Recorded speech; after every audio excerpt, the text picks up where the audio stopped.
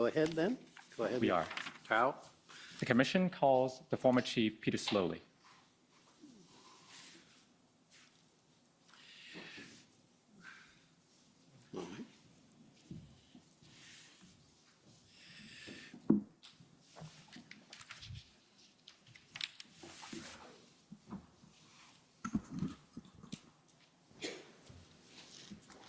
Sir, will you swear on a religious document or do you wish to affirm?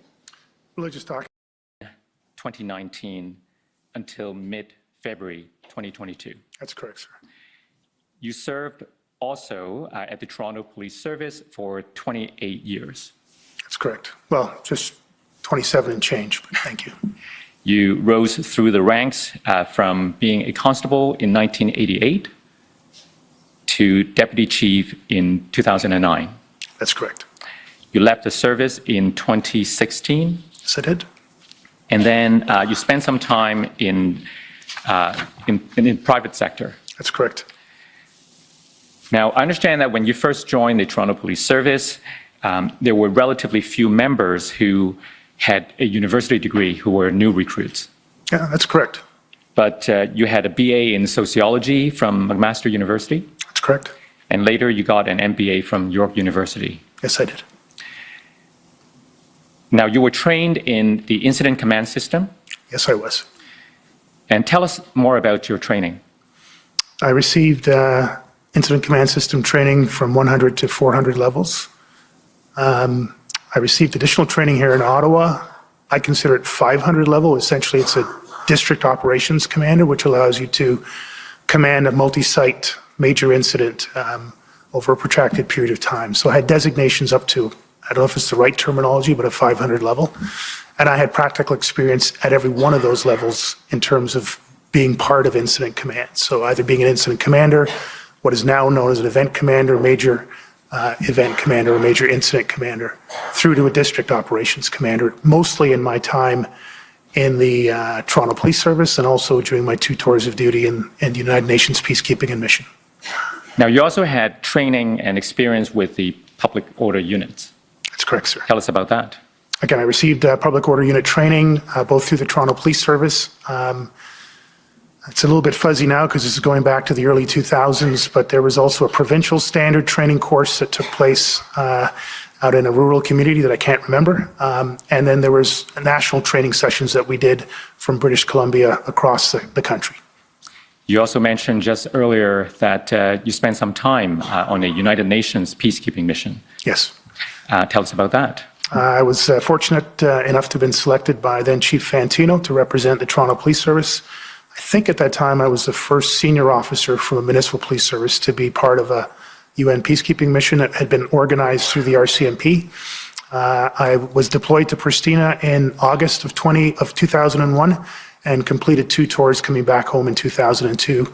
I was the Canadian contingent commander. This was a mission with where the police of jurisdiction actually had full powers of policing, including use of force detention, while building up a local Kosovo police service. It was also during 9/11 and a very significant and complicated and volatile zone. When you attended an interview with us and my commission colleagues, you described that experience as the best professional and personal experience you've ever had. Why was that? I just tested and stressed and challenged and grew me in literally every single way possible, physically, mentally, emotionally. I'm a very spiritual person. It allowed me to see parts of the world I don't think I'll ever get back to see again, and to be involved in a unique, challenging, and often tragic set of circumstances, but one that opened my eyes to the conditions globally. I had a chance to work with 53 different police services from around the world, and so that was also an opportunity to learn the good, the bad, and the indifferent of progressive policing at the turn of the century. Mm-hmm. If I could just interrupt briefly, this is being translated and there's sign language, and you're a little bit fast on the output. If you could try and...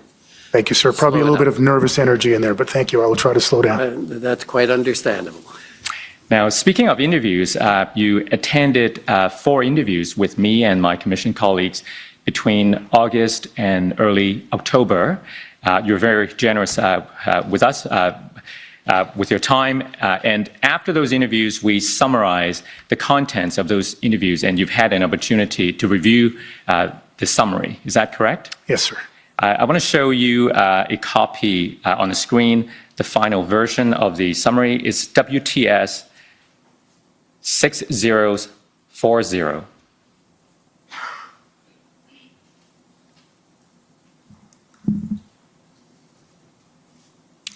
Now, is this the version that you approved?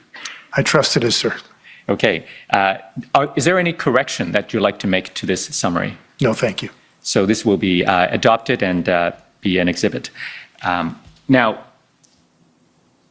the reason that we're here today are the events in January and February of this year leading to the invocation of the Emergencies Act. As the Chief of Police in Ottawa at that time, you're uniquely positioned to give us a perspective and to help us understand. But to really understand, I think we need to go back further to when you started with the Ottawa Police Service. Tell us about the circumstances of the Ottawa Police Service in which you found yourself.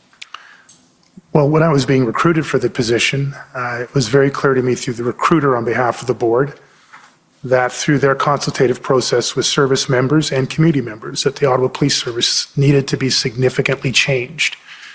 Operationally, administratively, from an HR standpoint, the usual sort of change processes that large organizations require on a regular basis, but very specifically culturally. Internally, there was a culture that was less welcoming, less inclusive, less diverse, less equitable, and that had impacts on things like workplace harassment, member morale.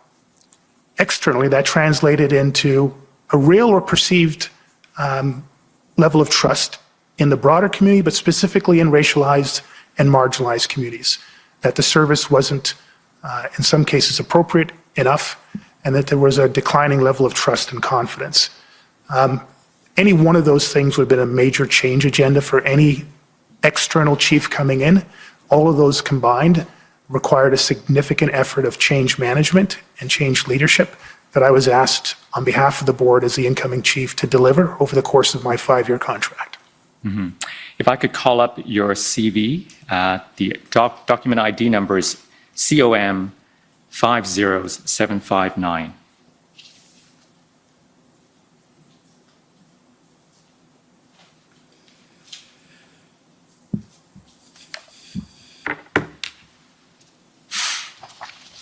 We can go to page 2. Scroll down. So you see under Ottawa Police Service 2019 to 2022, you talked about how you were given a major culture organization change mandate, and that's something you just outlined for us. Yes, sir. Tell us about some of the challenges you faced once you took the post.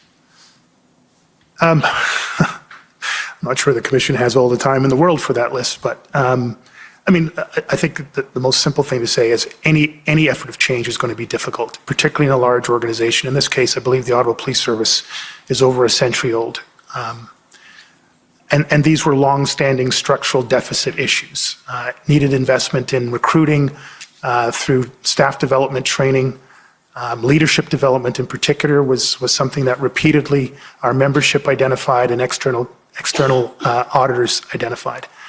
And those things just that's not a light switch you can turn on and off. It's something that you have to build and grow and almost organically move through the organization. Operationally, while they were excellent in some ways, I just want to be clear, Commissioner, the Ottawa Police Service, and one of the reasons why I came here, had a reputation, deservedly so, of being one of the best operational police services. We've heard about their expertise in planning. Their ability through missing persons investigations was second to none.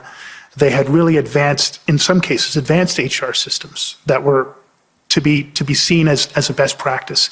So this is not a deficit across the board, but there were significant deficits in very specific areas that was contributing to some of the cultural and morale issues. My attempt in the first 3 months was really to go around on a listening process in small groups, large groups, internally and externally, to identify those areas. Bring a command team that was, even in the early days, a struggle. There was significant challenges at the command team level, but people were leaning in and doing their best. I would say, though, that the challenges really came in March of 2020. 3 significant events: the suspension of one of my 2 deputy chiefs, the culmination of a significant internal criminal corruption investigation where 3 of my officers were arrested after an extensive joint RCMP Ottawa Police Service investigation, and of course the declaration of the global pandemic. 2 months later, the death and murder of George Floyd, the Black Lives Movement and the defund movement. I think that signaled the start, not just here in Ottawa, but across police services in North America, I suggest around the world, as a significant change in the level of public trust and confidence in policing and the broader justice system. It certainly had material impacts in police services here in Ottawa. The defund movement put significant pressure on our board and our council to adjust the policing budget in regards to size and to change police service delivery in terms of integration. And these were real challenges on top of the significant challenge of a change mandate that the board had explicitly and expressly given to me as the incoming chief. Now, you identified a few challenges that are not unique to the Ottawa Police Service, such as the pandemic, such as the defund movement, and so on. What about within the organization? You talked about earlier challenges involving the command team. Tell us more about that. Well, the command structure, I believe to this day, but I might be wrong, is the chief of police, 2 deputy chiefs, and a chief administration officer. Within my first 3 months in the position, I lost one of those deputy chiefs to a suspension. That then required me to accelerate a succession plan that truly wasn't ready for acceleration, and bring in a series of 3-month assignments to the rank of the superintendent. I had 2 very experienced senior officers at that time. Both superintendents had a lot of experience, and so I rotated them for the first year. But within that year, both of them retired. And after that, the rotation went further into the superintendent ranks. Some were really good fits, some struggled. But it was a very suboptimal situation. In 2021, in the early part of the year, the board made a decision to end the contract of my chief administration officer. That then required me to look at my command level, and the only person that I could put into that position was Deputy Chief Bell. So essentially for almost the full year leading up to the events of the convoy, I had 1 full-time deputy chief who was in a civilian position as a chief administration officer, and I was rotating 2, for the most part, 2 uniform superintendents through the deputy chief process. Again, full respect to those individuals. They stepped up, in some cases volunteered. When I asked, they stepped up, and they did their very best in very, very difficult circumstances during probably the most difficult time in Ottawa police history and in policing across Canada. And so I have nothing but praise and thanks for them, but it was a suboptimal situation that everyone was struggling to make the best of. Now, did that happen in 2021, you said? Well, the suspension of Deputy Chief Jaswal was in 2020. Mm-hmm. The subsequent retirements of my 2 most senior superintendents happened over the course of 2020 into 2021. The separation of the chief administration officer was in early 2021. So for the majority of 2021, that circumstance of Deputy Chief Bell being in an administrative function and 2 superintendents operating in the uniform functions was the situation that I was managing with. So at the most senior executive level, you were having rotating staff, so to speak. What impact did that have on the rest of the organization at that time? And as a cascading impact on down the way, as you move any officer from one level to the next on a temporary position, not a permanent promotion, you then affect the next level and the next level. I remember once in Toronto, someone said every time we promote a new chief, we have to change out 7 positions below. I don't know if it's the exact calculation, but that's the ripple effect. So it not only destabilizes the executive level, it destabilizes to a degree the other parts. There are always benefits. I mean, people are given stretch opportunities or given leadership opportunities earlier than they maybe normally would have. And again, some rise amazingly to that. Others do an excellent, good job. and others struggle. But it does create churn in the organization that was already in churn based on all the changes that were mandated by the board and the massive external churn by the factors such as the death of George Floyd and the global pandemic. There's another factor that, for me, as a newcomer to the city, as an outsider chief, I think we can all remember in the early days of the pandemic, the lockdown and the requirement not to meet in public was significant. One of the most important ways that any leader can get to know their own members and the community or the clients that they serve is to meet in person. So much is lost on Zoom, and emails and text messages never cover it, as we've seen in testimony here. But I lost that opportunity 3 months into my mandate to actually sit down with my members in the cafeteria and have a cup of coffee with them, to have small group focus group meetings, which I did extensively in my first 3 months. And even when we could get together, we were masked up so we couldn't see facial expressions. And we were spaced out across a big gymnasium so we couldn't really communicate. We had to literally shout at each other. I think all of that unfortunately meant that we couldn't build the level of cohesion internally or externally during a very critical, contentious period of time, a sustained critical and contentious period of time. But we did our best. We've heard from other witnesses that notwithstanding the OPS' excellent reputation in the past for planning for and responding to large-scale events, the pandemic itself has caused a lot of changeover and depletion of expertise. Tell us more about that situation. I think it's actually been well articulated. I will only add in Mark Ford, who his father was a former chief of police here, an excellent chief of police. Mark was an excellent leader. He was one of those first two superintendents I brought in on rotation, along with Joan McKenna. Mark actually was the most experienced incident commander and one of the most experienced critical incident commanders. Unfortunately, he retired some 6 or 7 months before the events that we're going to be substantially focusing on. So that would be one example of many where we had people who had, gone past their pensionable time, had given their life blood literally to the organization and to the profession of policing, and had made a decision, as many executives in many different parts of civil society did, to take their well-earned retirement and go on with their life with their health intact. We celebrated his departure, but he was missing from our team when we really needed our best people to be in the best places possible. Mm-hmm. Now, you told us earlier that you came in to the Ottawa Police Service and you were given a change mandate. How was that mandate perceived when you're about 2 years into your job? Well, there's probably a not polite saying about police officers. I suspect it applies to everybody. There's two things that every cop hates: the way things are and change. So it was going to be difficult no matter what. Nobody wanted things to remain the way they were, and everyone was fearful of change, to varying degrees across the full human spectrum, of course.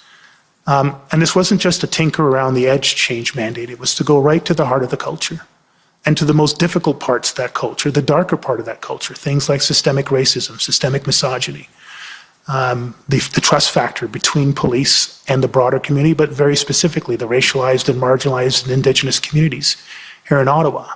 And those were the most contentious topics in policing for my entire career, going back to 1988 in Toronto. Any chief of police or any command team that took on any one of those issues was going to be taking on a major, major challenge. Taking them on in the middle of a global pandemic, in the middle of the Black Lives Matter movement and the defund, abolish police movements, just made it that much more complicated. But it was still necessary. It still had to get done. Not because it was my mandate. It was just the right thing to do for policing. It's what our members actually wanted. And it certainly is what the community wanted.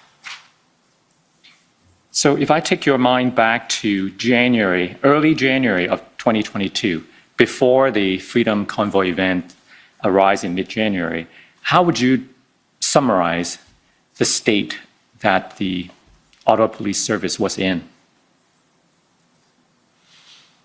Committed to the direction, worried and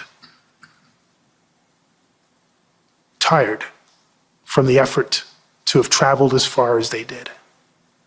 And what was the level of trust among the different members within the service and their trust for the leadership? I don't think I could answer that in any great specificity. Clearly, there was a range. I don't know which one of the witnesses presented. I think it was Inspector Baudin from the OPP that talked about the range of crowd dynamics. Human nature is human nature, sir. No matter what organization you're in, you're going to get some 5% that will adopt everything that's said without questioning, 5% that will resist mightily anything that is said with all sorts of questioning, and then some range in between of people that will move if they're incentivized or if they feel there's a sufficient altruistic value around it. I think those crowd dynamics play out in any crowd group, including the group in this room here today. Now, with that context, let's talk about the beginning of the Freedom Convoy events. When did you first learn about the Freedom Convoy? My recollection, sir, was a February 13th Hendon report. February? Sorry, January 13th. You may need to check me on dates a little bit. I believe that was a report that came into my inbox for whatever reason that day, and it was an extremely busy period. We were still dealing with a multiple death explosion in our city that killed some 4 or 5 people. But I did have a chance to glance through the report. Certainly there was enough information for me to know that this could be a significant event in the near term.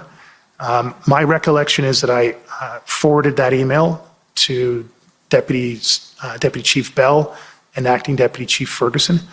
I understand that there hasn't been an email to show that, but that was my recollection.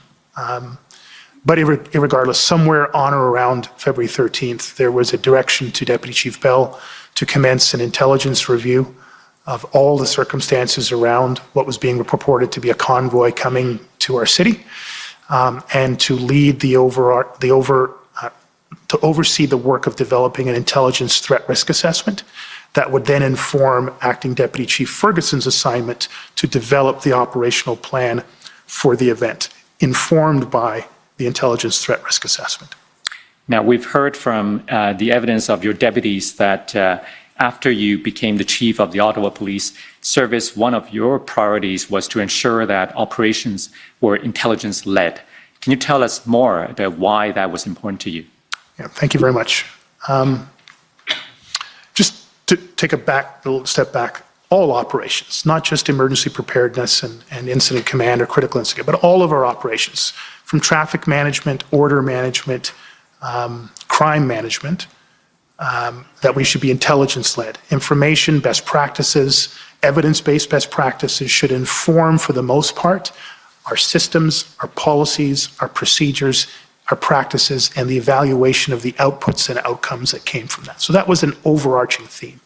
How it applied within incident command systems, emergency preparedness was, again, a weather report that says there's going to be rain tomorrow. Well, let's try to validate that to a greater degree. Is it going to be raining in a city this large? Is it going to be raining and flooding in one part, or is it across the entire city? Because that will then assess the amount of resources we need and the sequence of events we need to apply. That's an analogy that's not meant as an actual example. So intelligence-led as much as possible, understand the nature of the context of the situation, the factors involved, the nature of the threat, the risk of the threat, the likelihood of it actually taking place, and the resources necessary to mitigate in the first instance and respond to at the back end. And then to recover from, the recovery period, which I suggested this is still a recovery period, Commissioner, for the City of Ottawa and the country of Canada. Does that answer your question, sir? Yes, and my next question is, to what extent were you satisfied that that was in fact the case at the OPS on or around January? Thank you. I believe in evidence in chief, Interim Chief Bell did reference his own views on the advancements that we had made, particularly in the previous year, and he's absolutely correct, that we made significant advancements around our intelligence-led approach to our broader operations, crime, traffic, order management. Order management as a subset includes critical incident command and incident command system. We had made significant strides in making sure our information section and our intelligence section were lined up with our operational sections, and that we had sufficient crime analysis, administrative analysis to execute and continuously improve on those processes. We did not specifically take on intelligence-led threat risk assessments as a very specific product. Our priorities at that time were crime, traffic, order management, was not at the same level. I think in 2021 we had a very high level of gun and gang related shootings. And so crime, traffic was the number one issue in the community, always is, no matter what jurisdiction. So those were really our 1 and 2 priorities, and order management was probably at the 3rd level. Because we actually had, up until that point, a very good record of planning and implementing plans and successfully ending a range of demonstrations. But we had made progress. I did make it very explicit, particularly, this one I'm not 100% sure on, but particularly around the events in mid-2020, when we started to see large events coming into the city, Wet'suwet'en, Black Lives Matter in June, Justice for Abdi in the fall. These are complex, volatile, political, trust factor events that were contentious and could have gone 1,000 different directions. I was very, very strong at that point on the intelligence threat risk assessment, driving the operational plan. And in that period, I think we did make some significant moves forward around how the Intel TRA threat assessment supported, enabled, enlightened the operational planning. Right. Now, you mentioned that the first hand-in report you read about the Freedom Convoy was on January 13th? That's my recollection, sir. And so I take it that you read it? Yes, I can't say I read every single line. It was probably more of a skim-through read, but I did read it, yes, sir. And what was your reaction upon reading it? This is potentially going to be a significant event, and we probably need to get some people working on the intel side and starting at least to put the framework of a plan in place. Was that why you forwarded it to the deputies? That was my recollection of forwarding it, but that's certainly why I assigned Deputy Chief Bell to lead the overseeing of the intelligence threat risk assessment and assigned Acting Deputy Chief Ferguson for the operational plan. By the way, those were their functional areas of responsibility. Deputy Chief Bell, again, I think has testified that intelligence was one of his directorates and that the planning section was one of the directorates that Acting Deputy Chief Ferguson had just inherited. She had just started as the Acting Deputy Chief in January 2022. And you expected the two of them to coordinate the information or intelligence that the intelligence unit received and incorporate that intelligence in the planning process? Yes, sir. Did you receive regular updates from your deputies? Yes, I did, sir. How often? After that first week, that February 13th week, we may have raised it in discussion I had a regular 9 o'clock command meeting, and whatever the deputies would lead their respective areas of command and talk about major projects, things that should come to my level. I have a general recollection that we would have discussed it at least once or twice during that first week period. Coming into the second week, the week leading up to the weekend of January, let's just remind myself to slow down a little bit, coming up to the weekend of January 28th, 29th, and 30th, I recall that being almost on a daily basis. And I think towards the end of that week, or middle to the end of that week, we had my 9 o'clock meeting and then a separate command briefing on the intelligence and planning of around the convoy events. When you refer to that week, were you referring to the week before the weekend arrival of the convoy? Yes. Going into that first weekend before the weekend of the arrival, and then through that Monday, Tuesday, Wednesday, Thursday. Right. And what did you learn as a result of these regular briefings about the nature of the convoy that was about to arrive?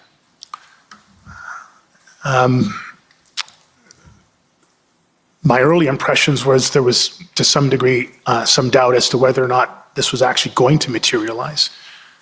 Sorry, whether it was going to materialize, whether this series of convoys, it was focused, I think, mainly in the British Columbia area, but whether or not it was actually going to materialize. Clearly, as the days went on and hand-in reports came in, mainstream media, social media started to follow it more. There was certainly a sense that, no, there's going to be something that comes from as far away as St. John's, Newfoundland, and from Vancouver, British Columbia, and other parts in Ontario itself. The briefings that I was getting was that those two areas were working together. Our intelligence group were connected in with all of our policing partners, municipally, provincially, and federally. The Ottawa Police Service Intersect program had been engaged early around information sharing, intelligence gathering, operational planning, deconfliction, and coordination. All of those things were sort of standard for any major event that had occurred under my tenure as a chief of police and had been well established going back some 15 years under previous chiefs of police. So there was nothing out of the ordinary, certainly things from a process standpoint. I saw what I expected to be the level of communication, coordination internally, communication, coordination with our key partners in the National Capital Region, and even more broadly, given the national scope of what was unfolding, that we were engaged with a range of other police services across the country. Now, in that week leading up to the arrival of the convoy, what was your understanding as to the duration of the event?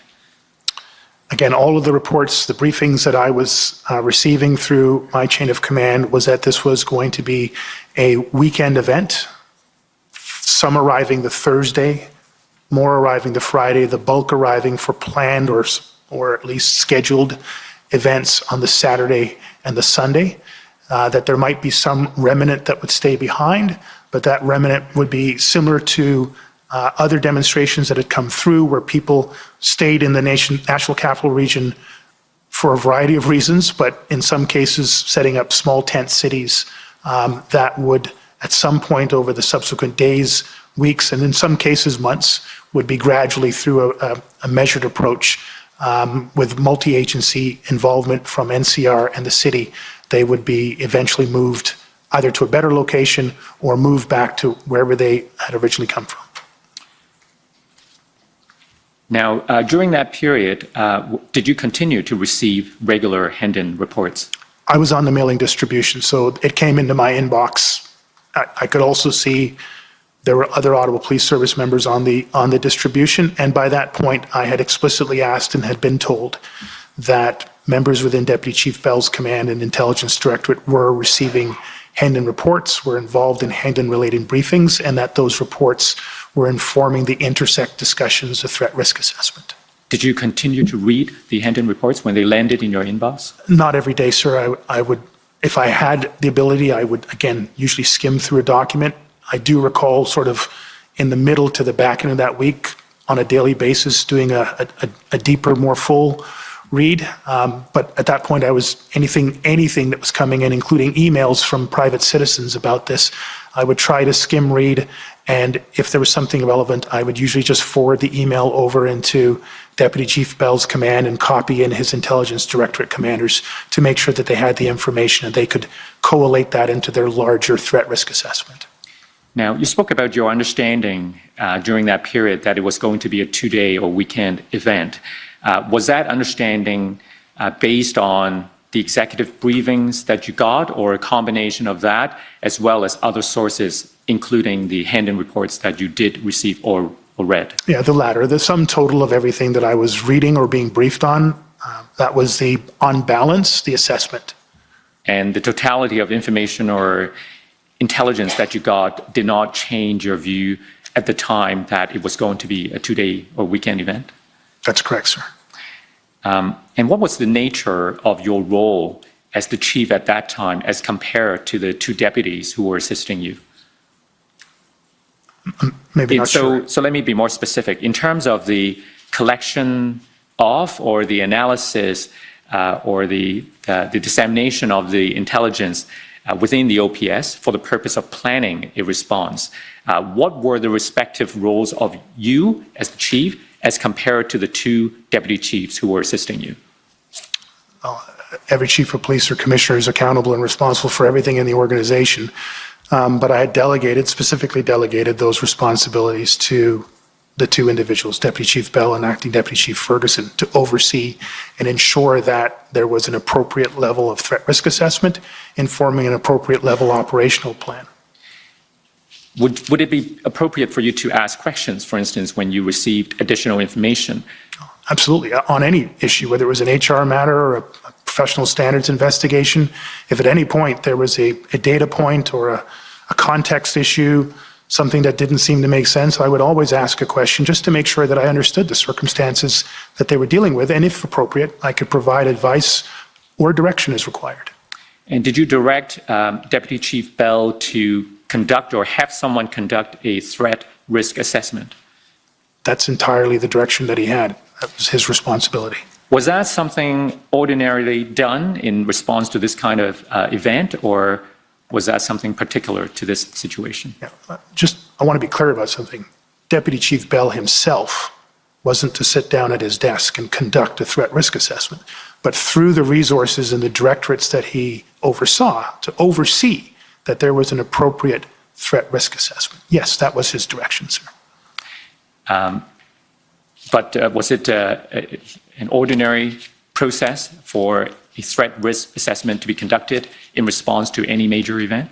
Yes, that was a best practice that I had learned and developed over the course of my tenure in Toronto and other areas.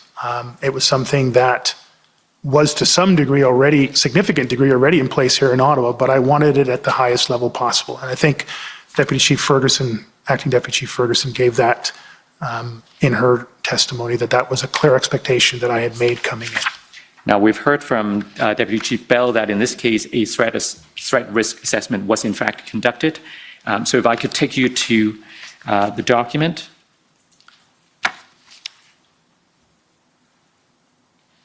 OPS 403073. Actually, this is not the threat assessment, but this is an email you wrote after reading the threat assessment. Do you recall having read the threat assessment that was prepared?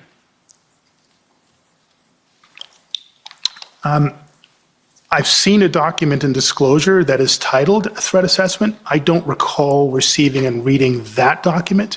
I did read the threat assessment that was embedded in the pre-arrival operational plan that I received on January 28th. Right. So now this one, this email chain, the part that was sent by you was dated January 26th. So, and if we go, so you see that, actually, if we go down further to see the origin of the chain, so not so far. Do you remember receiving an email from a concerned citizen about the potential violence of the upcoming event? And if we scroll up, you forwarded this email to your deputies, and you outlined the concern. If we scroll down to the next page, you describe what the concern was, and then you said, yes, yet our briefing note as of last night says that there is no intelligence to indicate that this demo straying will be violent. And you issue this guidance. Please review all available information, intel, incidents, and ensure we have the most accurate threat assessment and the most appropriate operations plan for the event. Now, it's not entirely clear from this email whether or not you've read a threat assessment, but you were certainly aware that there was one. Yeah, what I'm referring, sorry, thank you, sir. What I'm referring to, I believe, is just a briefing note. I don't know what that would have been in the form of. It could have been an email that was sent around before last night that said there was no intelligence to indicate this was going to be violent, but it wasn't the threat risk assessment document in any of its versions that I was referring to. I see. And I laid out a series of, I guess it's 4 points here, of data that had come into my awareness over the course of the night into the morning, including the email that I forwarded, that would suggest opposite. So it was, again, just a reminder, there's contradictory information. Just make sure that that is incorporated into the overall threat risk assessment, and that is as optimal as it can be so that the plan can be as optimal as it can be. Now, so this is dated January 26th. I want to show you an intelligence assessment conducted by Sergeant Chris Keys on January 25th, and perhaps you can take a look and let us know if you had reviewed that document. The document number is OPS 403086. In the production we received, we've seen a couple of different versions. I assume that the assessment was updated as the week unfolded, but this is version 1. Does this ring any bell? It's the first time I'm seeing the document, sir. Okay. If I could take you to page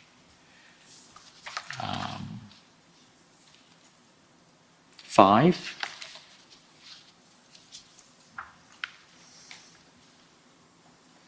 So the third bullet, the author says that in 6 years of working large demonstration events from the intelligence point of view, the writer has never seen such widespread community action, which means 3 things for planners.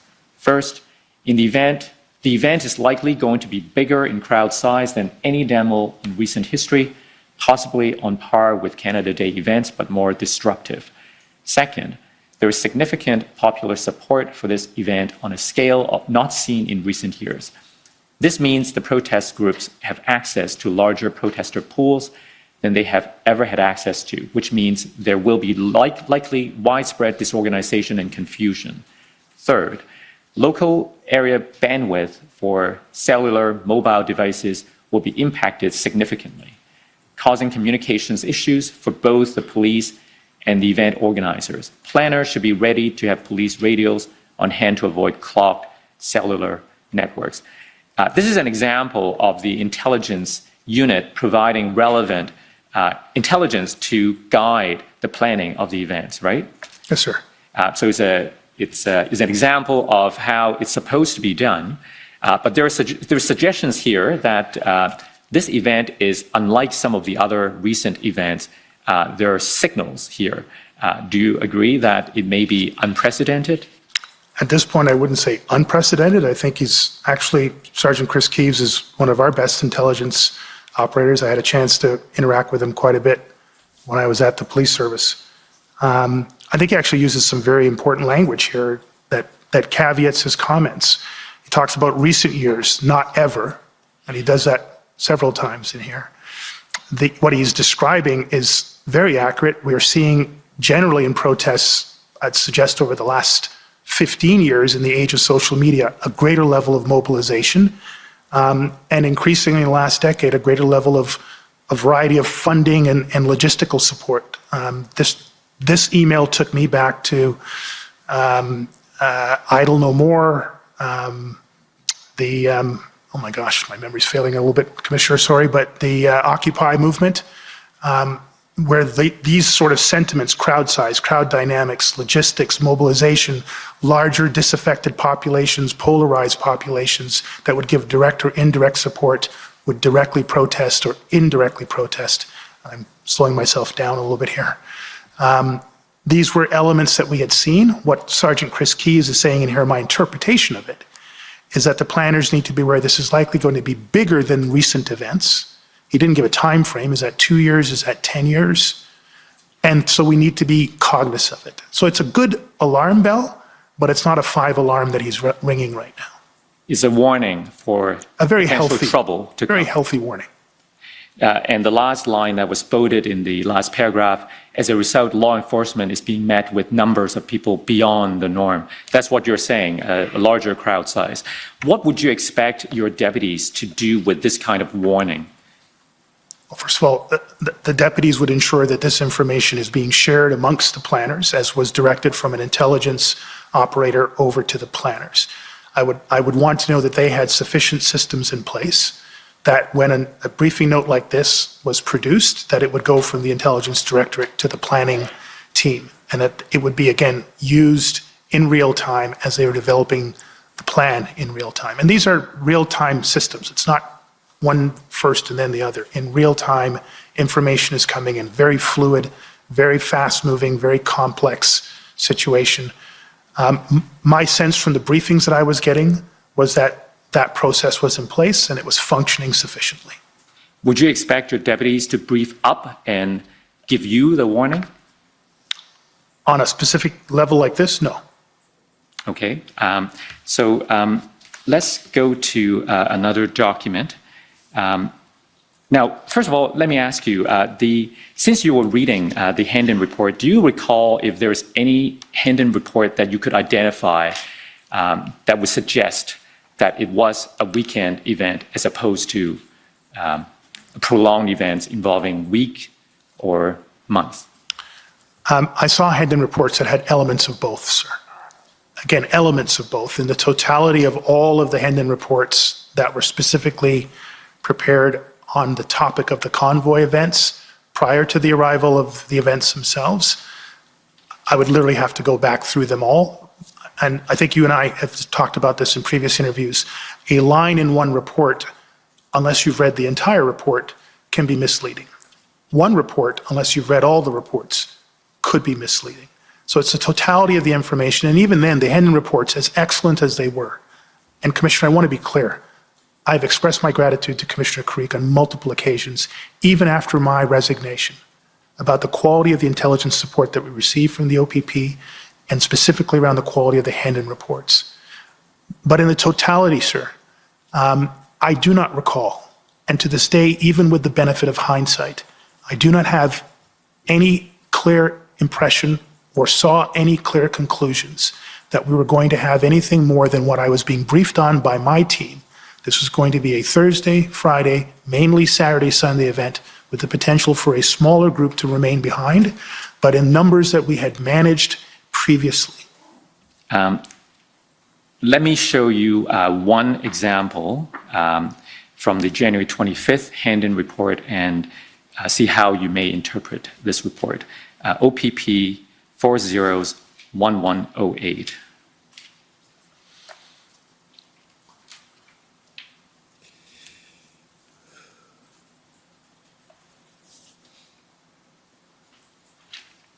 We go to page 3, please. Go down. So do you see the section that starts with intelligence gaps? First of all, what do you understand intelligence gaps to mean? Known unknowns. They know they need some information, but they do not have the information and therefore can't validate the other parts of the assessment, and that there needs to be some effort to acquire that information and convert it into intelligence sufficient to close one or all of the gaps. So if we look at the first few bullets, first of all, participant numbers, online indicators are unreliable. So this is a known unknown. They knew that they needed the number, but they knew that they didn't have the number. Is that right? That's how I interpret it, sir. And then the next two bullets have references to specific dates. Nature of activities in Ottawa by advanced convoy participants, January 28th, January 29th. So when these dates are referenced in these reports, what do you take them to mean? That we're going to have 2 days of activities. That they don't know what those activities will be on those 2 days. That's right. They don't know what may happen on those days. Could we infer from this bullet that things were only going to happen on these 2 days? No. What about the third bullet? Events possibly scheduled at Parliament Hill on the 30th of January. The same, right? Yes, sir. So we know from this that the police didn't really know what would happen on that date, but we cannot infer from this bullet that these are the only dates when things would happen. You're absolutely right. In the larger context of all the intelligence information, sorry, what was the date of this report again?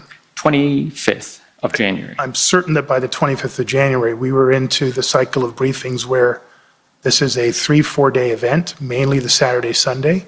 So even at the point where these known unknowns were being listed, while we couldn't tell you what the agenda of the activities were going to be, there would be some activities.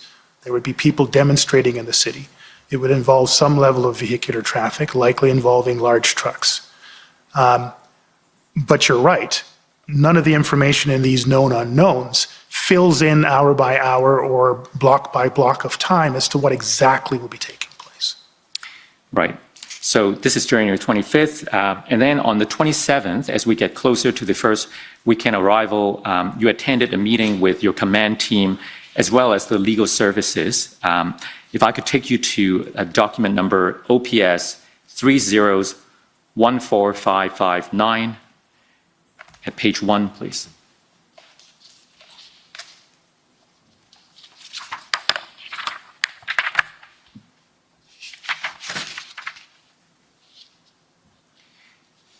So if we scroll down slightly, do you see the last bullet? So first of all, the bullet that says chief questions, it sounds like at this meeting you asked some questions. And the fourth sub-bullet, interdict tow truck equipment prior to it being used against us, heavy equipment within convoy to take down barriers, a level of pre-planning we don't normally see. Concern, they have this for something that is supposed to be lawful.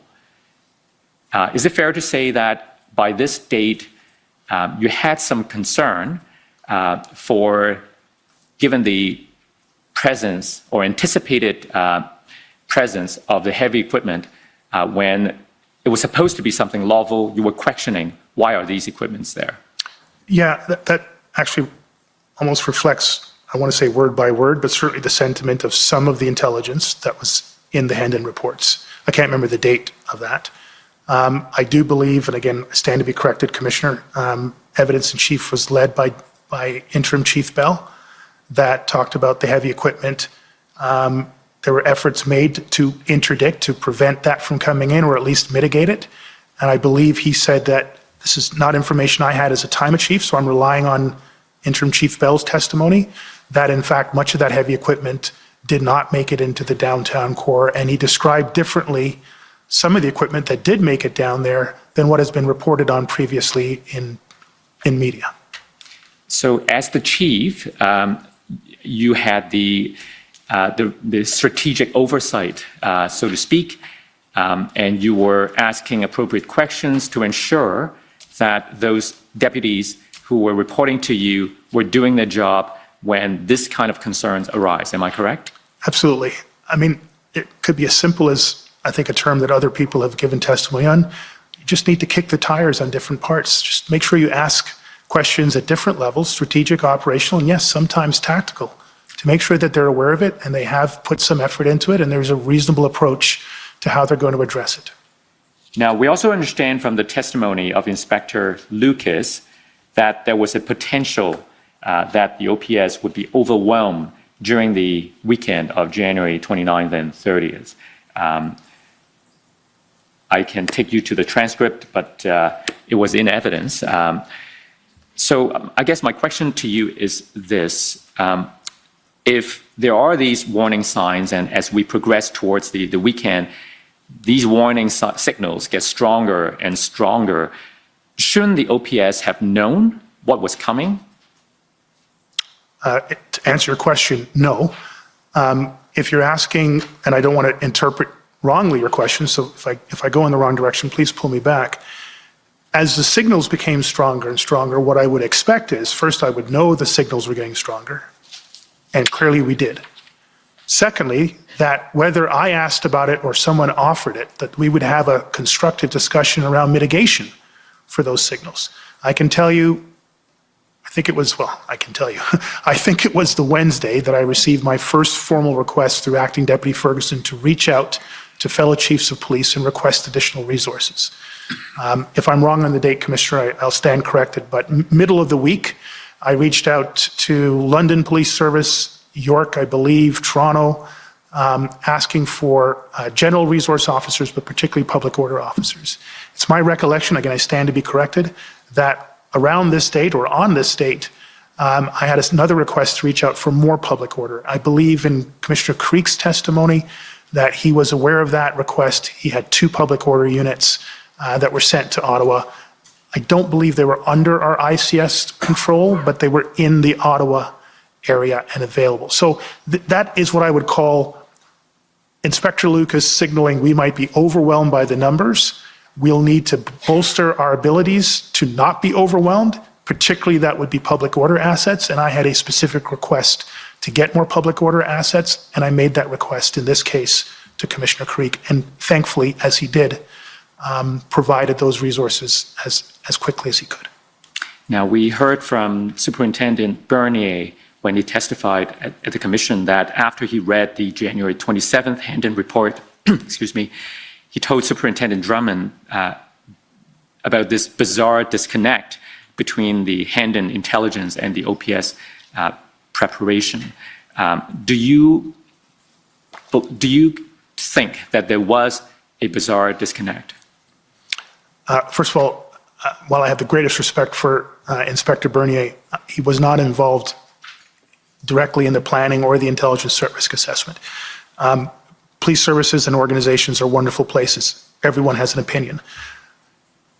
The briefings that I was getting from the commanders that had been assigned to the task, the people that they had assigned through their responsibilities to produce the information, some of which is displayed on the screen here, did not indicate that there was a bizarre disconnection.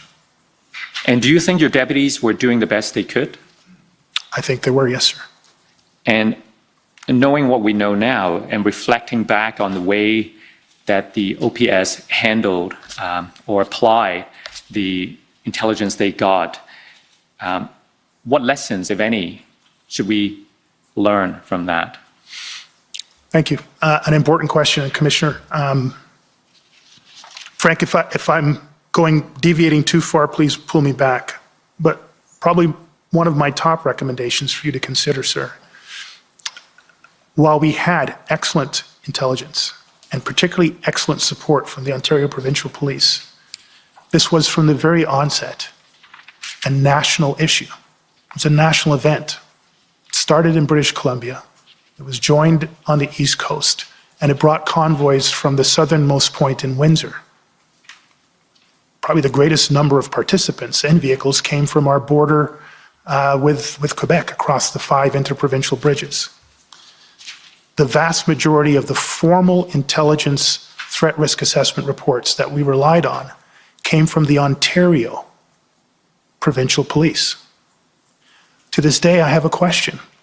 Why wasn't I getting intelligence threat risk assessments on a regular basis of the quality that I got from the OPP, from our federal partners? Again, I want to be clear, Commissioner, they contributed meaningfully, and I'm grateful for their contributions. But I've said this in the parliamentary committees, and I'll say it again to the Commissioner. There's a structural deficit in our national intelligence threat risk assessment process. I'm grateful for the Ontario Provincial Police for filling that gap and doing so to the very best of their ability.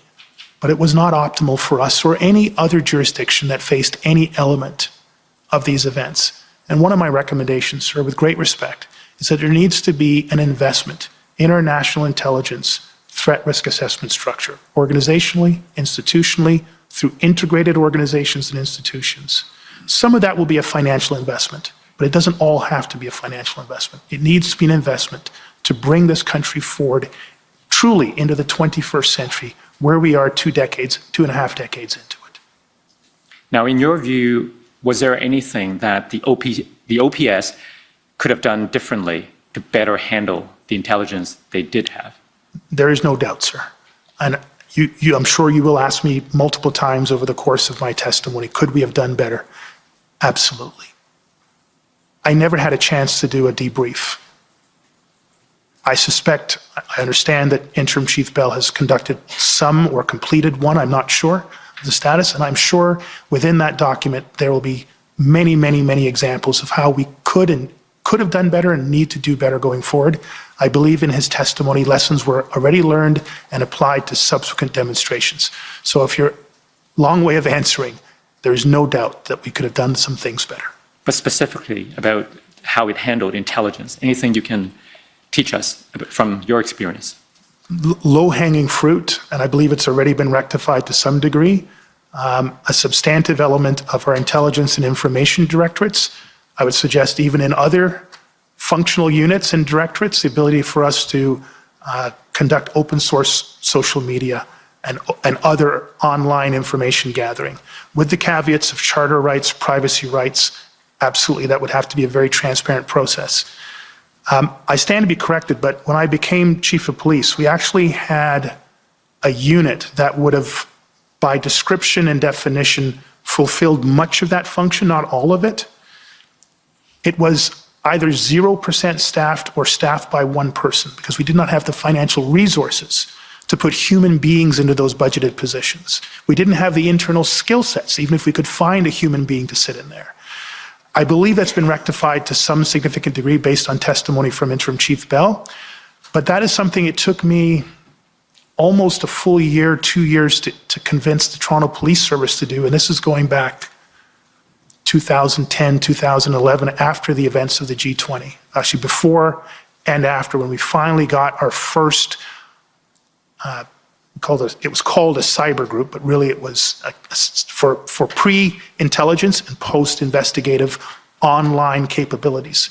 There are very few police services anywhere in Canada, municipal, provincial.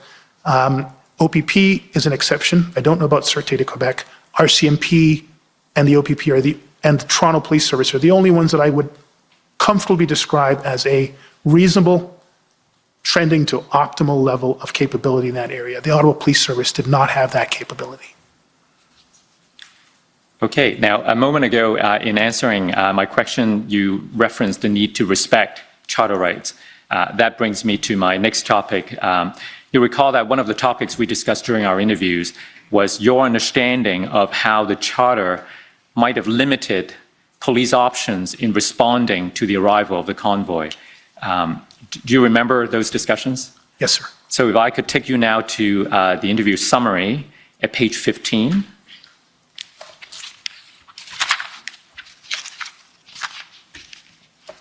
We go to the second paragraph.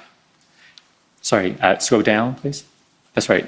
The paragraph that starts with Chief Slowly. Chief Slowly was advised that based on the known intelligence reports, OPS did not have the legal authority to deny the Freedom Convoy access to downtown Ottawa simply because some people disagreed with the views of some participants. He understood that OPS did have authority to close roads and restrict traffic if there were public safety concerns, but closures and restrictions had to be commensurate to actual threats or reasonably predictable threats. Highway Traffic Act or bylaw violations alone would not be sufficient to justify restricting access to the city for all protesters. So that was the view you expressed at the time. Is that the view you still hold now? Yes, sir. With this caveat, I'm a police officer, not a lawyer. Right. And some of us regret to be lawyers.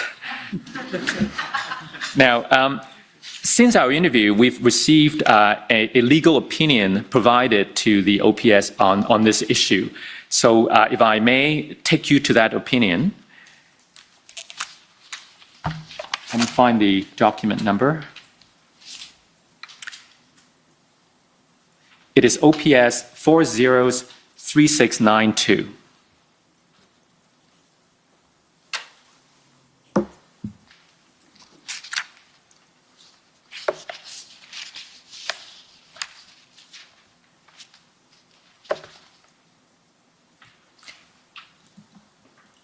Okay, scroll down, please.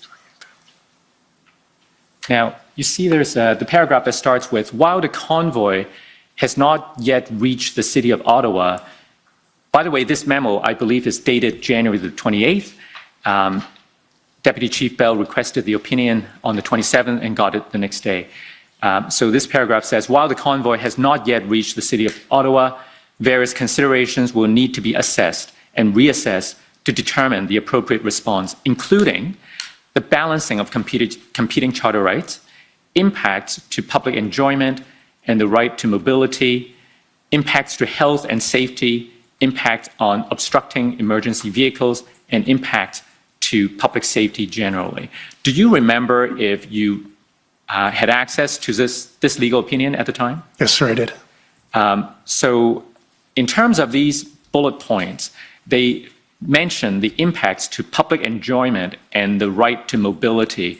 Do I understand that to apply to the right of the residents to move around freely in the downtown core and not be impeded unduly by the trucks and commercial vehicles? Your answer is? Sorry, yes, sir. Sorry. Okay. And then impacts on obstructing emergency vehicles, that's obviously important for for reasons we'll understand, and the impacts to public safety generally. So in assessing the options available to the OPS to respond, including closing roads and setting up barriers to the downtown core, these considerations were applied at the time? Well, first of all, just an observation. Deputy Chief Bell made the request on the 27th.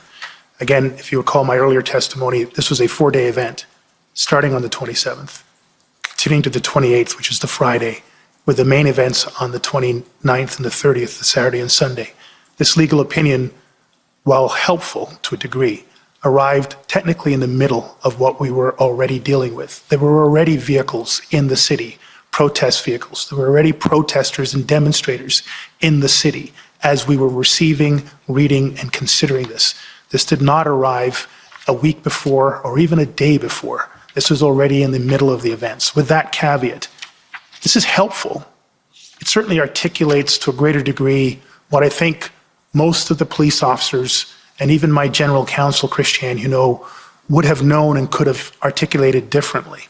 It's not definitive. It's advice, not direction. I understand that's counsel's job. But there isn't a definitive line that says, because there might be any level of any one of these 5 points, you therefore must go to some substantive interdiction, prevention, blocking of the events that are going to happen. Again, language is important, and I think you and I have talked about this before. The reference of the lawyer who drafted this says the convoy, I believe. There wasn't one convoy ever. There were multiple convoys, and there were multiple other individuals and small groups, and I think Superintendent Morris used better language than I will, but affiliated groups that joined or left on a daily basis. I'm always mindful when I read particularly advice documents that use a pejorative term, when what we were dealing with in reality was a massive group of fluid, interacting individuals and groups where there was no one leader, no one spokesperson, and no one thing to deal with. This was helpful, but not particularly instructive. Mm. Now, by the 27th of January, am I correct? And I believe this evidence came from Superintendent Abrams, that the OPS was expecting somewhere in the range of 3,000 trucks to come to Ottawa downtown. I recall seeing that number presented by Inspector Lucas. Right. So with that in mind, if we go to page 4 of the same opinion, we scroll down to page 4, please. Sorry, with your indulgence, Commissioner, with your indulgence, I do want to be clear, though. What was listed in those 5 points materially happened on the Saturday, the 29th. Mm-hmm. Those, and I think Deputy Bell gave excellent evidence on his own. I won't repeat his testimony. But what we saw in terms of a violation of our community's rights, our business community's rights, the level of unlawfulness and assaultiveness in the broadest sense of that term, including the literal sense of that term, was not what we expected and was overwhelming, not just for the Ottawa Police Service, most importantly, it was overwhelming for those communities that were most directly impacted by those events that weekend and every other day after that. So this was helpful because it to some degree anticipated that there would be competing charter rights, there would be significant mobility challenges, there would be an impact on our emergency services in the ways that they were described theoretically on the page. Mm-hmm. So there was usefulness in this exercise. It was just a little too little and already in the middle of the events that were still unfolding around us. I guess my next question, after I take you to the passage I want you to have a chance to consider, is what it would be reasonable to anticipate in light of this guidance from the lawyer. So this paragraph, starting with therefore, while the case law indicates that those who wish to protest have a charter-protected right in doing so, it is not without limits. These limits, as the courts have recognized, prevent threats of violence, acts of violence, and unlawful conduct. Moreover, these limits also prevent demonstrators from obstructing travel on roadways. It is worth noting, however, that there has been at least one decision where it was found that a blockade for a very brief period only constituted a minor inconvenience and was therefore permissible. So this paragraph referenced the need to preserve travel on roadways as a way to limit whatever other competing rights the protesters may have for free assembly and free expression and so on. So having this in mind, can you help me understand why, when upward of 3,000 commercial vehicles and trucks are expected to arrive in downtown Ottawa, that this wouldn't put some limits on where those trucks could access in downtown Ottawa? Thank you. And as I'm reviewing this document and we're having this dialogue, all of these things were actually within the operational plan. I believe Inspector Lucas has given evidence to you, sir, that he considered that number. He considered it that through the combination of the PLT negotiations engaged by OPP and OPS officers, that there was agreements made with as many of the convoys as possible that would significantly reduce the impact of such events by parking trucks and arranging bus or rideshare into the downtown core that would alleviate much of this, that they recognize that emergency lanes need to be kept open, and there were significant amounts of planning detailed out in the traffic plan and other plans, again, evidence led by many others in that regard. The Ottawa Police Service were neither ignorant of this, and more importantly, they had taken steps to reasonably mitigate this, based significantly on the intelligence and information available, and as we've heard by other OPS members, including Inspector Lucas, Deputy Chief Bell, based on the previous experience that they had with similar types of events in a reasonable, similar time frame. So I think, again, this was an informative document. It validated much of what we were thinking. It provided a more clearly articulated legal basis for what we were thinking. And we put in place the mitigation pieces that I felt were reasonably presented to me in advance of this. And we had the support of an excellent group from the OPP and their PLT as well. We've heard that, unfortunately, the majority of those agreements were broken. Let me be careful about my language. And I believe, sir, it was Inspector Lucas that gave an insight that I was only aware of in his testimony. I believe it was the Windsor convoy that arrived first and largest into the city and occupied the majority of the red zone area along the parliamentary district. Once that happened, the convoys, again, I'm relying on Inspector Lucas's testimony. If I get any of this wrong, I will walk that back.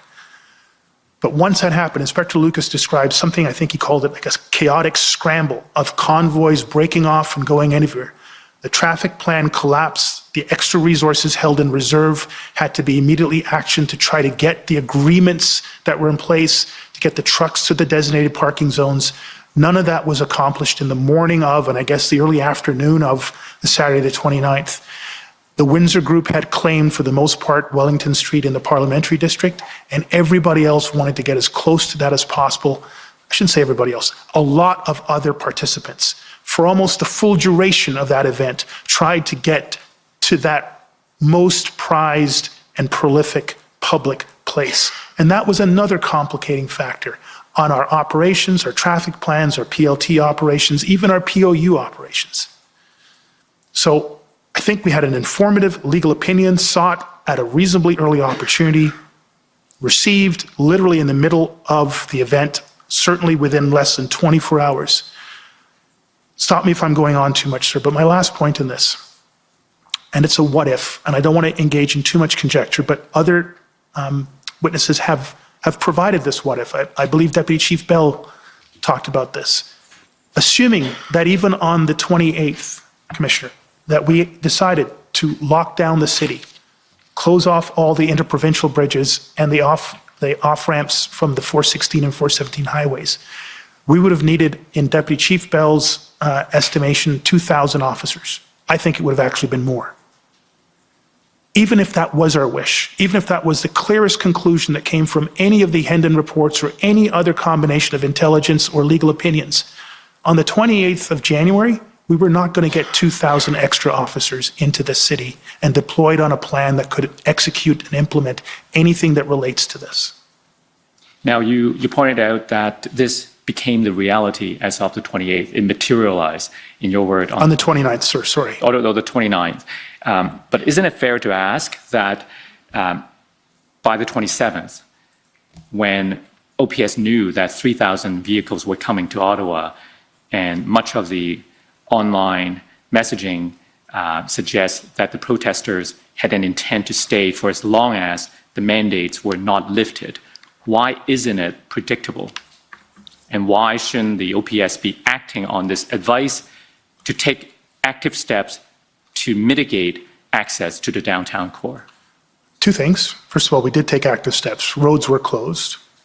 We've heard repeated testimony from OPS and OPP senior officers that there were efforts to manage the convoys en route in on the King's highways, a new term. I'm so used to the Queen's highways, but the King's highways.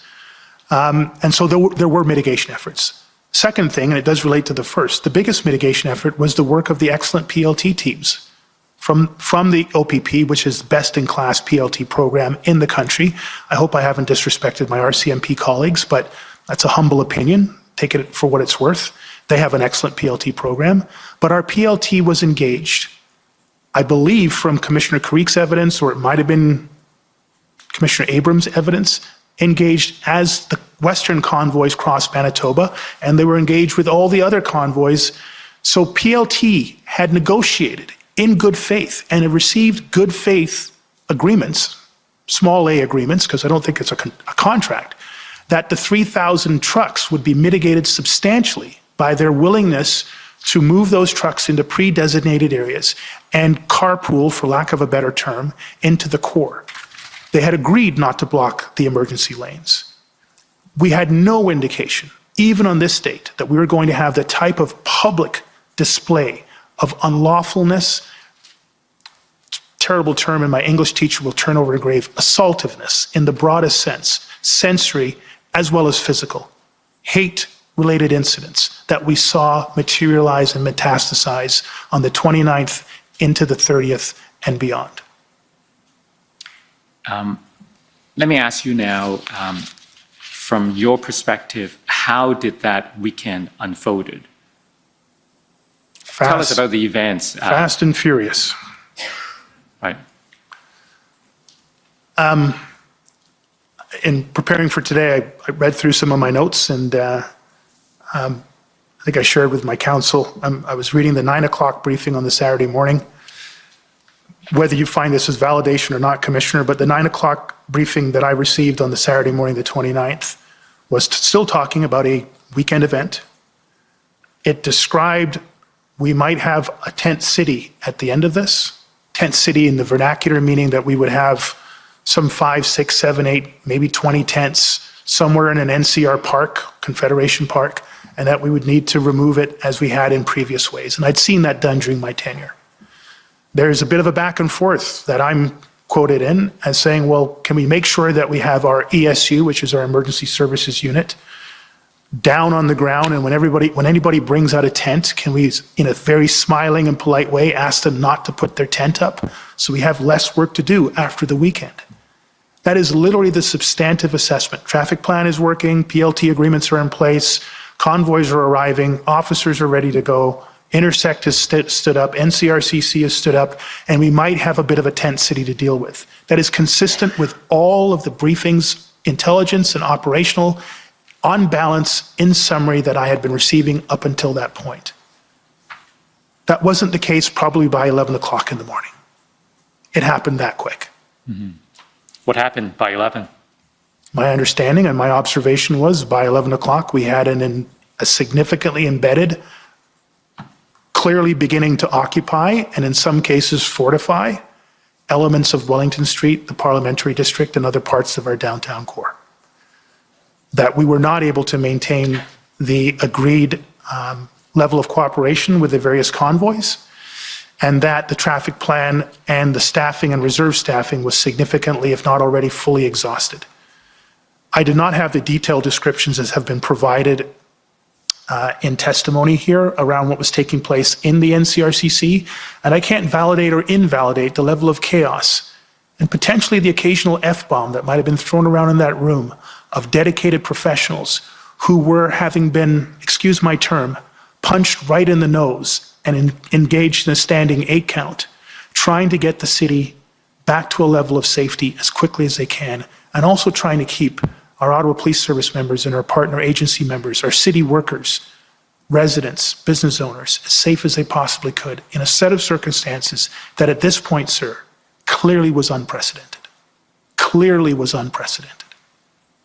So are you describing the events of the 29th?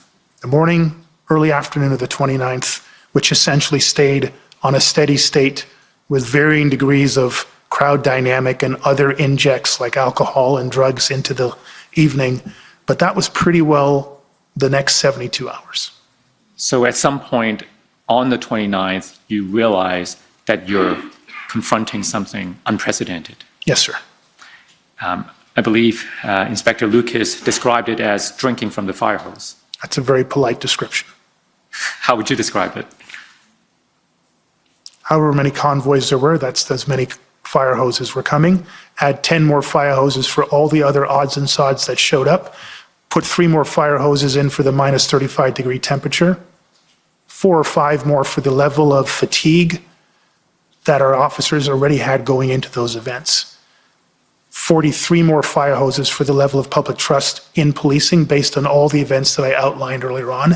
And I think that's a more accurate assessment of the amount of water that we were taking on at that point.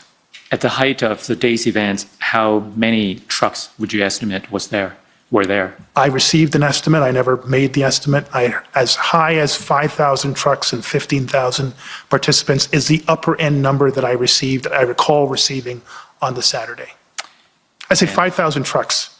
I want to be careful. 5,000 vehicles, predominantly trucks, but that might have included a range of other vehicles that I can't detail for you. And that's just in the downtown core?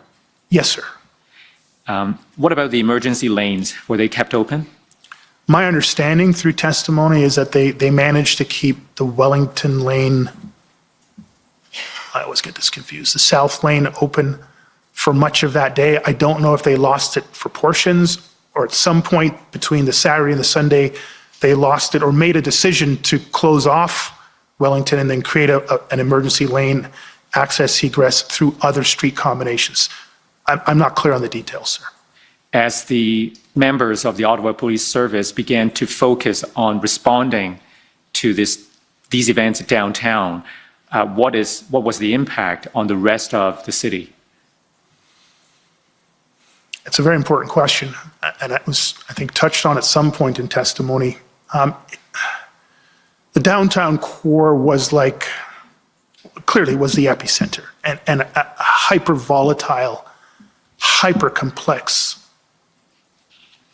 I won't be able to provide adjectives, so I'll just leave it at that. But you could drive south of the 416, get that right, 417? Into literally still downtown neighborhoods. And you would hear honking and you'd see, unfortunately, Canada flags stuck on vehicles and behavior that was clearly antisocial, but it dropped off significantly once you got south of the 417. Further out into the Canadas and the other parts, there were probably micro things happening. I'm never really sure of it. So the city would be aware of it. It would be obviously on TV. Social media is exploding at this point, and people are dialed in to what's going on. But from a physical standpoint, physical location, 98% of it was in a micro concentration, hyper concentration of activity and trauma, unfolding trauma to our community in the heart of our city, in the heart of the parliamentary district. And I don't want to in any way forget, I know there are federal representatives here, but the trauma impacted on federal employees, elected officials, public officials, the entire infrastructure and ecosystem that represents our nation's capital, the parliamentary district. And I believe Mr. Champ quoted 18 or 15,000 residents in that area. I don't know how many businesses. I know the Rideau Center was closed. All of that happened literally within hours. And the relief did not come, I believe, until February 17th, 18th, or 19th. And we've heard evidence from some of the residents and business owners affected during the first week of hearing that from that time on, they started feeling abandoned by the police, by other leaders, and they felt hopeless. That was one of the adjectives they used. And they started seeing a kind of general chaos and lawlessness. How would you describe what was happening? Were those adjectives accurate? First of all, I'll never challenge the feelings of a member of our community. They're their feelings. They're as righteous and as accurate as they need to be for the human being that expressed them. So I'm in no way challenging wherever that sentiment came from. I can tell you that I met with, spoke with, walked around and talked with many of the residents, the business owners. I was at a Business Improvement Association meeting that was referenced by one of the witnesses, and I heard a range of sentiments.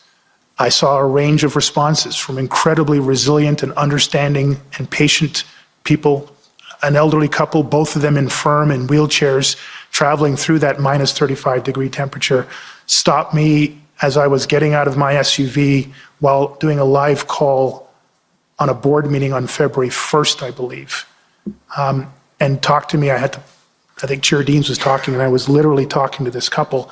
Chief, we know you guys are doing the best you can. Please, it's hard for us to get around the sidewalks. We're trying to do our shopping. We know this is really tough on you and your team. Please do your best for us. So yes, I heard expressions of hopelessness. I heard accusations of abandonment. But I would have to say the vast majority that I received directly to me was around resilience, impatience. Get this thing resolved as quickly as you can, as completely as you can, but resilience and a level of understanding as to what the officers on the ground, and I don't say just officers, the members of our organization, the partners that were deployed already from OPP, RCMP, London, God bless them. I think people understood how difficult it was. But they didn't see the situation resolving in a day, in 2 days. And I think it's reasonable for people to feel really aggrieved that there isn't a clear solution or a timeline to a clear solution that they could tangibly see and anticipate. And we were simply not in a position to provide that to them at that time.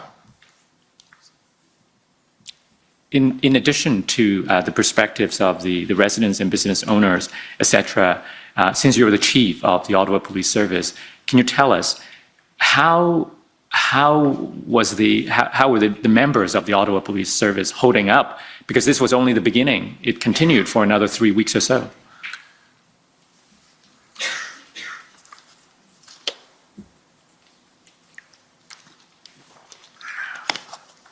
This is always a little tricky part for me, sorry.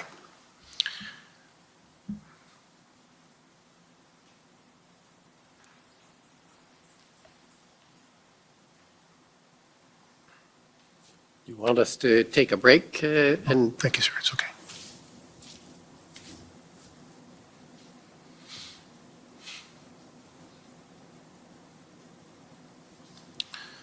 They were doing their very best under inhuman circumstances, like the city was, like the community was. It was too cold and it was too much. But they did their very best.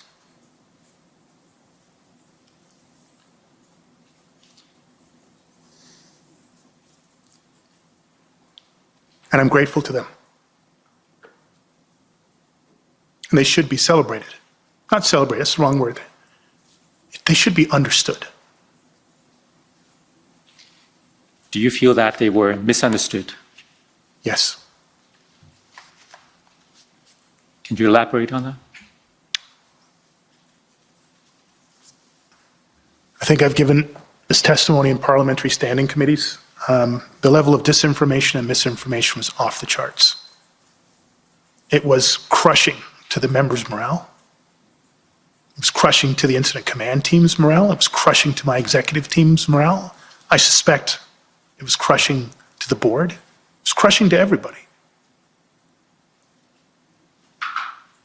It was unrelenting. It was 24 hours a day. And I think by the end of the weekend, it had become a global story. that mainstream media was following. And none of it was portraying in any way accurate the hard work of the men and women of the Ottawa Police Service and the partner agencies that stood with us. None of it. To this day, it hasn't. And that is very unfortunate because public trust and confidence in any police service, I believe, is the #1 public safety factor. When any police service loses significantly public trust and confidence, that in of itself is a massive public safety threat and risk. It materializes in so many ways. I don't know if the Commissioner wants me to expand on that, but I'm happy to do so. And unfortunately, as quickly as the events unfolded on the morning and the afternoon of the Saturday, public opinion against the Ottawa Police Service and its members turned just as quickly and to the same unprecedented levels that were unrelenting, at least from my entire experience, up until February 15th. Well, you spoke of how the officers were misunderstood. Let's hope that this inquiry will be the beginning of that understanding. Commissioner, would this be a good time to take a recess? If you would like, sure, we can take the morning break for 15 minutes.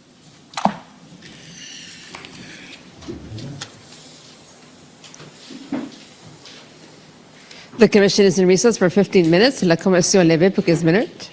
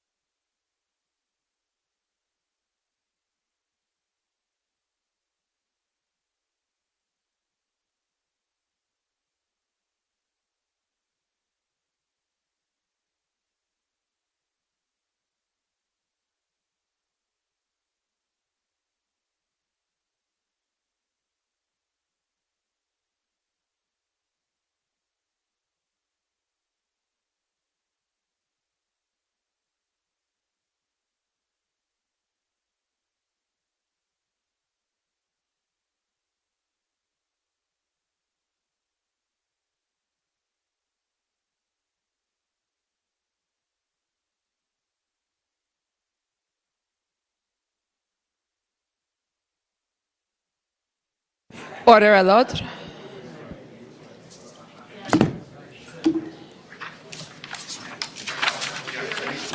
Not a judge here, so there's no stand. Just respect for your profession.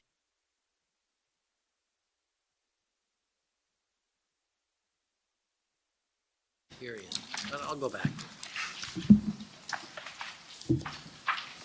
Morning, Commissioner. Okay. Go ahead. So before the break, Chief Slowly, you were telling us about the events of that first weekend and how it hit everyone really hard. I'd like to take you now to January the 31st, which I believe is the Monday after. Yes, sir. We've heard from Deputy Chief Ferguson that that was when the executive team realized that a lawful protest has now turned into an illegal occupation. That was her evidence, and I'm interested in your view on that. My view is it was unlawful the moment a law was broken in relation to the events. And so for me, that was clearly the Saturday morning. I don't want to in any way interpret Acting Deputy Chief Ferguson's impression. I think I would position the 31st as we now know this is going to be a longer term occupation. There are fortifications and there is an alarming level of public safety issues writ large, and we're going to have to pivot our plan to now address the current context and near future context that we're going to be dealing with. So it's in that context that perhaps, again, I don't want to misinterpret, but perhaps the full command is fully on the same page and the incident command team is pivoting the plan now into the next phase of this occupying period. Tell us about that pivot. What did the executive team decide to do? I don't know if there's any significant decision. I mean, we needed a significant update on the intelligence threat risk. Much of that was in place in the build-up and iterations, but we now needed to escalate to another level. And again, that cycle of intelligence threat risk assessment to then feed the pivoting operational plan. To what extent are we going to need different resources, greater levels of resources in one area versus another area? And to what extent do we need to build out sub-plans and other things? For me at the chief of police level is what resources are we going to need? What do I now need to do to inform and or engage other levels, including the oversight body of the Ottawa Police Services Board, the City of Ottawa, and other factors? And I was still trying to understand really what had just arrived in our city. What really was it? And even just level set my own understanding, never mind the work that was being done on behalf of me through Deputies Bell and Acting Deputy Ferguson. Deputy Bell described that first week as a period of orientation or reorientation. Do you agree with that description? I understand. I think I understand the theme behind it. I would probably use different language, but I think it's definitely what just happened. How do we now need to reorient, to reassess, and then start to address the situation going forward? So before the convoy arrived, we've seen an initial plan dated January the 28th. Yes, sir. What was the understanding now in terms of going forward, in terms of the need for a new plan? Well, there was no need for a new plan. There was a need for an evolution of the plan that we had, an evolution of the threat risk assessment that was in that plan. Again, I want to make it clear there was only ever one plan. There were many iterations of it. There was only ever one threat risk assessment. There were many iterations of it. So what was the understanding then about the need for this new evolved plan? On the Monday the 31st? Yes. Probably the number one thing at that point was staffing, staffing, staffing, staffing. And how did you go about achieving that? Again, without the absence of my notes, but as simple as how many more officers can we redeploy from our overall complement of policing a city of 1 million people in the nation's largest municipal geography to that micro core of the red zones and the immediate neighborhoods around it. I think by that point, Again, I stand to be corrected if the records say otherwise, but at that point, we had already started to look at changing our shift hours to create a greater volume of officers available, officers and civilian members. I don't know if we had, at that point, reached out to the association, the Ottawa Police Association, to start to negotiate a whole different shift schedule. That might have come later on in the week, but that was the focus. And then external resource requests, requests that went to OPP and other police services to send additional resources on top of what they had provided us already. So around that period, January 31st and the next few days, did the OPS start reaching out to other external agencies for help? Yes, absolutely. Tell us what steps you or the other members of the executive team did. Predominantly, it sort of happens at two levels.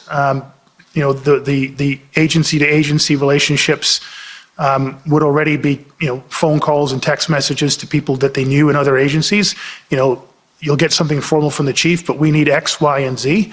And then the formal request would come up through Acting Deputy Chief Ferguson, and then I would make a reach out to the respective agencies. So probably my approach for the main, I may have deviated every now and then, would be a text message to the Chief of Police or Commissioner saying that you'll be getting a formal request, but I'm looking for X or Y or Z. And then my executive assistant would produce the document and I would forward that formally. Once I got a positive response, the positive response I would then forward to our Legal Services Department, and they would go through the process of enabling a memorandum of understanding, an MOU.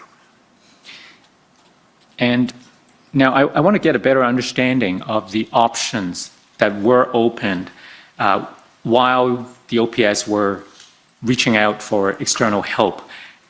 So I want to take you to a document, OPS 405631.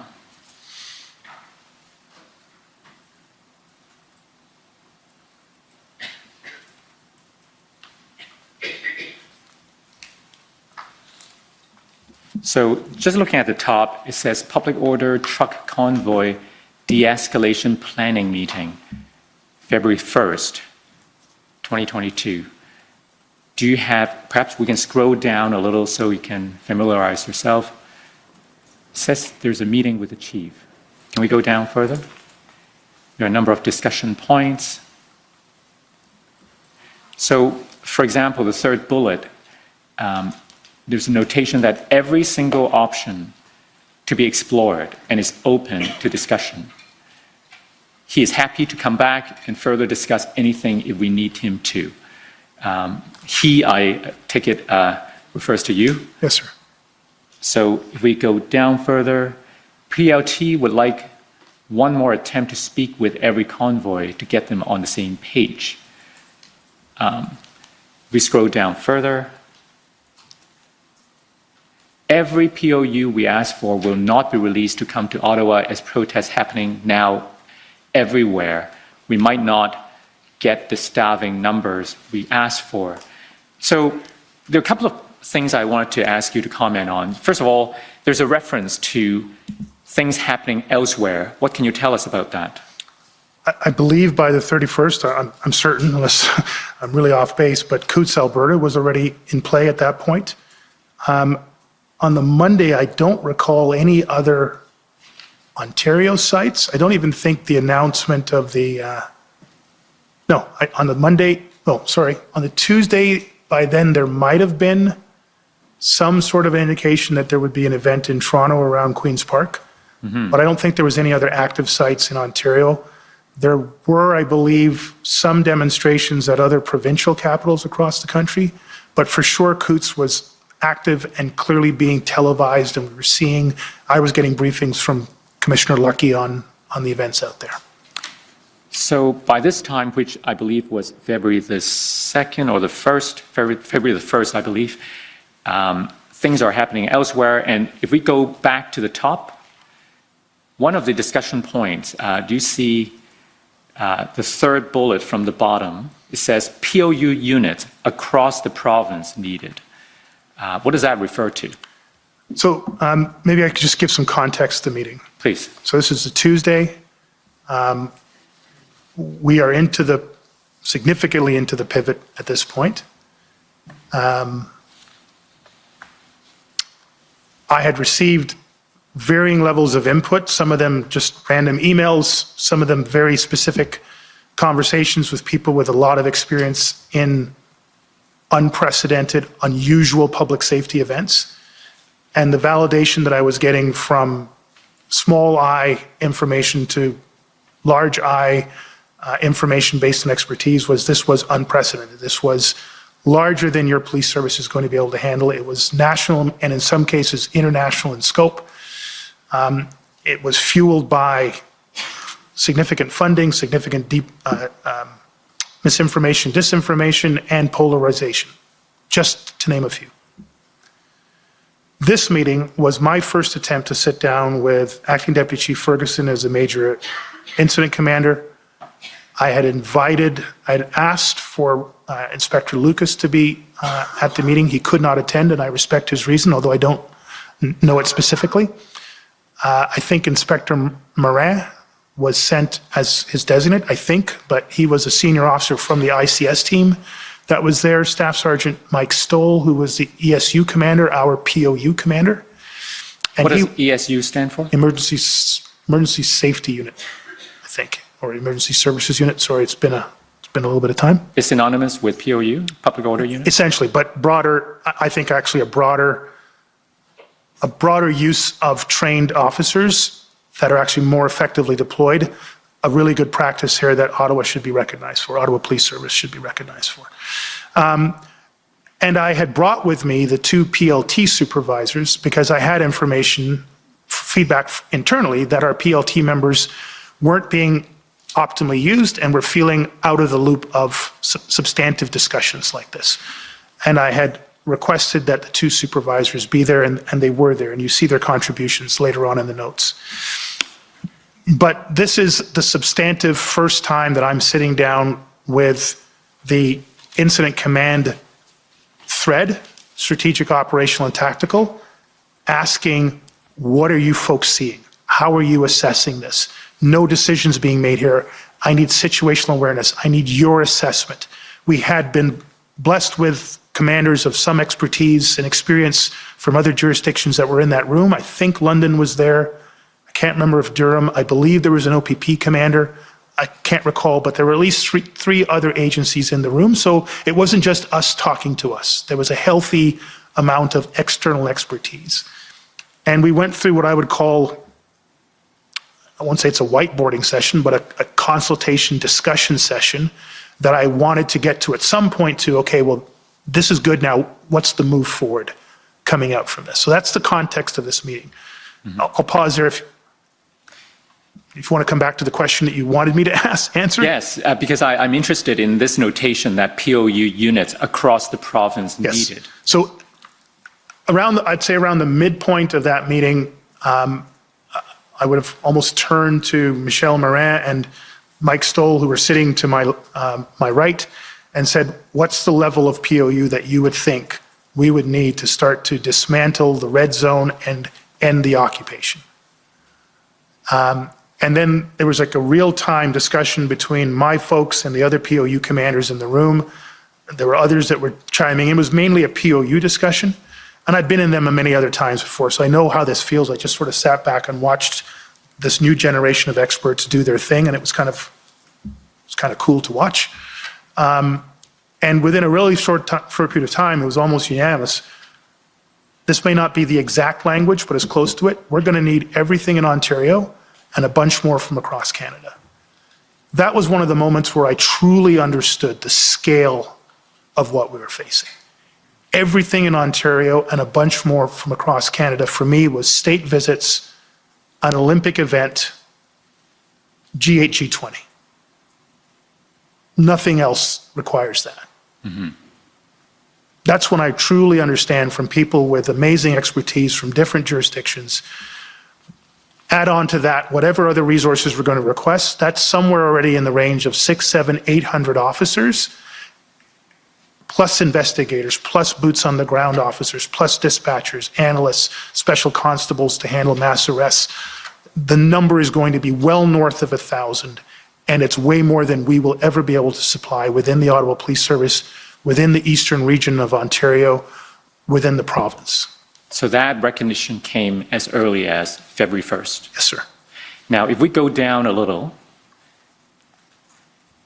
in the first box under discussion point, I read a bit from it earlier. PLT would like one more attempt to speak with every convoy to get them on the same page. Truckers need to clear all the roads and stop honking in exchange for fuel and a place to park. Have zero room to negotiate. If they don't deal with it in this way, they will be removed. Why is it that there was zero room to negotiate?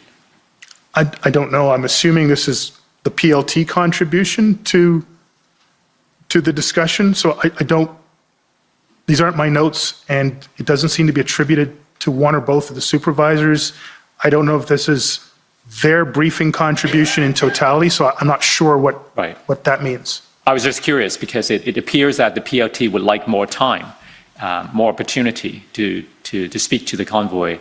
And then perhaps there was another view expressed, no room to negotiate. I was just wondering if you could enlighten us on what this discussion was about. Oh, again, there were some 20 people in the room, and it was really an open forum discussion with people just contributing ideas in a very fluid way. Right. If I could take you now to the next document, the next day, OPS 30-14484.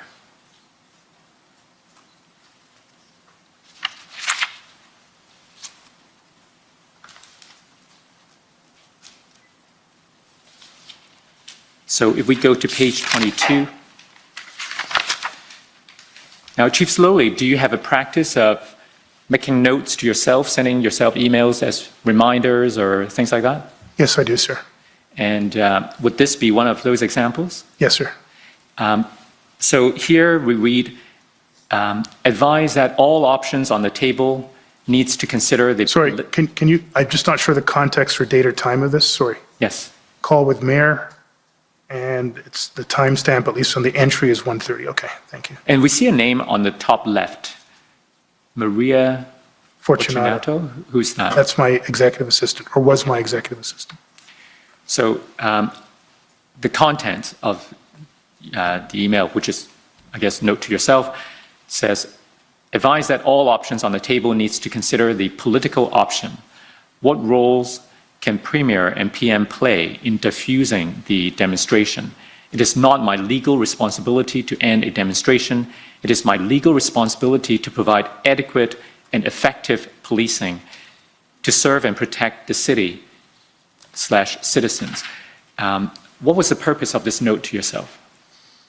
At this point, I actually didn't have an assigned scribe, so I was trying in real time to capture information around conversations that I thought were important or a point that I was trying to remember.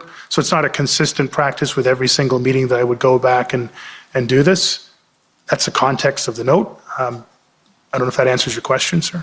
And since the subject at the top says call with mayor, Yes. with re-demonstration, does that capture some of the contents of the call Some of it, yes, sir.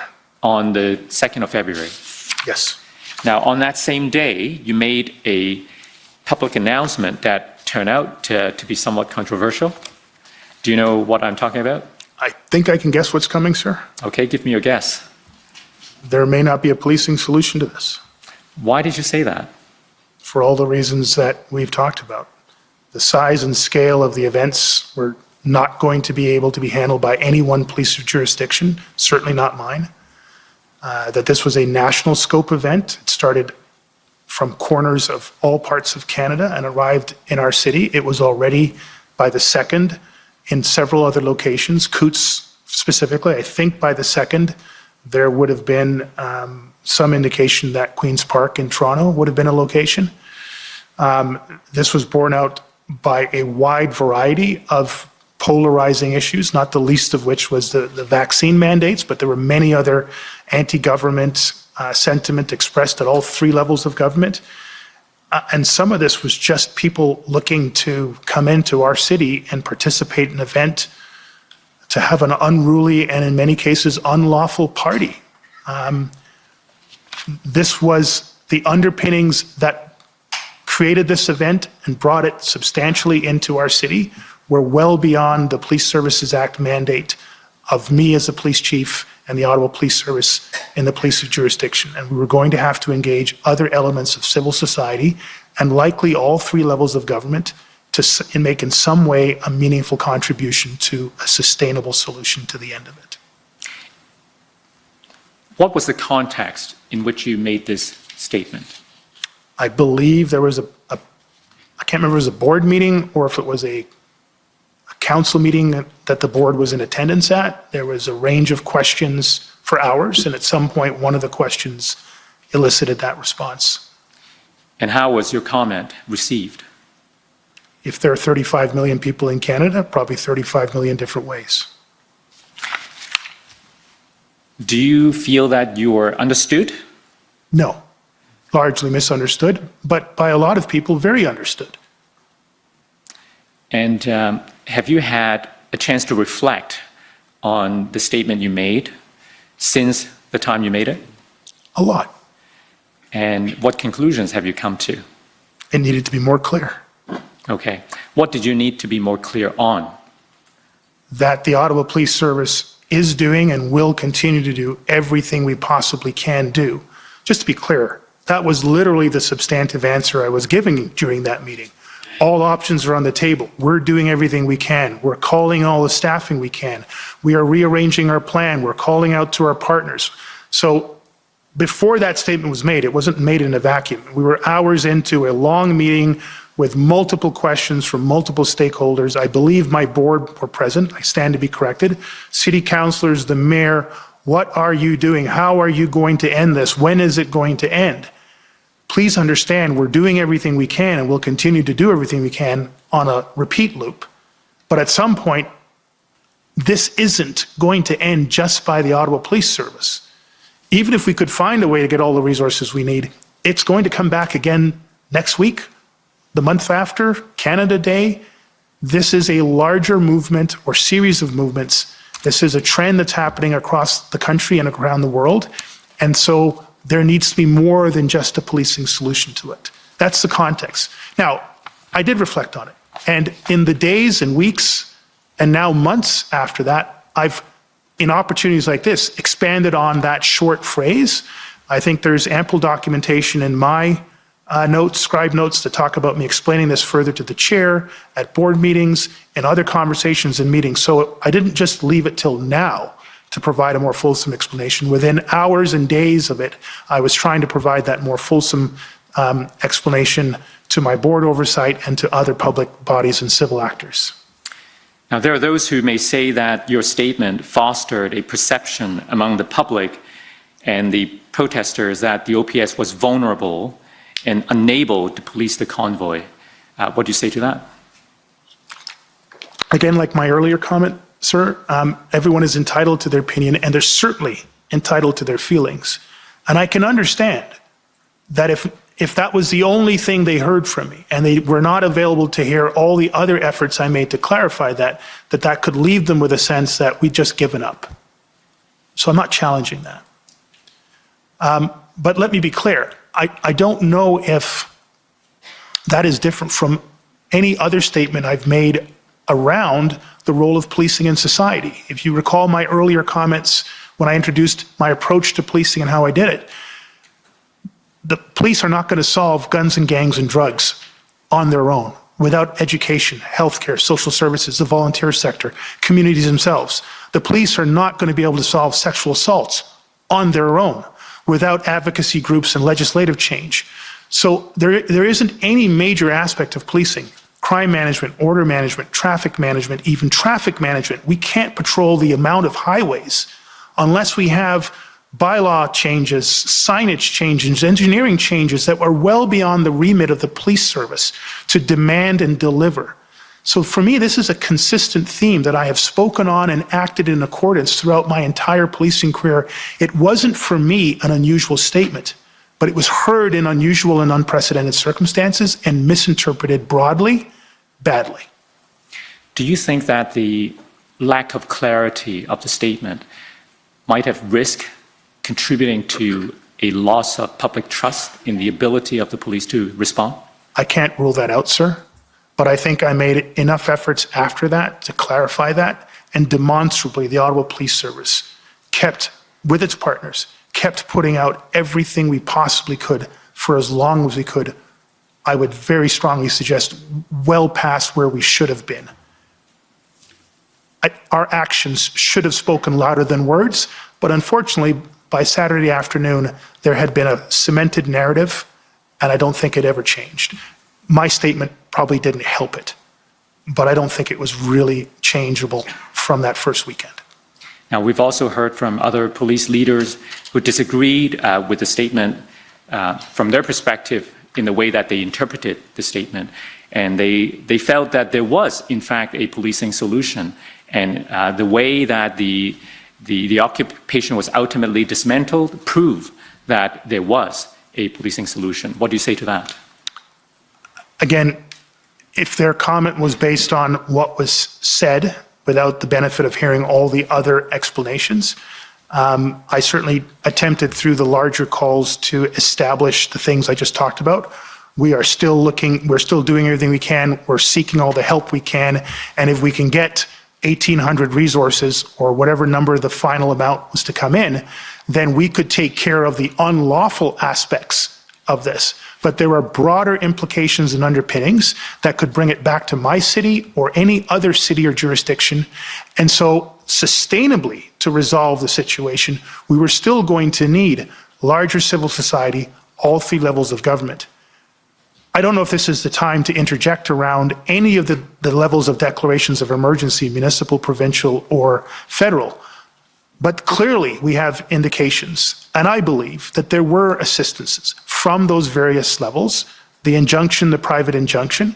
And so there are clearly examples where some additional efforts were needed beyond the efforts of the police to resolve it. Local community mobilized themselves in mostly constructive ways, in some ways less constructive. But there were efforts across the board from private citizens to public institutions that contributed ultimately to that success. While I respect the comments of my peers, I want to be careful with my language here, I don't know any major operation, including that one, that did not benefit material from the supports outside of police organizations themselves. And I think that's unfair to the contributions made by broader civil society, including all three levels of government. Mm-hmm. I don't know if that's what they intended in their comments, so I want to be clear about that. But no police organization of any size, operation of any size, that I've ever been involved with, that had the clear level of success, no deaths, no serious injuries, no significant damage to infrastructure, no rioting, no burning police cars. I don't know of any size operation that didn't materially benefit from the consent and cooperation of citizenry, the injections of material resources or advice, expertise from other experts outside of policing, legislative change, et cetera, et cetera. Mm-hmm. Okay, so this was on the 2nd, right, that you made the statement. Yes, sir. Let's move forward by a few days. I did recall it was the 1st, but I'm not going to quibble. Right. So let's move forward by a few days. And we've heard from other witnesses that the weekends are always the worst. Is that right? In terms of the surge of numbers? Yes, in terms of the surge of numbers and then the extra dynamics of convoys coming in or not coming in, and definitely larger in scale and more complex. Right. So I want to show you an email dated February the 5th at 6:33 a.m. The document number is OPS 307355. I expect it will show an email from you to Acting Deputy Chief Ferguson. And by this point, on around the 5th, what was the state of any evolving plan that the OPS had? I think on that date, I received a briefing on the three options I'd asked for from the meeting on February 1st, the POU options. So that's a substantive sub-plan development.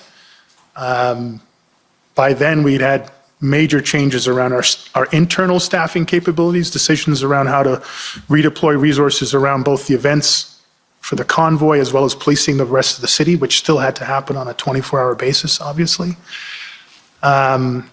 We had made announcements around our efforts to try to address the disorderly, unlawful, and assaultive behavior, the hate type behavior that was happening directly in the communities most affected around the red zone, variously described as surge and enforce and contain.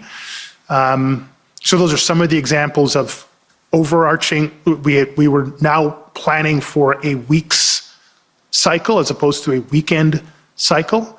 Requests had gone out to partner agencies, not just for police officers, but for planners, people with expertise in PLT, POU, recognizing we didn't have the expertise or the number of people necessary to do the type of planning and sub-planning that we needed to do. And I know I'm going fast, Commissioner, so if you need me to slow down, I will. So there's a range of activities that are engaged in evolving the pre-arrival plan into an in-event plan. Well, that context is helpful as we take a look at this document. Can we scroll down a bit? So in this email, you said you have directed Inspector Dayu to convene a full incident command briefing at 8 a.m. If we go down further, there's a recap, situational awareness, and then below that, we see two sets of priorities. First of all, the general priorities has a couple of points. Search, contain, and enforce. That's the first point. Second, demonstration, fully implement plan, but close everything, in brackets, roads, bridges, highway off-ramps, etc., as early and as long as possible. Third, shut down secure enablers for unlawful and unsafe protest, funds, fuel, fun. I won't read the contents in brackets. Is there a fourth point? Can we go down? Okay, so that's it, the first priority, general priorities. Explain to us what this is all about. So this is the second Saturday. You'll recall what happened on the first Saturday. Point number 2, around close everything. At the meeting that was held, that was qualified. I want to be clear about that. Clearly, access and egress, access into the city and access into the downtown core was one of the major reasons why that situation on the first Saturday so quickly escalated and metastasized into the events that we're feeling right now. It was reasonably predictable at this point that we were going to have another large influx of convoys, 1s and 2s vehicles, and walk across bridges demonstrators that would again likely overwhelm the amount of resources even at that time that we had in the city. And so that was a major public safety risk that on the second Saturday was now even more likely to happen. And so that's the point there. The surge, contain, and enforce was announced on the Friday morning at a media conference. And this was specifically to address the level of ongoing disorderly, assaultive, hate-related behavior that our downtown communities and businesses were experiencing, particularly in Councillor Fleury's ward and Councillor McKinney, although I'm not sure she's in office now, but former Councillor McKinney, her ward. And the overwhelming amount of community complaints, business complaints were coming from the unlawful, assaultive type behavior in that area, and we needed to, that surge, contain, and enforce is not for the red zone, that is for the areas outside of the red zone.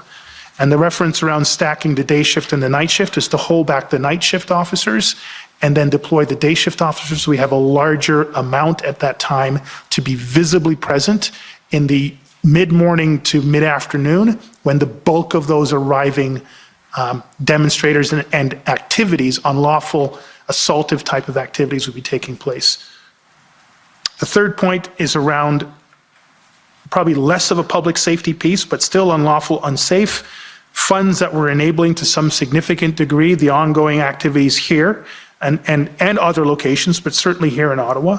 Fuel, the trucks needed fuel, and we were already trying to deal with the jerry cans and the open flames, propane in residential areas that I think has already been spoken about. and the fun, probably not the best word to use, but these were, I think, significant emotional and psychological impacts on those that felt captured, abandoned, that elements of the demonstration and the convoy events were fun, where they were suffering. And I think there was a reasonable need for us to take whatever lawful and ethical actions we could to stop it or discourage it and negotiate it in some way. Again, those were largely the actions that PLT, I believe, were involved with. Mm-hmm. Now, let me focus for the moment on the second and third point, the directive to close roads and so on, as well as shutting things down like fuel seizure and so on.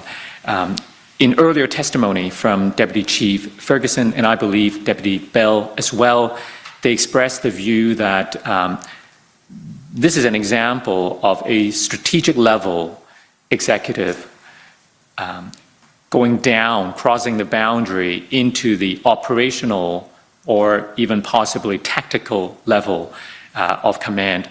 And there was some question about the propriety of a strategic level commander doing that. What's your view on this? This is me crossing that boundary, and for a very specific reason. It's the first full week. The entire service is fully deployed and fully exhausted. We are getting massive complaints from our community, and they are suffering. By this time, they're suffering. The resilience I talked about is still there in a lot of people, but it's waning. We are now reasonably able to predict the cycles of increases on Friday, Saturday, into Sunday and down. We know what's coming, and we knew what hit us the week before. And this is the Chief of Police calling a special incident command meeting to say, are we ready? Do we have the capacity? Are we able to significantly alter what took place last Saturday to what is going to take place this Saturday? And I need to look around the room and eyeball everybody and get a nod or a head shake, and then figure out what you need for resources. So I framed out something that people could come prepared to discuss and invited them to that meeting. So just so I understand, you're acknowledging that you were in fact stepping into the operational tactical levels, but you're saying this is justified under the circumstances. I was stepping into the operational levels to make sure that strategic intent was really clear to the operational commanders. Now, at this time on the 5th, who was the event commander in charge? Well, I thought it was Superintendent Chris Riom. I found out at the meeting that transpired later that in fact it was Superintendent Jamie Dunlop. So when you made these directives, you weren't aware yet that it was Dunlop, Superintendent Dunlop. That's correct.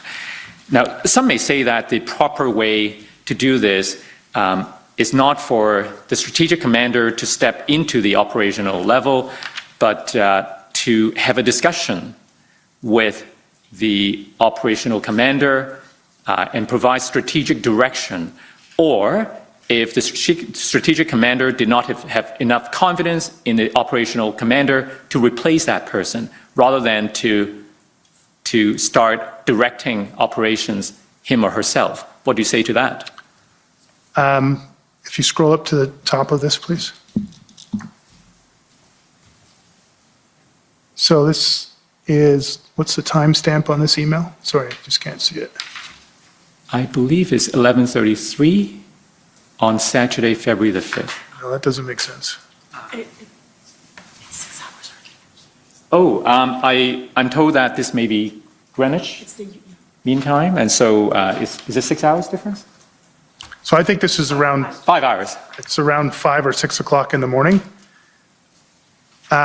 So to give you context, Confederation Park had become a significant site that we were conducting PLT negotiations. The issue of fuel coming into the downtown from Coventry Road was escalating. The level of complaints, legitimate, desperate complaints coming in from businesses and residents are escalating. We had spent most of the Thursday and Friday trying to build towards the announcement on the Friday of the surge and force contain. The statements, all options are on the table. We are putting all of our resources on the ground. You will see a visible, different amount, greater visibility of police officers engaged in a wider array of activities, including enforcement, to address the substantive complaints and concerns affecting our community. And I know I went way too fast there, so I'm going to take a breath and let people catch up. Coming into the Saturday night, I woke up because I wasn't getting a whole lot of sleep those days. I woke up somewhere around 3 o'clock in the morning and could not get back to sleep. I checked the situation report that came in from Duty Inspector Frank Daou, and he laid out information that is contained in this email. The Confederation Park, I'm not reading exactly, but the Confederation Park negotiations ended badly. The Indigenous elders that had come in were treated badly. There was an attack on one of our sergeants at one of the sites. Other city workers were being attacked. This, for me, was an alarming situational report in the middle of the night that no one else was likely reading. And I wouldn't have been reading until I'd woken up with my alarm at 5 o'clock in the morning. But I read it. So I got in a shower, and I got into my car, and I got down to the station, and I changed into my gear, and I looked around. We were thinly staffed. I understand why. There was not much to staff with, but we were thinly staffed. And when I went down onto we call the zero level of our headquarters and asked the watch commanders there and the sergeants, what's our staffing levels look like for 9 o'clock, 10 o'clock, 11 o'clock, when the bulk of the convoys are coming in, the numbers I got were really concerning. The level of threat from the situational report from Inspector Daou at 3 o'clock in the morning was alarming. So overnight, we had an escalated level of threat at multiple different sites. And in the morning, I wasn't getting a sense that we had the staffing commensurate to what we had announced and what we actually needed. And so I needed to make sure that I could pull together an incident command team and ask these operational level questions to be assured that we were in a better state of affairs than what I was getting at that point in the morning. And I think that is a reasonable level of situational awareness for a chief of police in an unprecedented crisis to ask of their operational commanders. Would you agree then that these priorities set out in this email were conceived by you and directed by you? They were conceived by me, they weren't directed by me. These were the areas that we were going to explore at the commanders' meeting. But then we also heard from Deputy Chief Ferguson, we confirmed through her testimony the notes that she wrote that you expressed the sentiment that that this plan was not to be changed, not changing the operational plan, need to implement the hell out of that plan for the next 72 hours. The plan we have is excellent. So I believe we asked Deputy Chief Ferguson whether that was what you said, and she confirmed it. Do you remember? At what point was that? Is that the subsequent meeting that we had when I called for the incident command meeting? Perhaps it would help if we go back to OPS 000-14479. Those are Deputy Chief Ferguson's notes.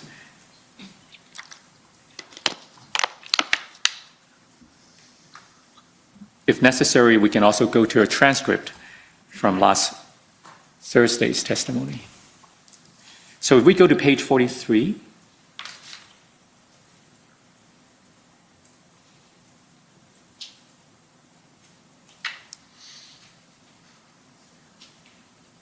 can we go down?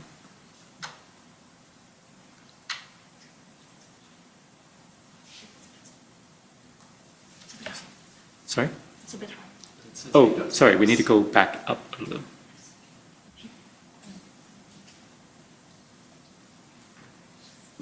It's further up the page, right? Sorry, go up. Further up.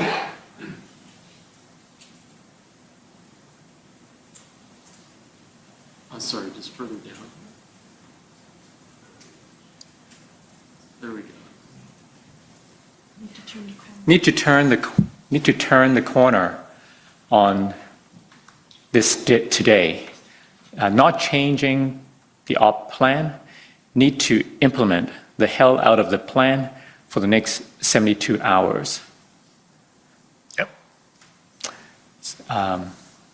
So does that refresh your memory? Yes. So you said that, Yes. and you consider this an excellent plan?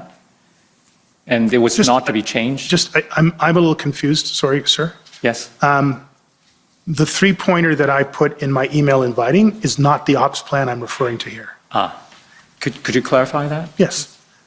I sent a meeting request. I'm concerned about these three areas. We're going to discuss them. We have this meeting, and I'm saying our ops plan is the right plan. What I want us to do is implement the hell out of it. So, surge, enforce, contain was part of our ops plan. Implement the hell out of it. That means you're going to have enough resources to do that. To surge into the neighborhood, I think the number we said was, I might get the numbers wrong, but I think it was 30 per shift over 3 shifts in 2 neighborhoods where you would see 15 extra uniform officers in those neighborhoods. But if we can't staff to that level, we can't implement the heck out of it or even implement it. So the staffing request is around make sure that what we've announced as part of our excellent ops plan, which is not changing, has the staffing to implement it. That's the reference. The reference around the traffic plan, we're supposed to be reducing the amount of convoys coming into the city. Make sure the traffic plan is staffed adequately and implemented effectively so we don't have the same level of surge of trucks and vehicles coming into the downtown. But we're not changing the plan. There was a clarification, and there was a misunderstanding from Inspector Frank Daou when I first contacted him at probably 4 o'clock in the morning, where he interpreted close everything as literally get the OPP to close every highway off-ramp of the King's highways across the entire municipality of Ottawa. He would need probably 1,000 police officers to do that, and I would never intend that to happen. I would never need that to happen. I never needed it to happen. That misinterpretation has stayed alive to this day. I clarified in this meeting, off-ramps that give direct access to the downtown core where our red zones are area, that's what I need. I wanted all the interprovincial bridges closed because all of them give direct access to the downtown core. And I wanted to know that we had more roads closed internally than we had the weekend before. But I never publicly in the media, and I never in these meetings said, get the OPP to close everything everywhere and keep it closed. Right, that's helpful introduction to my next question because there was a public announcement the day before on the 4th, right? What's your best recollection as to what was said at that press event in terms of what was contemplated? My best recollection was around the concept of all options are on the table. We are looking at greater levels of road closures, including highway off-ramps and interprovincial bridges. But would you agree that the purpose of the meeting on the 5th was to establish the resources required in order to carry out these priorities? Not at all, sir. I wanted to ensure that the resources that had been said that would be in place were actually going to be in place. Right.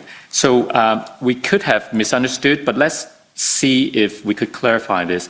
If I could take you to your interview summary, WTS 6040 at page 27.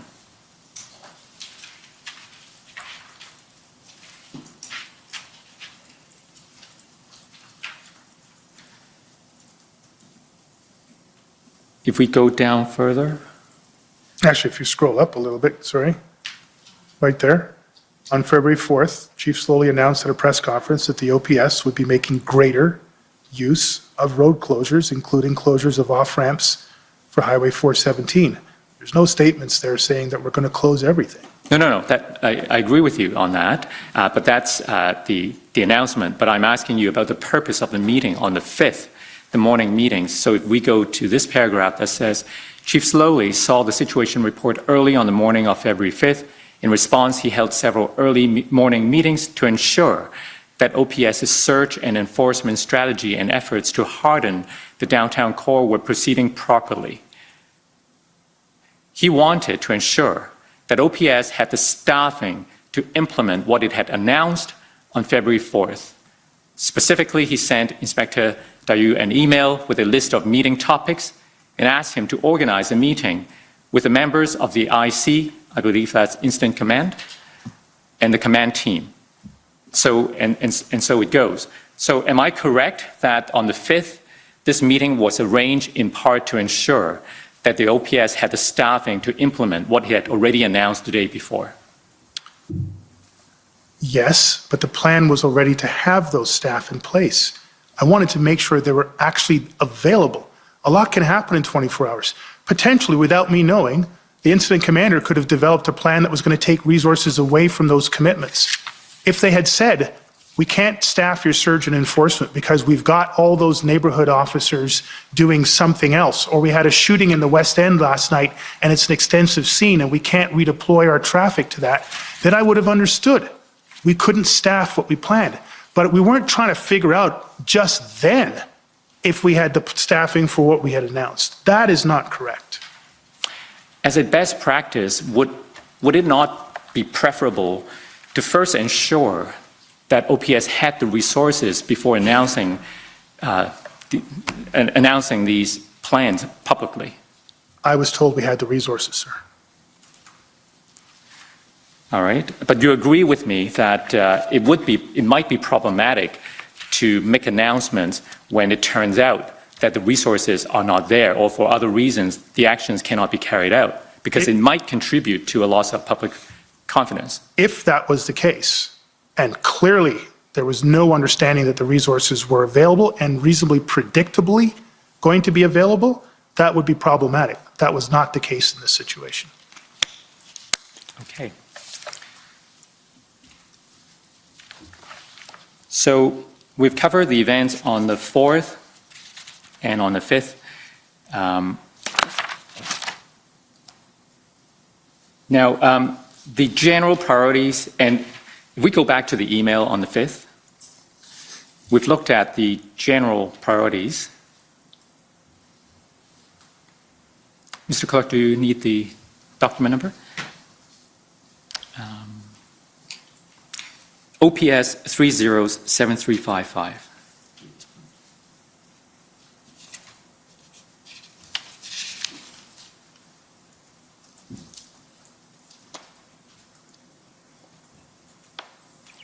So I've already asked you, Chief Slowly, about the general priorities. I want to ask you now about the location priorities, which is further down. There we go. So there are 4 locations listed: Confederation Park, Rideau. I take it that this refers to the intersection, Rideau and Sussex. I believe so, sir, yes. 3rd is Wellington, and then 4th is SJAM. Who set these priorities, the general and the location priorities? So those were the locations where our red zone, Rideau, Wellington, and SJAM are the 3 basic footprints of the red zone. Those were established, I believe, through the incident commander up through Trish Ferguson. She was the first that I recall hearing about the red zone, and the footprints were described to me in subsequent meetings from probably the Sunday through till now. Confederation Park, as I had advised, I think that started up somewhere around the Thursday. I might be mistaken, but Wednesday, Thursday, Friday, but certainly had escalated to a significant event for us to be managing on the Thursday night, Friday into the weekend. So those weren't my priorities. Those were already priorities established by virtue of the briefings I was getting, the situational reports that were coming into me. Are you speaking now of just the location priorities, or does that apply as well to the general priorities? I'm sorry, what general priorities I may be missing? The previous list, if we scroll up, the 3 points. Well, we were dealing with a demonstration, so that's literally the entire theater of operations. Number 2, surge, contain, and enforce was to address the trauma impacting our communities and shutting down the ability for this thing to sustain itself. Again, those are just priorities that we've been working on literally since the previous weekend. Those aren't new priorities. That's essentially what we have been working on. Well, perhaps I'm not clear.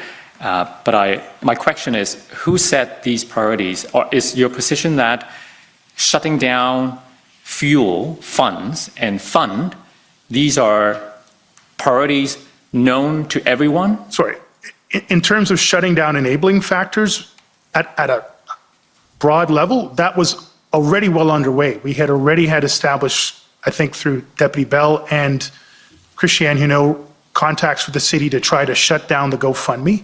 I may not be using the right terminology, but not allow those funds to continue to enable the ongoing occupation of the city. Diesel and propane and wood had already been established through briefing cycles coming up to me as priorities that the incident commander and the team were working on, and there's lots of communication around that and questions in public forums, so that was already well established. I would probably agree the fund piece was something that I had inserted in there, but clearly had become a significant problem and a public trust problem. And so if that's probably the only newer element, but already a well-established part of our briefing cycles that we had been discussing. What about close everything? I've explained, again, with the context, that was misinterpreted and then clarified in the meeting that happened subsequently. But who set that priority? The direction to close roads, interprovincial bridges, and so on? The pre-planning document. Then what I don't understand is, I thought a moment earlier you said you did cross from strategic level to operational level, but for a good reason. Yes, well, then let me further explain. I'm not introducing new priorities. I am asking, these are the priorities that we've set. Are we able to implement them? We have a plan. Are we able to implement them? Do we have the resources? Are we ready to go this morning? Because we weren't ready to go the last morning. We did not have the ability to have the resources to address the level of surge coming into the city. And now we have additional priorities that we've identified over the week. I wanted to make sure I'm not setting new priorities, I'm ensuring that we have the resources to actually fully implement the vernacular, the heck out of the plan that we have in place. It's an excellent plan. Do we have the resources? Can we fully and effectively implement it? That's my mindset going into the meeting. That's why I've called that meeting.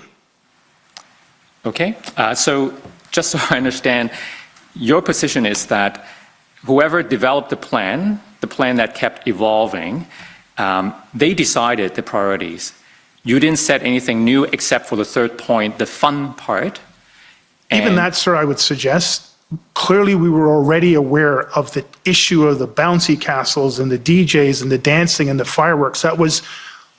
That's a very short list of all the things that were afflicting the neighborhoods in and around the red zones. Open barbecues, people blocking lanes, tearing masks off people's face. I could go down the list and detail the incredible range of assaultive type behavior. But the broad thing is shut down these enablers and let's not allow our city to look like it's a theme park in the middle of a public safety crisis. I hadn't introduced anything more than articulate the obvious. And these were briefings that I was being given for days in advance of me calling this meeting. All right. And another point to clarify, because you told us earlier that this is not the plan, that this email, these priorities are not the plan that you thought was excellent. There was another plan, the one that has evolved. There's only one plan, sir. The one plan that kept evolving. I want to take you to a document and see if you can confirm that was the plan as of this time.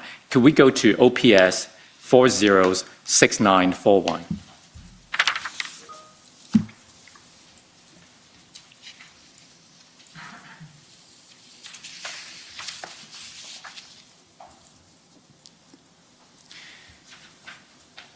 So it says Freedom Convoy, Canada Unity, Phase 2 operational plan. There's a date that's partially cut off, February 4th, it looks like. If we scroll down to the table of contents, perhaps.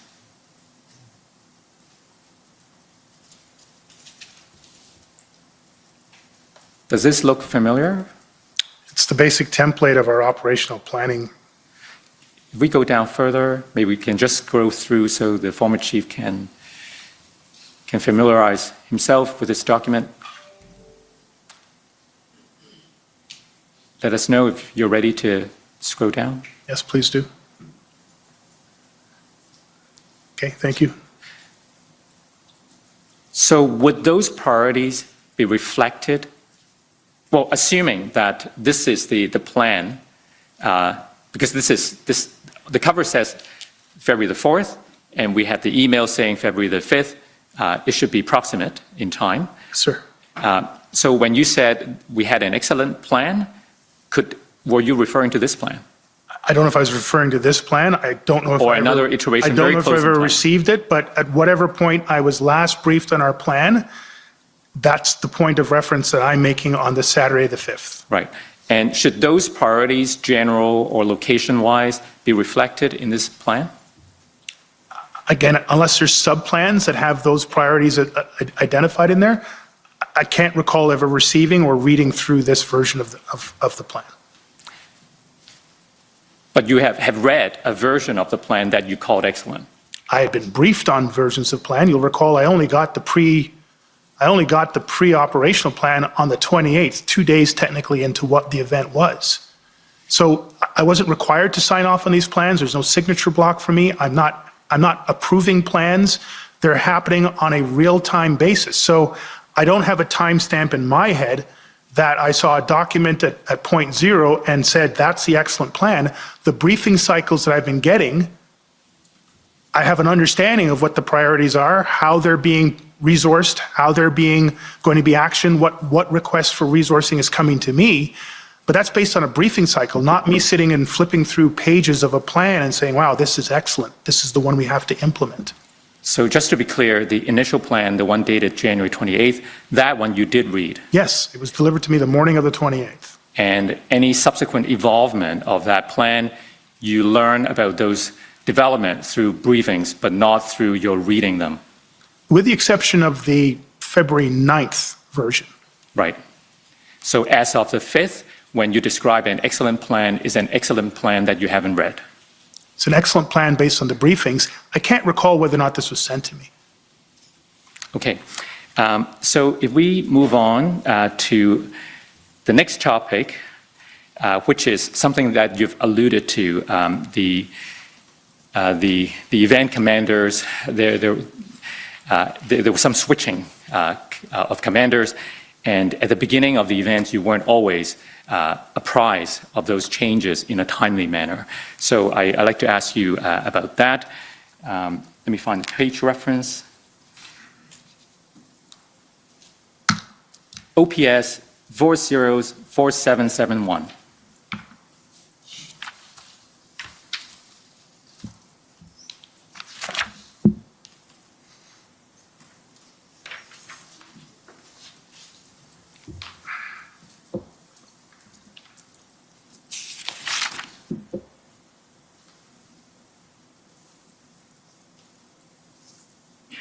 So you see that this is dated January the 30th. It's an email from you to Deputy Chief Ferguson, Deputy Chief Bell. Who's John Steinbach? He's the executive, was at that point the executive director of communications and strategy. And then it was also sent to Russ Lucas and Chris Rayom. So I assume that that was because Superintendent Rayom was the event commander at the time? That's my understanding, sir. Now, according to Superintendent Rayom's notes, he was removed as the event commander on or around February the 1st because Trish Ferguson, the Deputy Chief Ferguson, received direction from you to remove him. Is that correct? No, it's absolutely false. Right. So that's what I wanted to clarify, because we actually heard from Deputy Chief Ferguson that he was removed for other reasons. But we do have these notations in Superintendent Rayom's notes. That's why I want to bring those to your attention. If we could go to document. I was told by Acting Deputy Chief Ferguson that the switch for Dunlop was because my recollection was because Inspector Lucas needed some time off, he was tired. I may have misinterpreted that, maybe it was Chris Riom, but that's my understanding, that there was a temporary switch to give somebody days off to go and sleep, basically.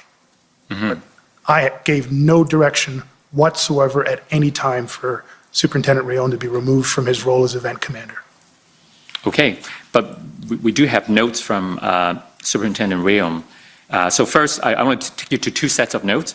Can I see those notes, sir? Yes, that's what I'm taking you to. So OPS 30-14537.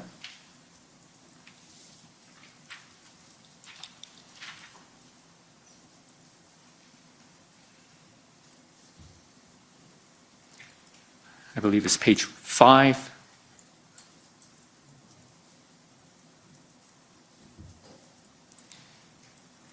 So 1930. Which day would that be? Is it the first or the It second? would be the first, I believe, because the date after the line is February the 2nd. We can go back and check. The date might have been on the first page, actually. So can we go back to the first page to establish the date? Or the second page, I guess? Oh, no. Okay, so keep going down.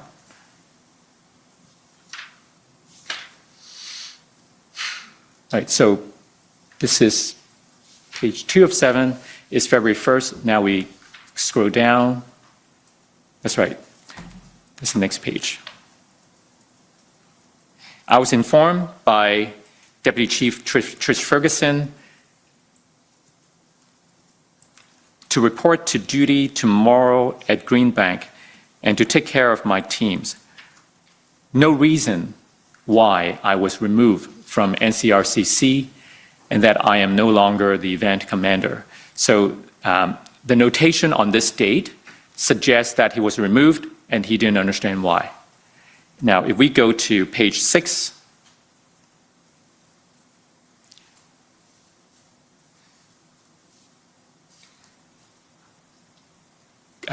go down a bit.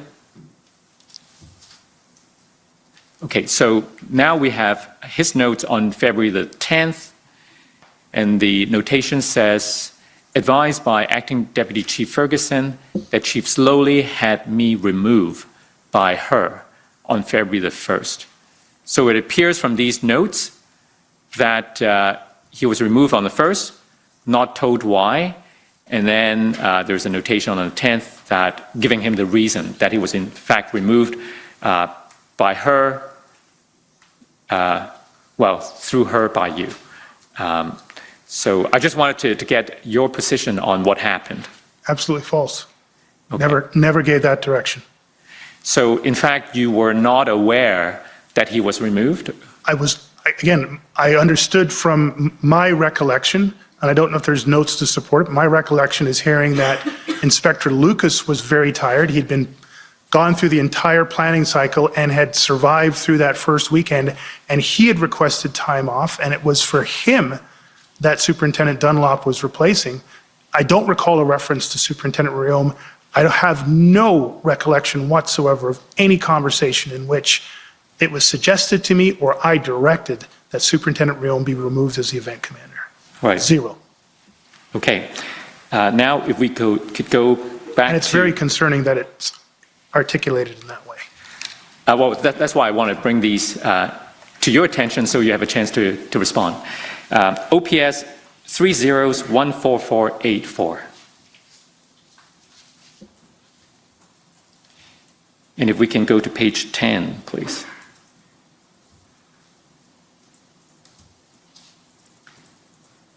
So these are notes to yourself again.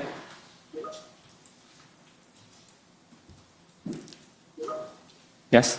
Yes, sir. Stated February the 5th. Title is Meet with Acting Deputy Chief Ferguson and DC Bell.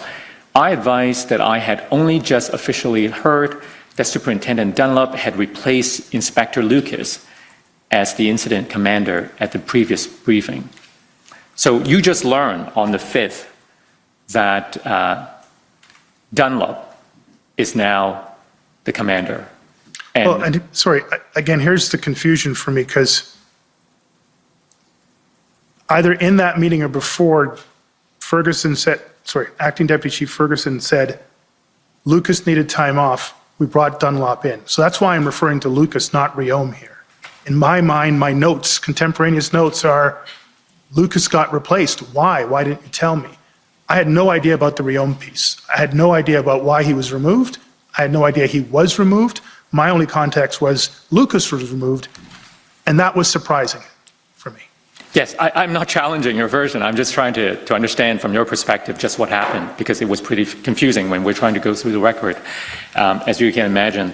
The next paragraph, DC Bell advised that he was the new incident commander installed this week, referring to Dunlop, and was leading the implementation of the preferred POU option.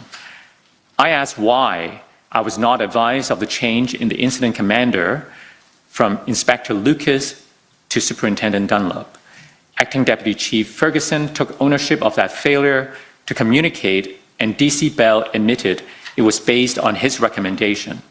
I counseled Acting Deputy Chief Ferguson that she was accountable for all incident command decisions, so I hold responsible for this change and for not advising me of the change.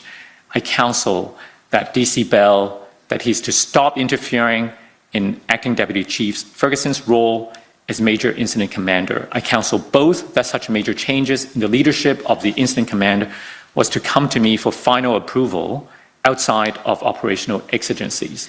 I advised both that I did not have confidence in Superintendent Dunlop as the Incident Commander based on his performance at the Panda game, and so on.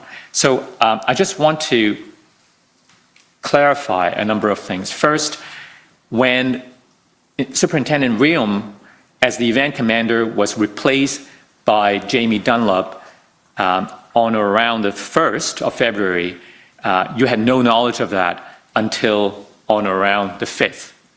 Even on the 5th, I don't think I realized what had happened to Riom. Right, but you did not understand that the event commander is now Dunlop. You did not know that until the 5th. Yes, sir. And that was concerning for you. Extremely. You addressed the situation with both Ferguson and Bell, and that is because, as the chief executive, you needed to know. I needed to know who was running our operations. So what effect, if any, did that incident have on your trust of your team, your command team? It was a massive trust hit. Tell us about that. I think it's pretty clear. Honestly, we're in the middle of what is now, I consider, a national security crisis. My opinion, doesn't have to be held by others. Certainly a local public safety crisis. And one of, if not the most important functions, is the incident commander. The major incident commander, event commander, incident commander, that is my entire understanding of the leadership capability and capacity to orchestrate all of what needs to be done across the incident command system, just so that we can continue to provide adequate, effective policing. That is a major level change, and one that was made without any consultation, any communication to me, and one that appeared to have been kept secret from me until literally it came up in the briefing meeting that I had called. I don't even know if to this day that I didn't call that briefing meeting, that I wouldn't have known about it until the Sunday, the Monday, or the Tuesday. What's also materially important here, if you scroll back up, please.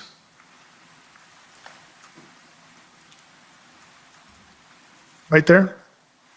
I asked why I was not advised, he was the new incident commander installed this week and was leading the implementation, this is Dunlop, was leading the implementation of the preferred POU plan.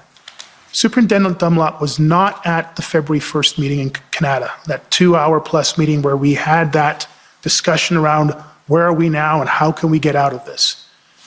He was not a part of the discussion of the public order unit commanders who were expert in that area. How could he have been replaced to lead this if he wasn't part of that essential meeting? I left explicit instructions, and it was in the notes that you showed earlier. If you need anything more from me, if you need to clarify anything, I'm available to you. This is clearly one of the most important things that I've asked Trish Ferguson and her incident command team, who were there represented as fully as they could be. Lucas couldn't attend, you recall, for whatever reason. This is critical. I need set of options in 3 days before the weekend events come. And somehow in that time frame, without me understanding or even knowing, a switch of that magnitude was made and then put in charge of the planning for that I was expecting a briefing on. I finally got a briefing later in the afternoon on the 5th of those 3 options. Could it have meant I could have had a briefing on the Wednesday or the Thursday? Possibly. And could that have meant that we could have started 2 days, 3 days, 4 days earlier to actualize that scale of operations, including making the request for the public order commanders on scale that I was told on the February 1st meeting? We lost time, and clearly there was a lot of confusion. Even this note demonstrates I'm still not quite sure who's running what. And for a chief of police, with the citizens in the trauma and victimization that they were under, our own members, as struggling as they were, at best I can call this a significant lack of judgment on behalf of my 2 operational deputies. At worst, probably this would have been a review that I would have done after the events had concluded and looked at it even more closely. Did your level of trust in your 2 deputies change from that point on? Yes, Did they regain your trust afterwards? significantly. But at that point, it was low. And to support some of the other things that you've said, can we go to OPS 3014479? While that document's being pulled up, Commissioner, I would just note, it's Paul Chant for the record. Just taking a look at the testimony of Deputy Chief Ferguson, it wasn't put to her by any witness about whether she had been directed by former Chief Slowly to remove Superintendent Rayom from that position. So I'm just noting for the record that we don't have any other evidence on that in the background. Thank you. I believe my friend is correct. I think she simply said the reason she believed he was removed, but she wasn't given this document. Yeah, just look at the transcripts and confirm that. Thank you. So if we can go to page 67.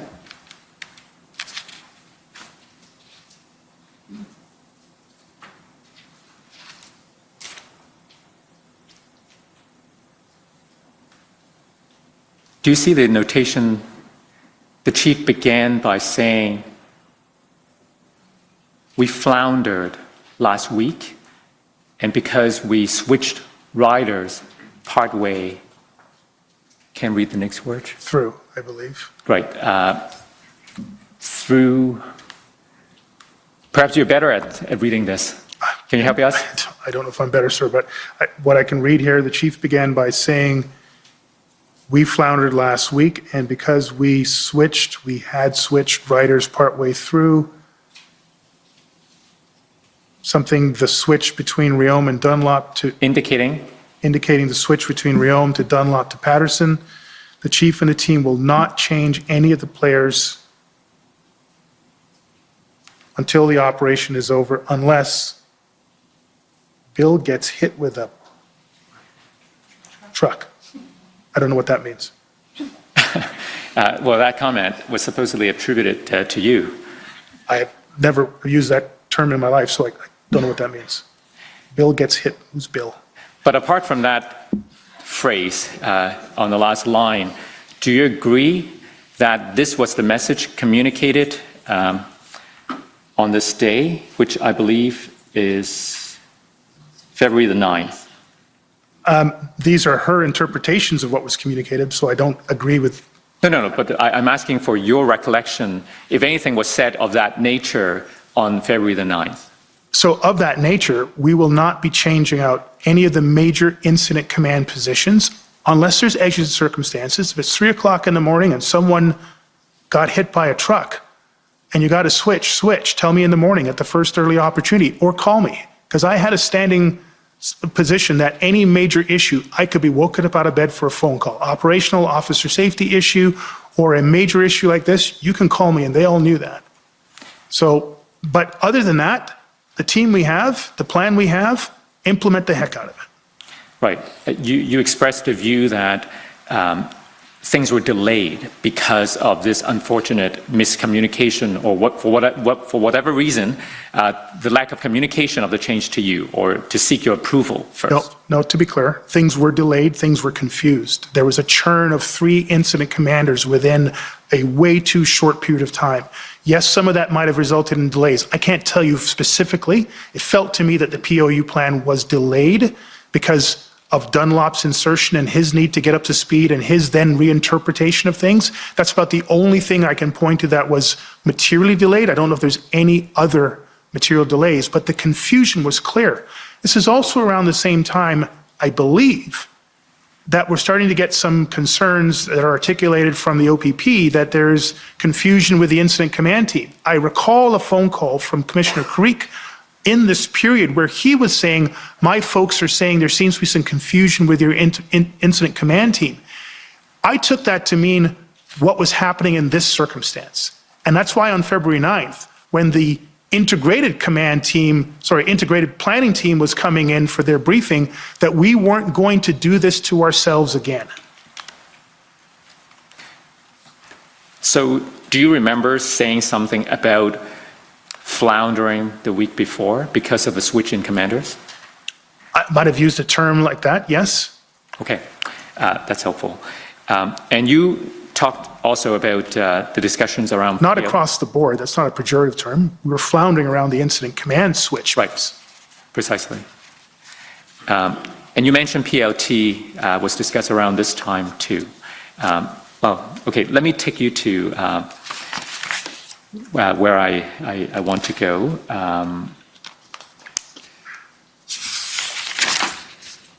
I want to talk to you about the use of PLT. In fact, I think we may be going back in time because these notes were made on the 8th or 9th, and this is a discussion about the week before, whether things were delayed the week before. So I'm going back to the week before. We've all heard about the Coventry incident. I believe you know what I'm referring to. I believe I do, but I'll let you carry on. Right, so specifically, the PLT was involved with some successes and challenges during that first week. Do you agree? So for example, we've heard about Coventry, we've also heard about Confederation Park. And would you consider the PLT's involvement at the Confederation Park, the clearing of the Confederation Park, to be a success?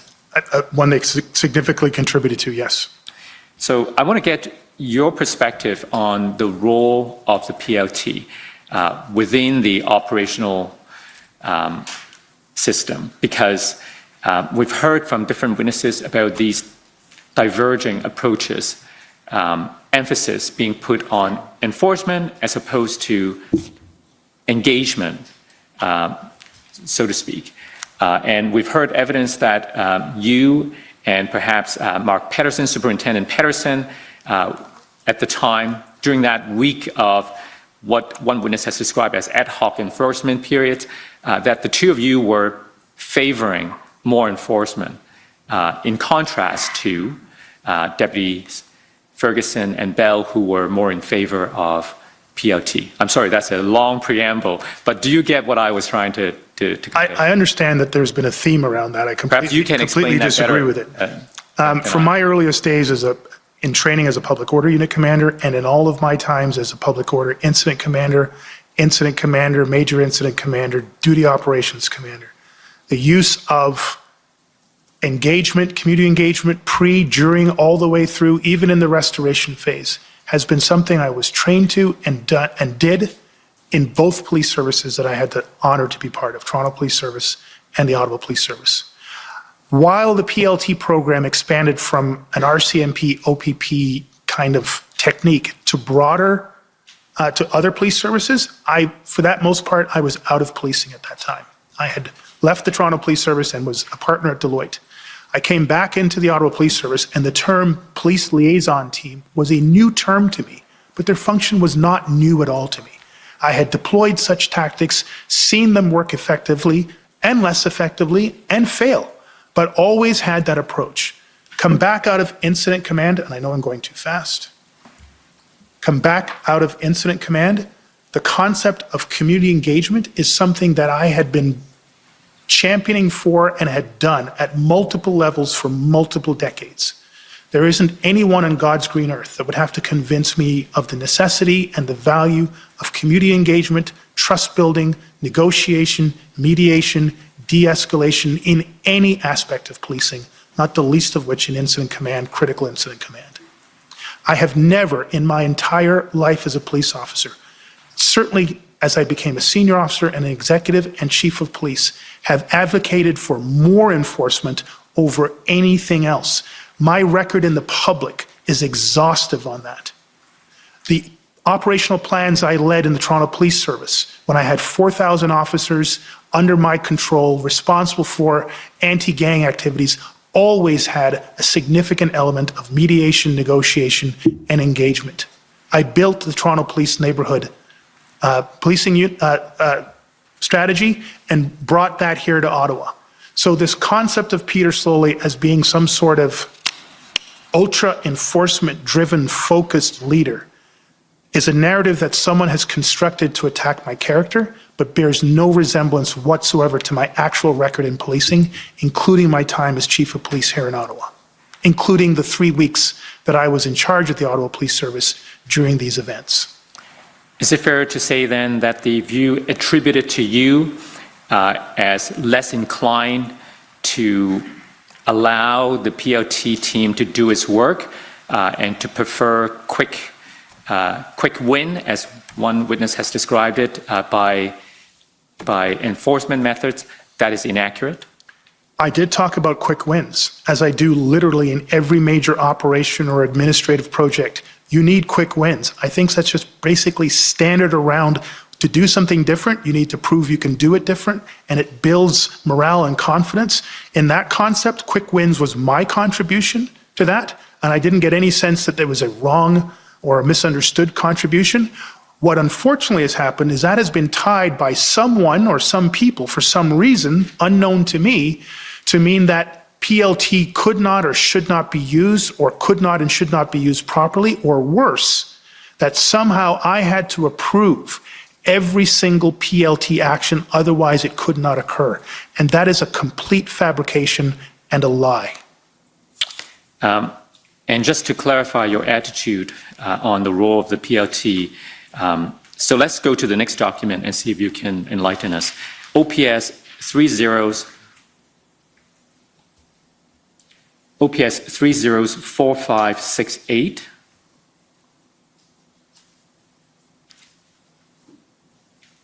Now, just to give you the context, I believe these are the notes of Staff Sergeant Ferguson, not Deputy Chief Ferguson, Staff Sergeant Ferguson, who was the lead of the PLT team at the OPS.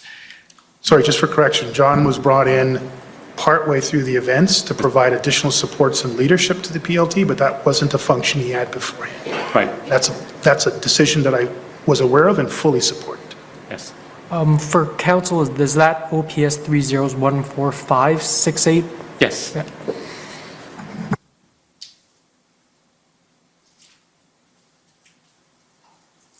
And if we can go to page 15, please.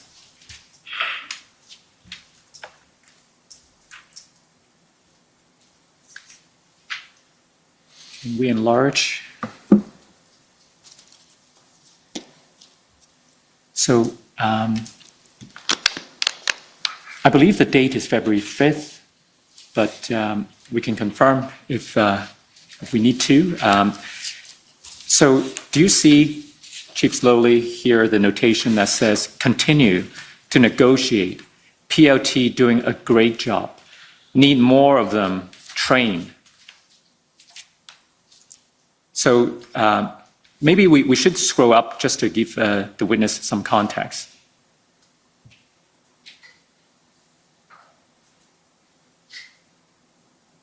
This is February 5th? We can go scroll further up. Okay. So it's February 5th. So it's a conference call, critical incident command.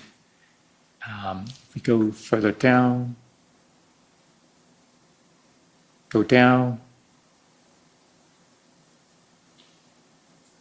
I thought there was a reference to the chief briefing. Reference to what? That it was the chief who was. Well, it's further up, there's a reference. Oh, okay. to So the I chief. just missed it. I saw.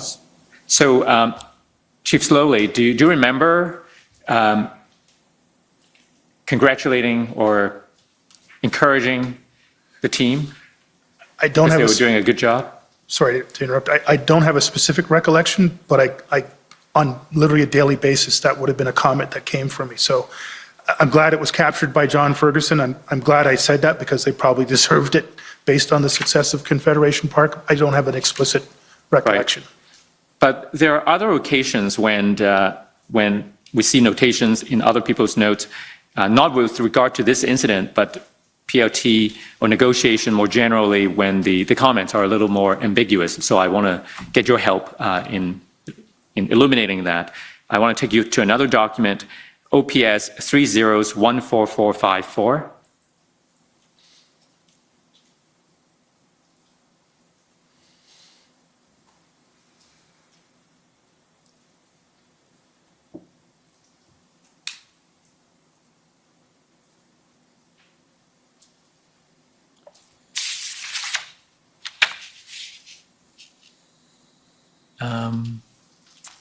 If we go to page 55,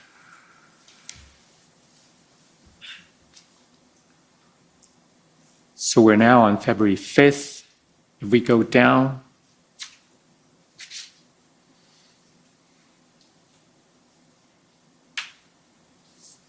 can we go back up, please?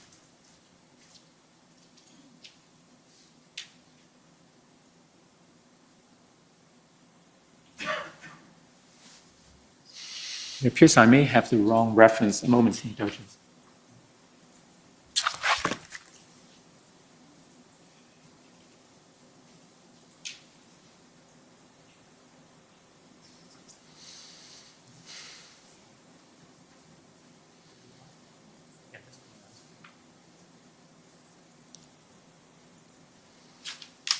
Okay, I don't want to waste anyone's time. Let's move on to another document. Can we go to page 32, same document?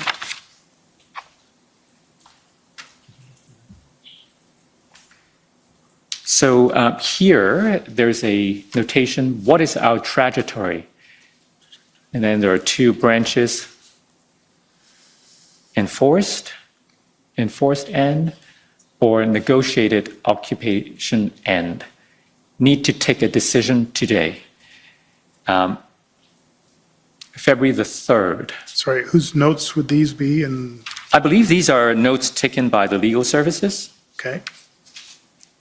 February So- 3rd. And sorry, what time or what's I'm not sure we have the time. We just have the date, which is February 3rd. If you want to scroll up, we can see if we can find out more. But that's redacted, so that's not helpful. So we're left with these notes. It may be that you cannot help us with more information, but I thought I'd try. Do you recall anything discussed along these lines on the 3rd? again, I don't know how many meetings I would have had on the 3rd. Do you have a sense of is this a morning meeting? Is this an afternoon meeting? Unfortunately, the context, we don't have much to guide us on these pages. So I'll just leave this and move on to the Coventry incident.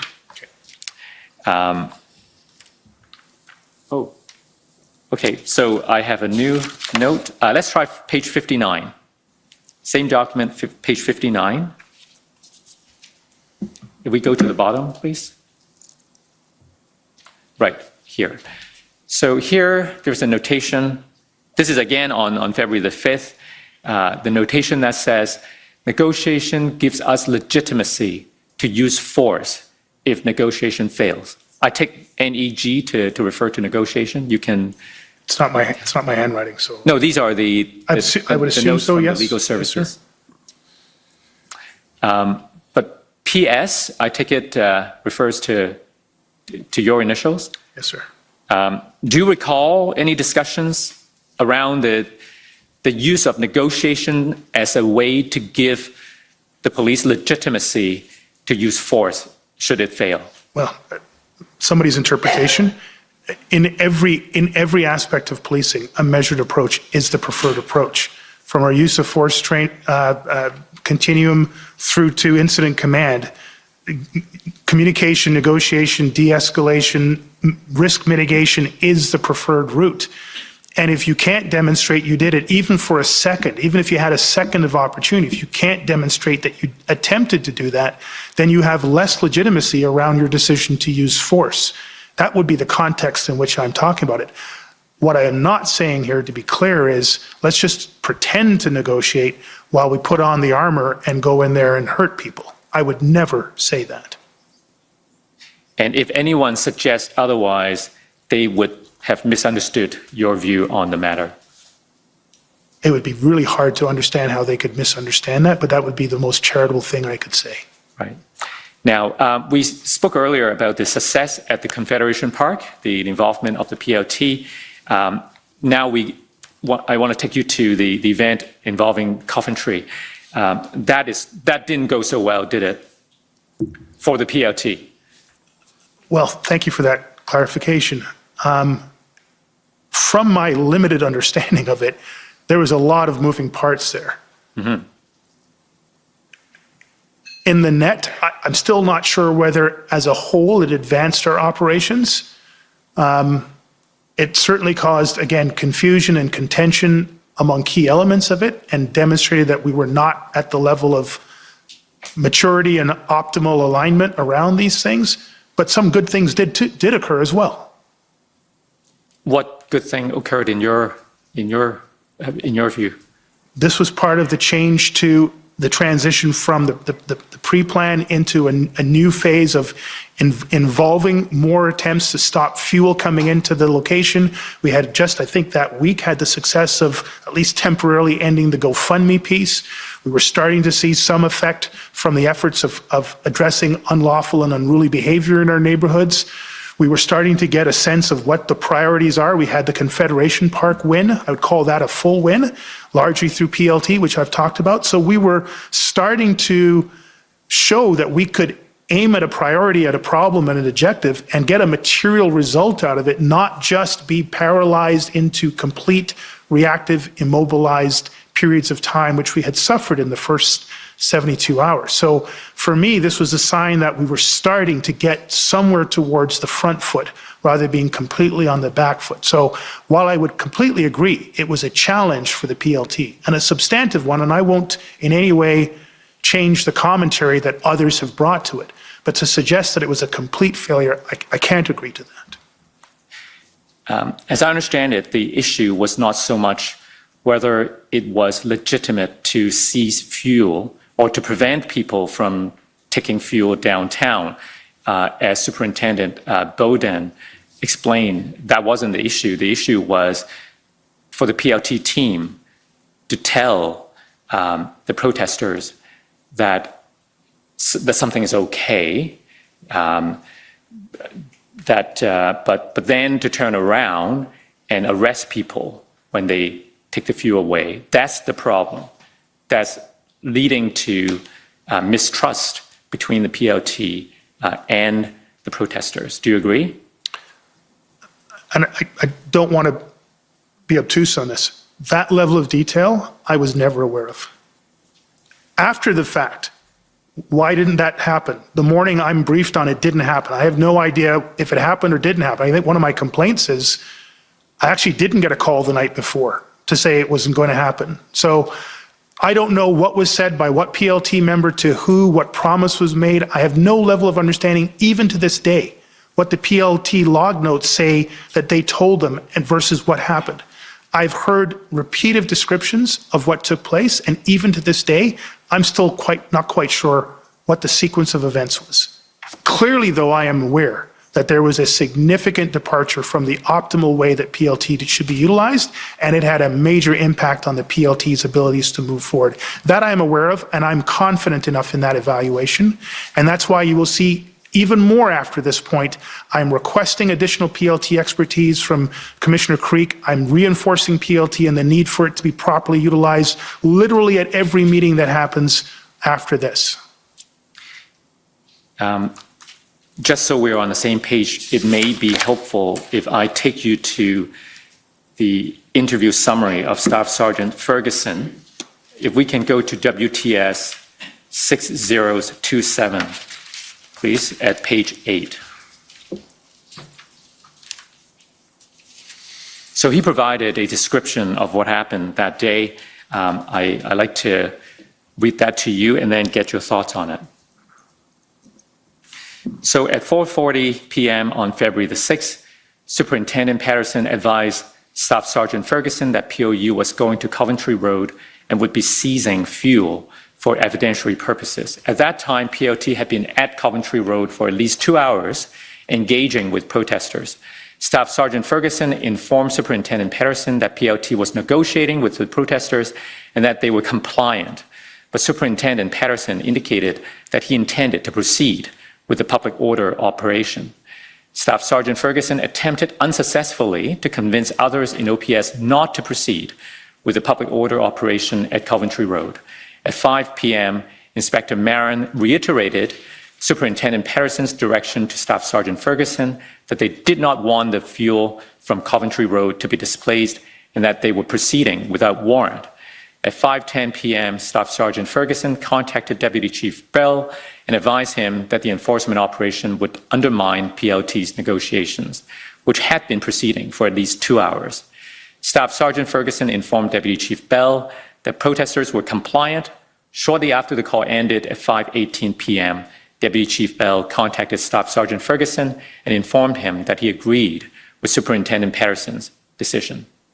Later that evening, Staff Sergeant Ferguson learned that Deputy Chief Bell supported Superintendent Patterson's decision because 3 convoy vehicles had left the Coventry Road site and were transporting fuel to supply protesters downtown. In a nutshell, that's what happened. Do you have any view on what transpired there? And any thoughts on how these kind of problems or troubles could have been avoided? Well, if that is accurate, again, it's one person's account, but for the purpose of, there's so many problems in this paragraph beyond the PLT. Mm-hmm. Staff Sergeant Ferguson contacting Deputy Chief Bell. Sorry? Staff Sergeant Ferguson contacting Deputy Chief Bell makes no sense to me. Why is that? Deputy Chief Bell is not in charge of operations in any way on February 6th. That is an internal incident command contact out of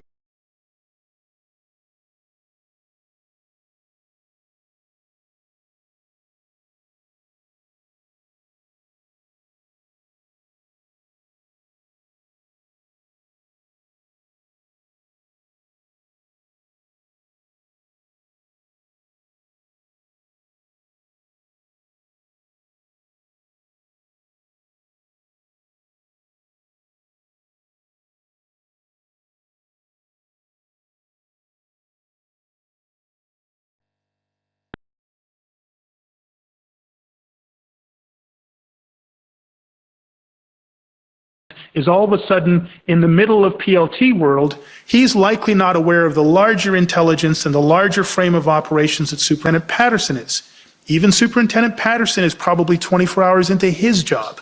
So there's a lot of people who've been all of a sudden moved into different positions after a period of Reume, Dunlop, Patterson. There's a lot of confusion happening at this point.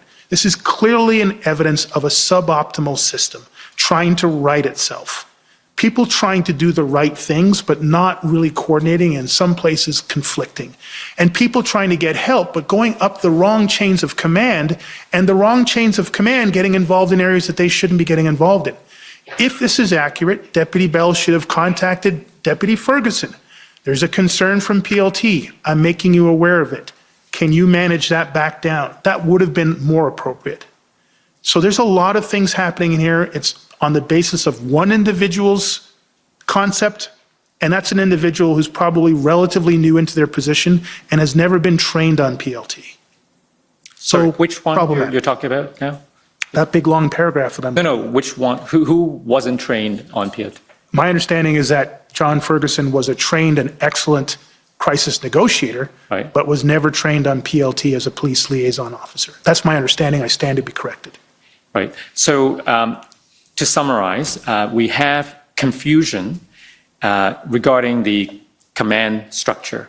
Who should be reporting to whom about what? You were giving us the example of Staff Sergeant John Ferguson seeking direction from Bell. I suspect John's substantive position is under Deputy Bell's command, and so in his brain, if I have a problem, I escalate it to my deputy. I'm assuming that. Right. That's the only logical reason why he would go to Deputy Chief Bell and not go through Patterson, Acting Deputy Chief Ferguson, to get a resolution to the problem that he's facing. And there were a lot of movement from one unit to another for a lot of people during those periods, Absolutely. right? And the fact that the event commanders has changed a few times, Patterson being the third commander, also didn't help. What about the fact that the PLT and the enforcement arm, which we learn were the two sides of the command triangle, what about the fact that they didn't seem to be coordinating their actions in carrying out their respective responsibilities? Is that a big concern? It's a big concern, sir. And again, I reiterate, this is an Ottawa Police Service that its PLT program was a part-time program. The PLT officers, I had approved them to get training, I think, in the late summer, early fall of 2021. So they're a part-time group of people who within 6 months get some training. We're still in COVID. I don't know how many times they've been able to utilize that training in any substantive way before the arrival of this massive, unprecedented event. And then they're literally asked to do the impossible from the beginning to the end and do the best job they possibly can.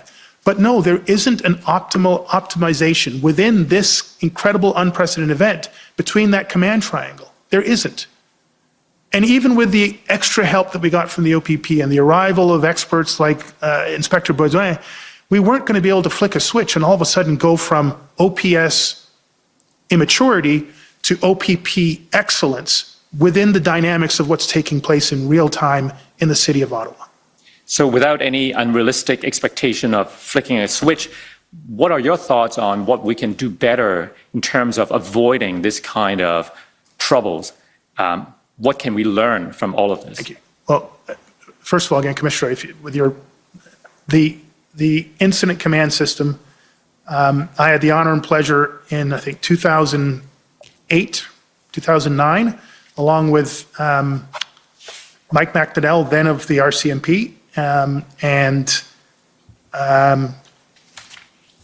Sue O'Sullivan, who was then a deputy chief here in the Ottawa Police Service. All of us had been trained up on the incident command system.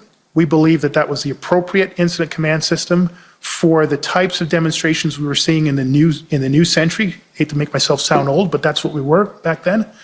And we had made presentations to the Ontario Association of Chiefs of Police that to avoid integration challenges, we should have a standard incident command approach across the province. We were able to get the OACP executive to adopt that, and that became, through that process, I don't want to say the standard because I can't say for sure it's written into the current Police Service Act standards, but that became the default standard for incident command across the province.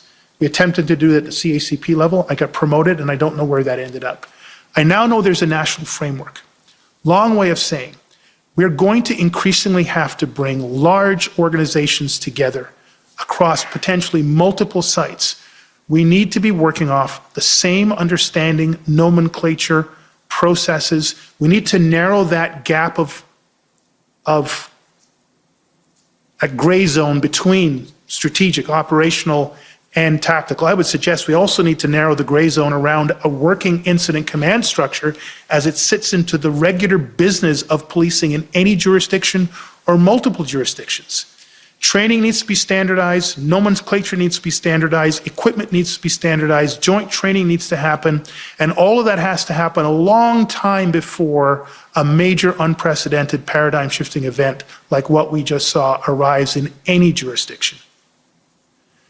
This is one of those structural deficits, sir, that have existed for decades in policing. It doesn't all require money, but it's going to require a little bit of investment on that end. But it requires an investment of time and resources and focus. And what this event did to Ottawa, to Ontario and Canada was exposed that type of structural deficit. It's the same concept of structural deficit around intelligence gathering. We can't afford to duct tape our way through these incidents anymore. And unfortunately, this reads like a duct tape effort to get through a really complicated, dynamic situation. I need to be clear. Every name here did their best in the circumstances they found themselves in. I don't read into anything here a deliberate attempt to undermine or frustrate or cause risk to the public. It just didn't go off very well. Thank you. Commissioner, I note the time. We're past 1 o'clock. Would this be an appropriate time to break? Okay, so we'll take the lunch break for an hour and come back to continue the evidence. Thank you. The commission is in recess for 1 hour. La commission est levée pour 1 heure.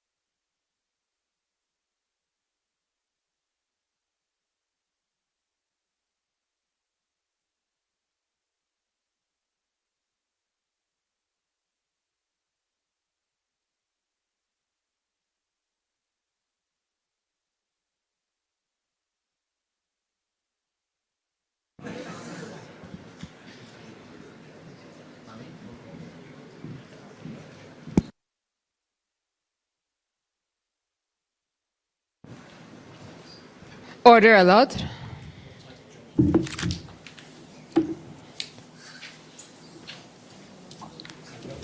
The commission is reconvened. La commission reprend.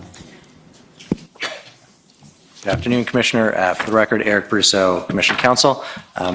Very, very briefly, I just rise to give notice formally of the documents that the police team is bulk entering this week. My colleague, Mr. Mather, sort of explained the process on the record, I believe, last week. We circulated a list. Last week, we received objections. Those documents have been removed from the list, and Commission Counsel will deal with those objections with the parties. The final list was circulated to the parties this morning, and those documents will be marked as exhibits. They are a number of emails and other documents from the OPS, the OPP, the WPS, Windsor Police Service, as well as a few RCMP documents and City of Ottawa documents, and including witness summaries for witnesses who, importantly, are not going to be called to testify, but whose evidence we wish to put in by way of summary. Okay, thank you. So, with that parenthesis, go ahead. Okay, thank you.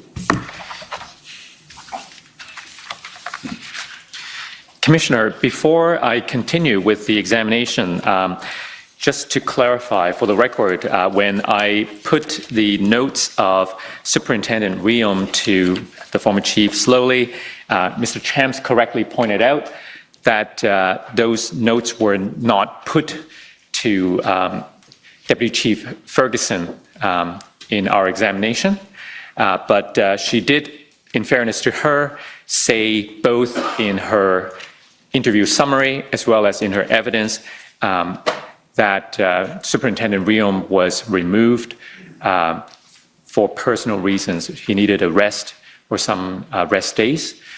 So she did not say anything about his removal being connected to the former chief. I just want that to be clarified on the record. Okay. Now, Chief Slowly, just before the lunch break, we spoke about a number of issues that I also wanted to clarify so that there's no misunderstanding.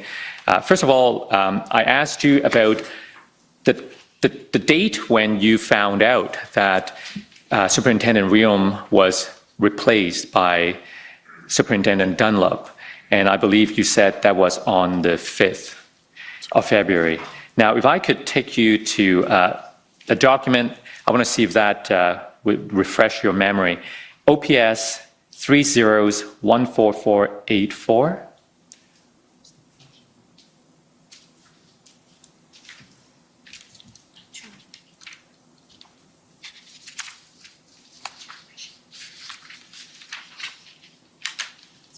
So if we go to page 2.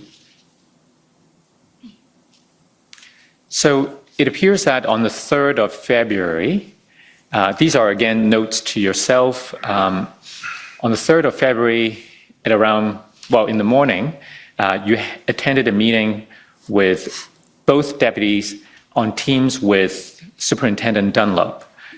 What was your understanding as of the 3rd about Superintendent Dunlop's role if he was not the event commander? Thank you. On the whole, sir, I wasn't sure what his role was. I had understood that Staff Sergeant Mike Stoll would be the primary presenter of the analysis that came out of that meeting on the 1st. A range of 3 options. I've described them, but not necessarily accurately as to what they would come back with, and a preferred option, including the implications of resources, et cetera, et cetera. On the 3rd, if that's the Thursday, that would be the Thursday, there were 2 meetings, one at 10:30, and then another one, I think, maybe around 12 o'clock, where I was waiting for Mike Stoll to give that presentation. I think the notes indicate that he wasn't available, the presentation wasn't on what I had asked for, And I was saying, look, I just want that presentation that I'd asked for. So there are two, I would call aborted attempts to provide that on the Thursday morning, the first one around 10:30, the next one around 12 o'clock or so, if my mind is accurate. Finally, the third attempt, which occurs on the afternoon, I think, of the 5th, the Saturday, I get the three options. I get their preferred option at that point. So I'm still not sure, even at this time, why Superintendent Dunlop is involved in the presentation and what his role in it is. My recollection, I stand to be corrected, is he wasn't introduced as the interim event commander, the event commander. That's my recollection, and my confusion is based on that point. Okay. The other thing that we spoke about was with respect to the Coventry incident, and we were attempting to draw some lessons from that event. One of the issue you identified was the fact that Staff Sergeant John Ferguson went outside the incident command system when he sought guidance from Deputy Chief Bell. Now, if Staff Sergeant Ferguson if he had concerns about the direction that he was getting from the event commander, Mark Pedersen, Superintendent Pedersen at that time, who should he have gone to?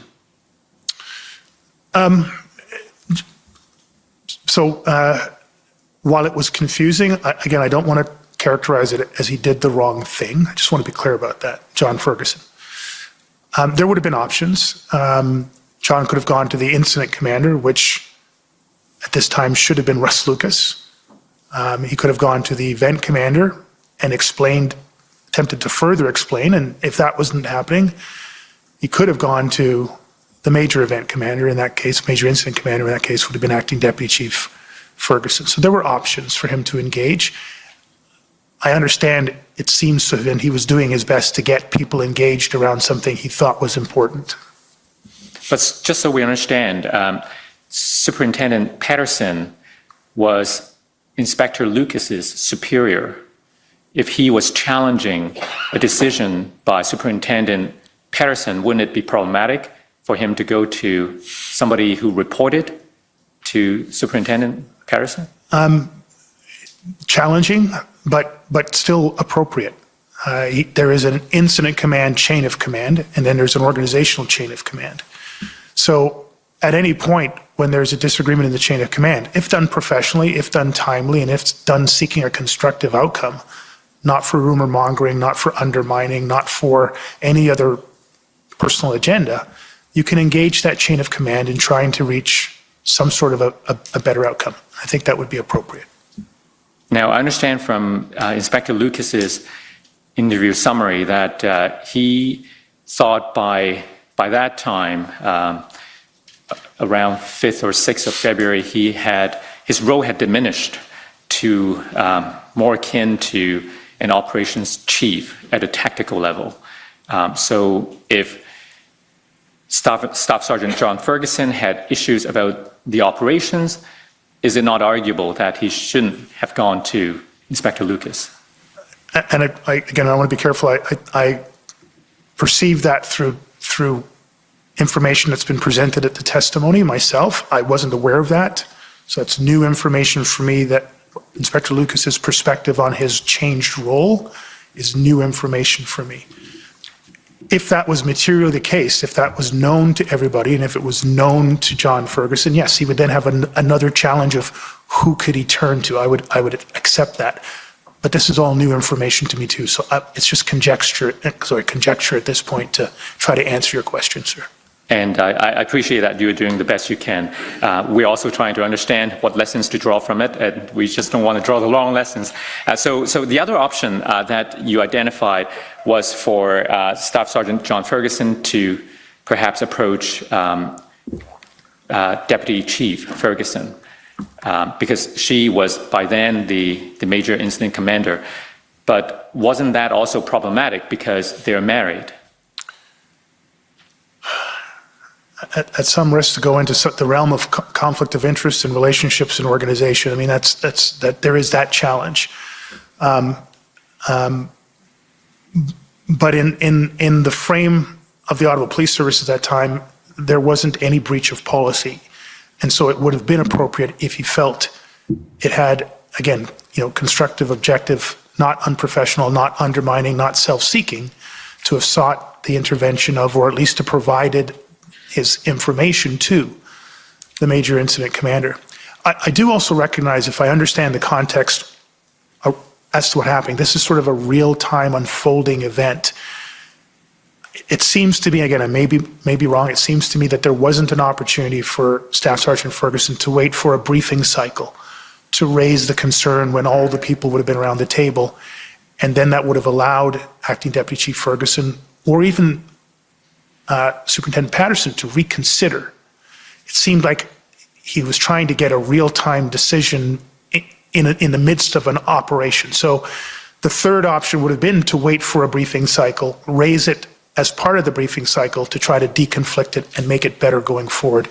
I don't think it was appropriate in that circumstance. Right. So because there are some uncertainties about the circumstances, we shouldn't be too quick perhaps to I certainly can't be quick to judge or to in any way attribute blame, but I think, Commissioner, goes back again. These are the still need to be developed areas of consistent across the board understanding of incident command systems within the operation of a policing service that clearly here in the Ottawa Police Service and other jurisdictions we need to get to a higher level.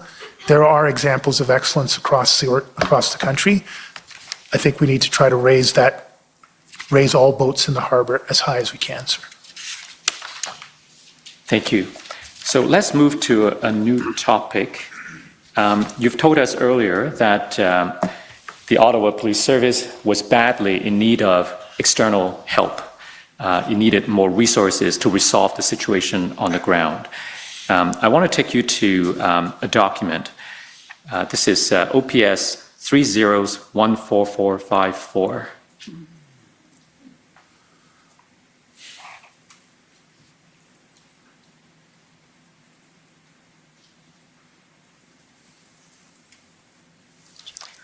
So you see that the document is dated January 31st. So this is the first Monday after the arrival of the convoy. And looks like it's a meeting with the RCMP and the OPP. You were there. If we go down the page, you see the notation, can't safely remove them unless we have hundreds of officers to maintain risk. And then if we go down further, no way we can come by, not sure what's that word, 4 more days without something help, lots of help. Lots of help. Was that and then the next line says now transitioned into an occupation. Does this reflect the thinking at the time on or about the 31st that the OPS will need hundreds of officers in order to safely remove the protesters? Yes, sir. And then if we go to the next page, we need, sorry, go down a bit. Oh, sorry, go down. Oh, go up, sorry. We need resources, and what is that next word? It looks like communications. Saying together, join together at 3 p.m., question mark. Do you recall these discussions at that meeting? Yes, I mean, specific lines not as clear, but I recall the meeting with Commissioner Lucky and I believe Commissioner Creek. I don't know who else would have been on the call. And if we go down the page a little, there's a comment from Trish.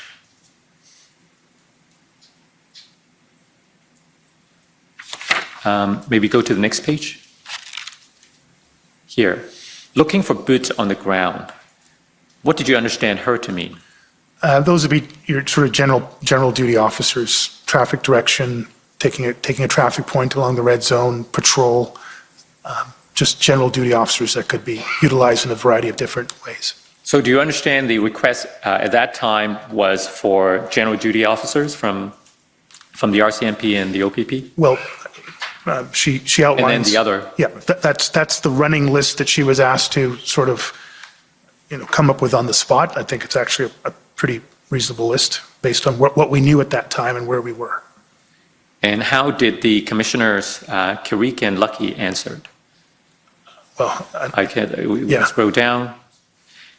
From Commissioner Carrick, will facilitate all of your requests and get embedded in the command structure. yes. So you had a commitment from Commissioner Carrick as of the 31st that they would do all they could to assist, and they were willing to embed in the OPS command structure. And then Commissioner Lucky from the RCMP, why did negotiations fall through last night at 8 p.m.? What was that about? What negotiations? I'm not sure. I'm not sure what she's referencing. And then if we go further down, there's a comment attributed to you. Reach out to, do you see? Gatineau and Sûreté de Québec. Right. So you extended the ask to Gatineau and Sûreté as well. Yep.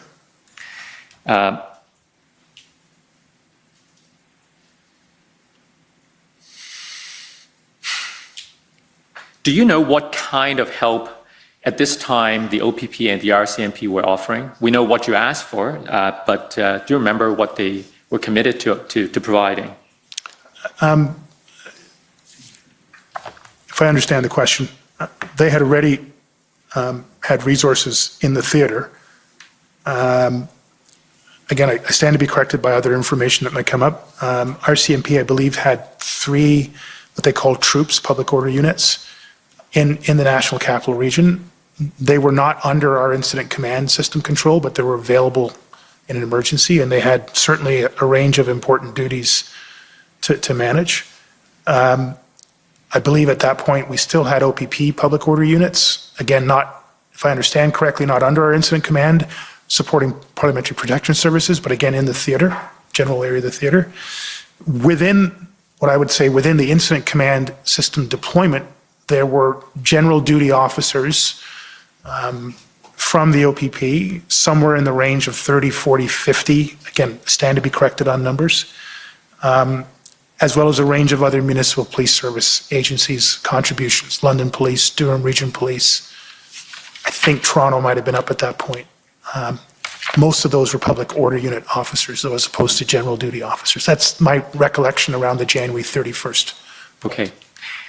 If I could take you to the next document, which is an email that you sent to Commissioner Carrick, dated February the 2nd. The document number is OPP 401576.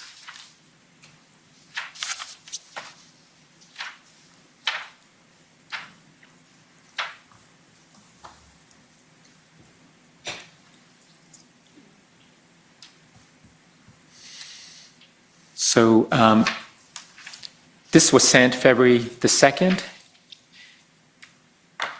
On the first line, you see that you wrote, I'm seeking your assistance in providing resources to assist the Ottawa Police with our operational plan. The subsequent bullets mention 50 to 60 uniformed officers, PLT and POU supports, as well as incident command supports. And then the next lines talks about a tactical dispatcher. So were these the nature of the request? Yes, so those have been, I'm assuming that would have been a refined list of requests that I'd received from Acting Deputy Chief Ferguson, who she would have received it through her incident command, chain of command. Now, in testimony yesterday from Commissioner Carrick, he was asked about a formal request and the implications of a formal request under the Police Services Act, Section 9, subsection 6. Just to be clear, your request here, was that the kind of formal request under the Police Services Act? I may not be understanding the question, sir, sorry. So it may help if we take you to the Act. COM 50819. You're familiar with the provision I'm referring to, right? I'm not that familiar with Okay, it. so let's go to the Act and look at it together. So this is the Police Services Act. If we could go to page 12.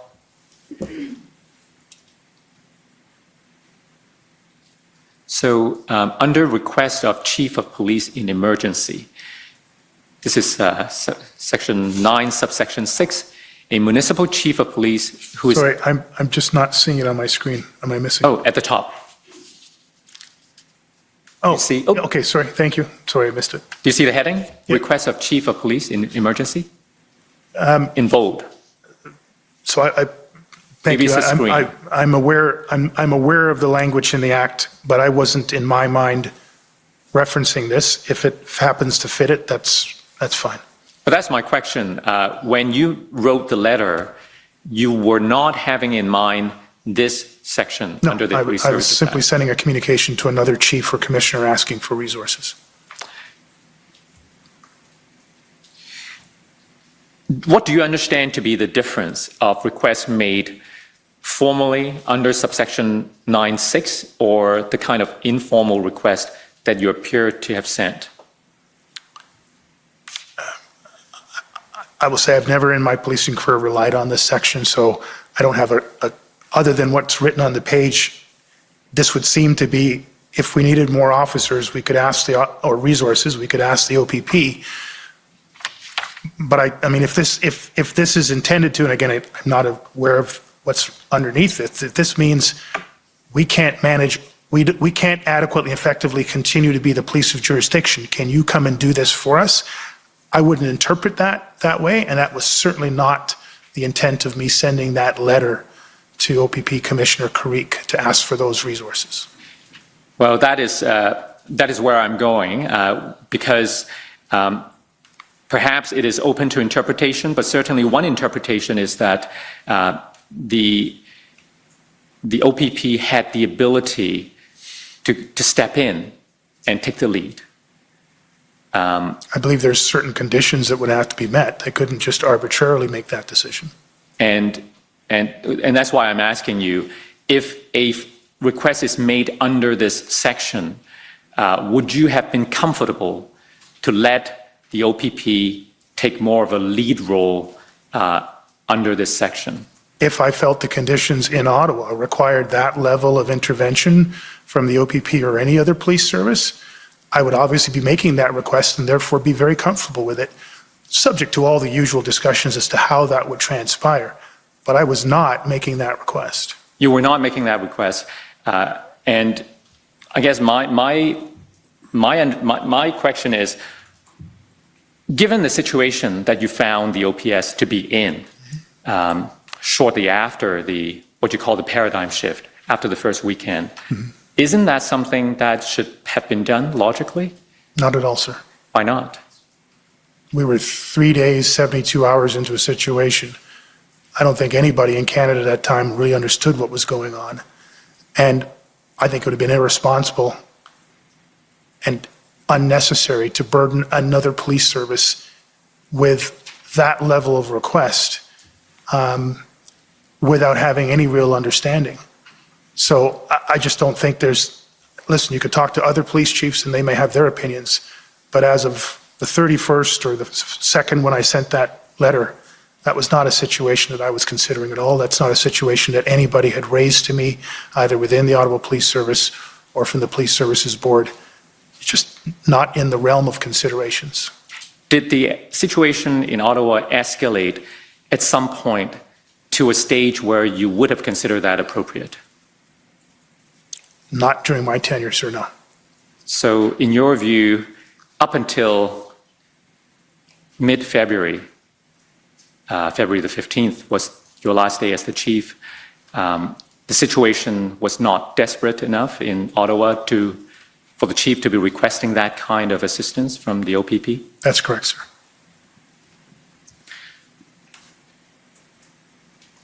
What would be the downside to the OPP stepping in when they had the resources and if they were willing to help? The OPP never had the resources necessary, sir.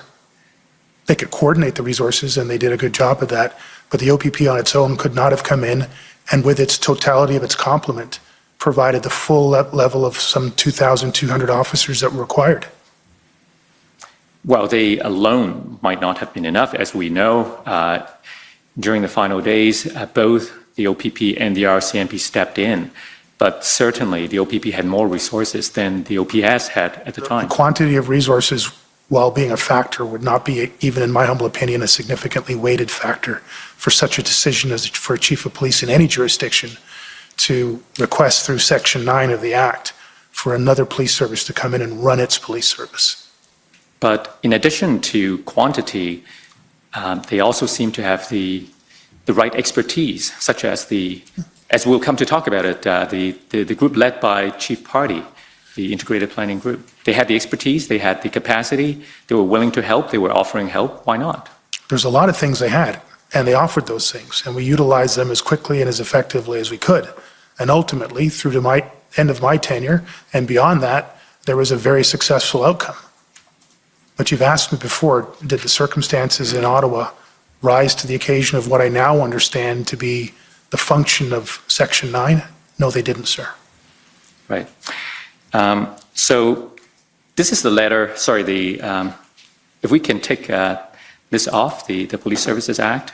You remember we looked at an email, this one, that was your request. I want to take you to another email that you sent on the 4th. So this request was sent on the 2nd. On the 4th of February, we have another email, OPP 401582.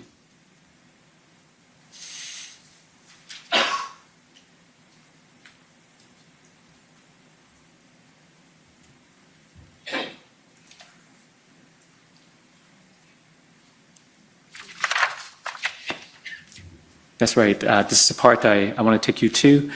You addressed this email to Commissioner Carrick. Sorry, what's the date of this, please? Sorry. The 4th of February. Yeah, thank you.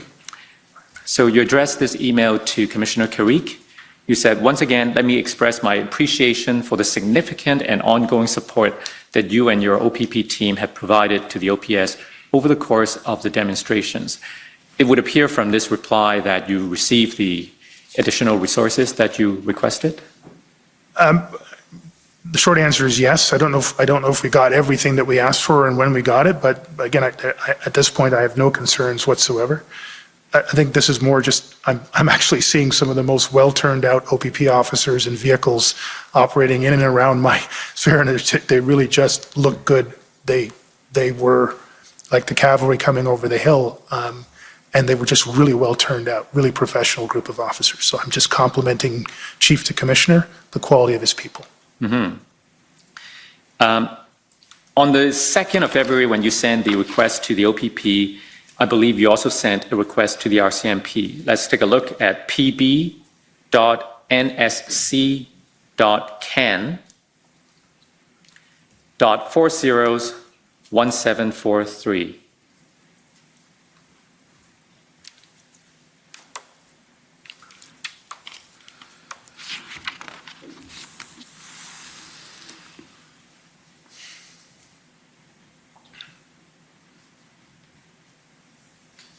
So this is actually this is your reply, February 2nd. Thank you, Commissioner Lucky.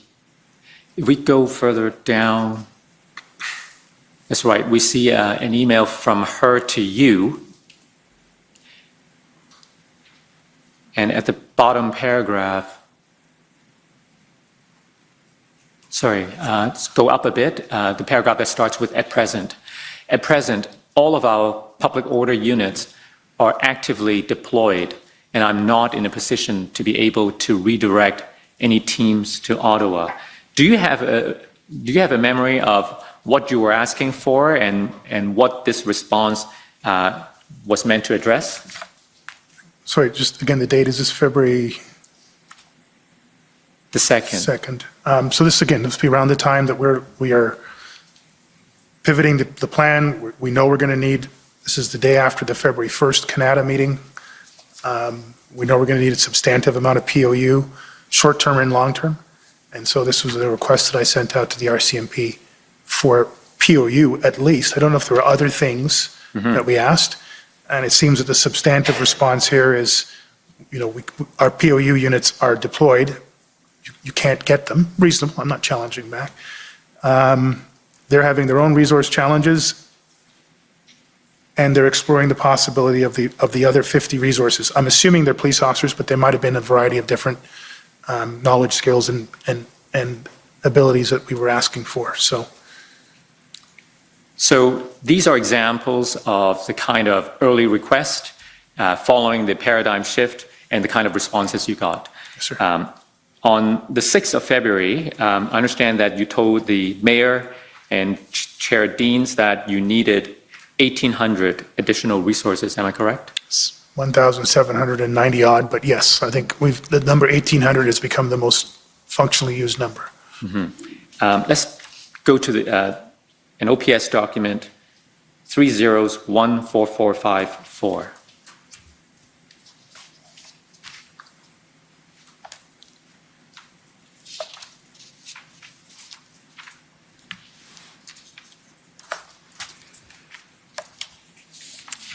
Page 98.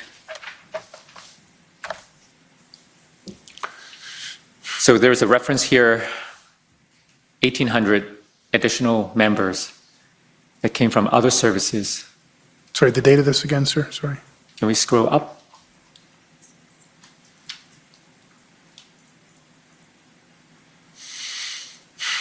Okay. February 6th, Thank you. 5:10 p.m.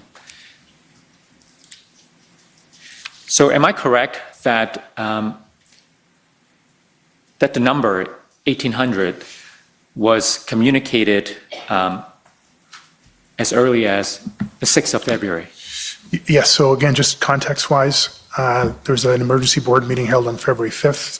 During that meeting, the public session, I received a direction from the chair of the board to produce a list of all the resources that we thought we would need to, my words, safely, successfully, lawfully, end the events in Ottawa.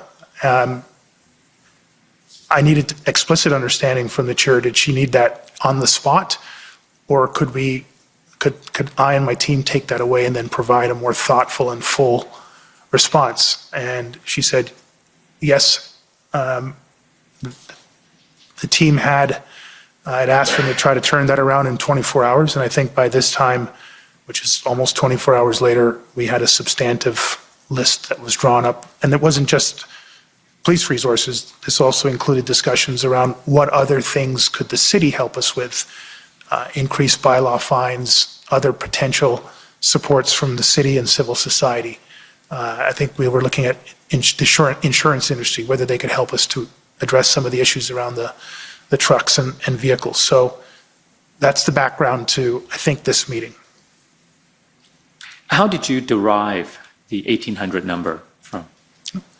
Again, without the benefit of notes, but at some point after the board meeting, there would have been a request at two levels within the incident command system for their planners to identify the number, types of resources, and associate that to the overall operational plan and the relative sections, sub-plan sections. Then across the organization, I asked each of the functional command areas, so that would again include Acting Deputy Chief Ferguson in her functional role, Deputy Chief Bell in his functional role, and Chief Administration Officer Dunker in her functional role to identify supports. The reason for the two sort of coordinated requests, we needed a certain level of capability, resource capability, predictability within the incident command structure to work under that structure to achieve the goals of ending the events in Ottawa. But we were still struggling with staffing for our police of jurisdiction responsibilities.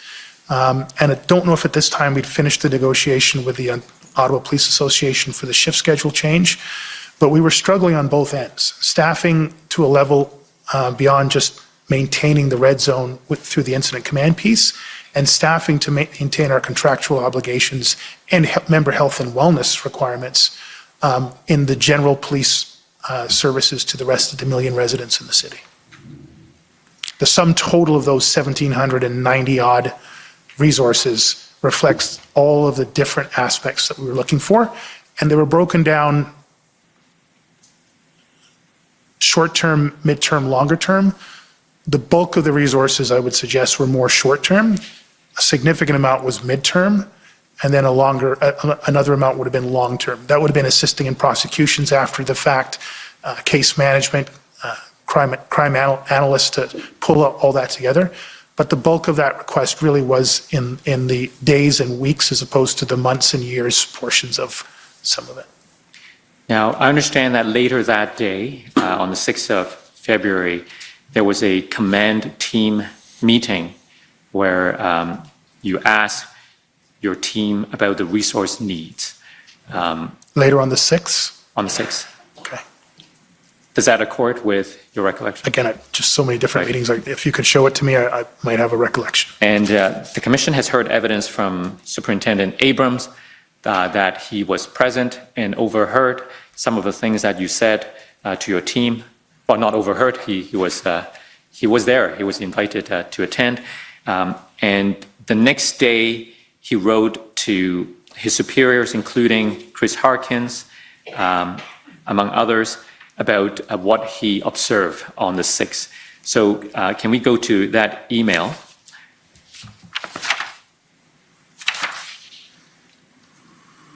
If only I have the document number. OPP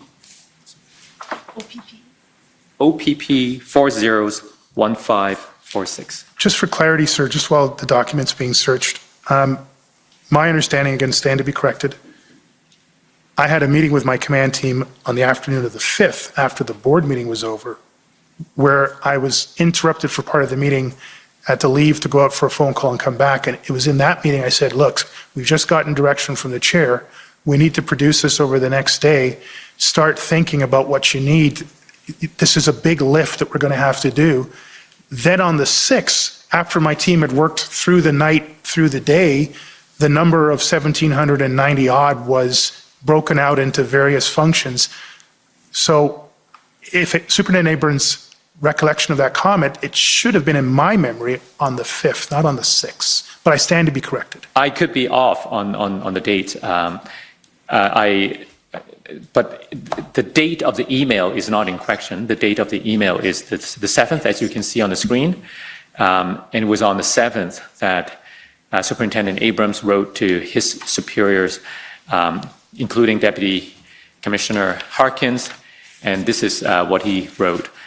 Deputy, I did not want to mention this on the call with the group, but I feel it important for you to have this information. On my call with OPS Command last night, Chief Slowly asked his people to send him their resource needs.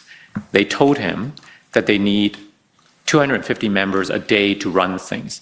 Chief Slowly told them that if they need 100, he will ask for 200. If they need 200, he will ask for 400. He seemed very comfortable asking for twice what he really needed. He looks at it that if the other partner police agencies can't meet the ask, can't meet the ask number, then Ottawa may still get more than they really need. It was a very strange call to be a part of. Hearing the commissioner say that he may ask for 1,000 members, I felt you should be aware of the above. So that's what he wrote about his observation the night before when he attended the meeting with the OPS command. What do you have to say to this? It's a very strange interpretation by Superintendent Abrams. What I can tell you was that at one of the meetings that I recall on the 5th, maybe it was the 6th, but what I recall on the 5th, I said to my folks, up until now, I've been getting requests that I would call incremental, what we need to get through this day or this weekend. What we need to do and what the board chair has asked us to do is what do we need to get to a safe, complete, successful, sustainable end to the events happening here in Ottawa. This could take weeks. So I need you not to think incremental. I don't want you just to think in a short-term cycle of planning. I need you to think exponential, short, medium, and long-term.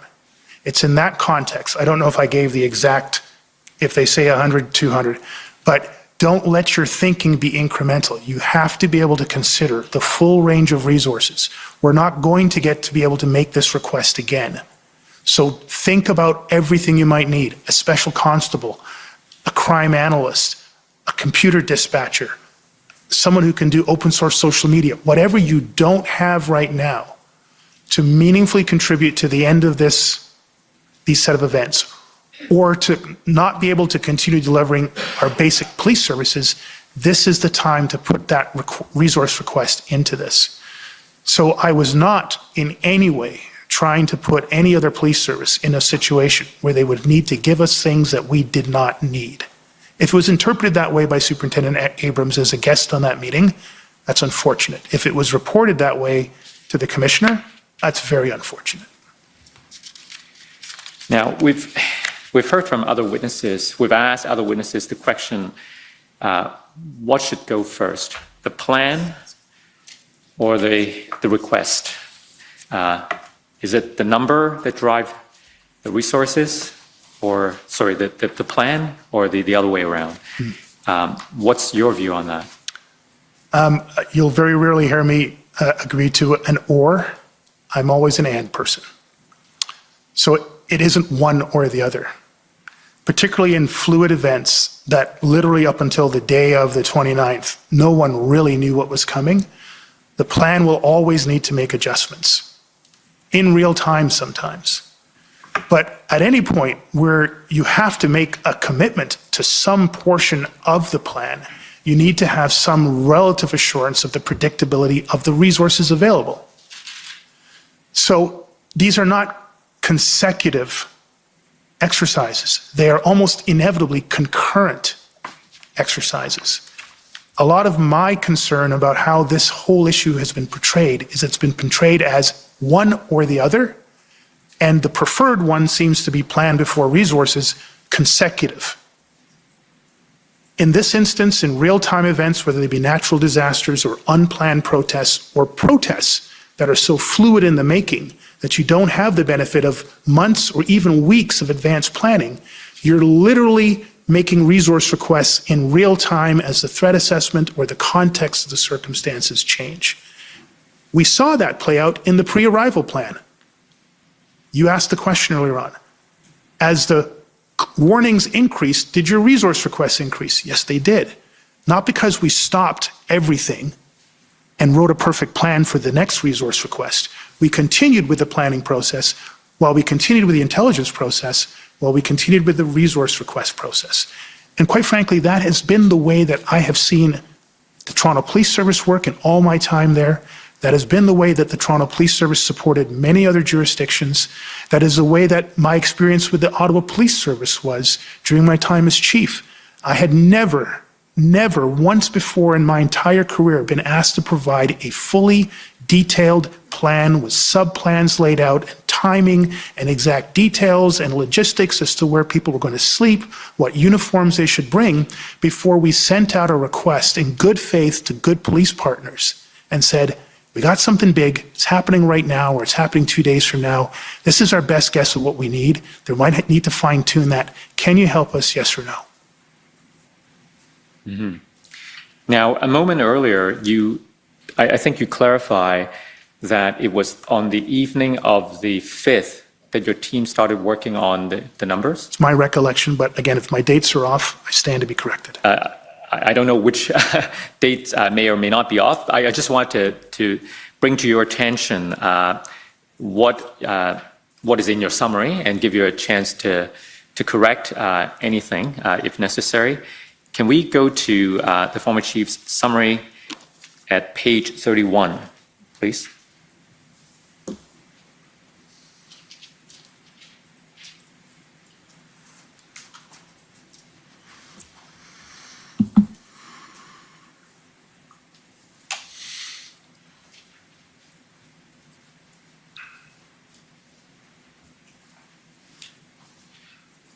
So, can we just, I'm seeing, sorry, I'll let you finish, sorry. No, go ahead.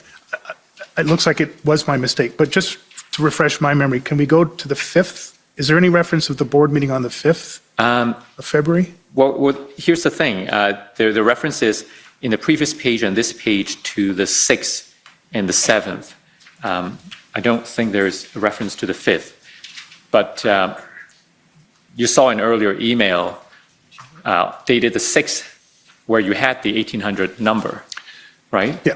So I'm just trying to get some clarification in terms of when your team worked on the number in order for it to be available on the 6th. My recollection, sorry to interrupt you, sir. I shouldn't talk over you, sorry.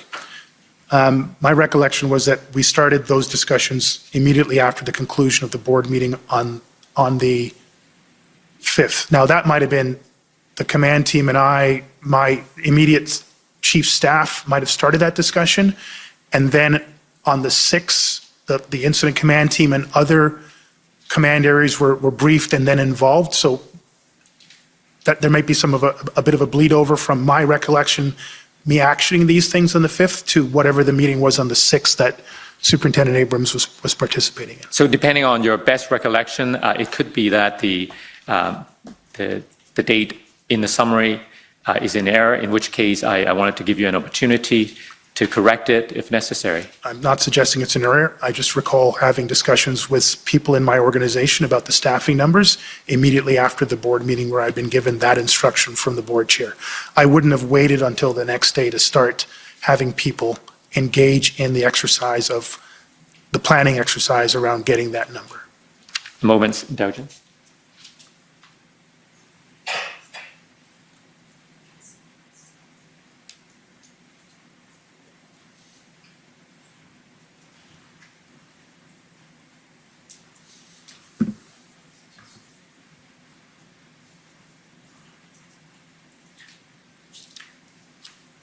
Okay.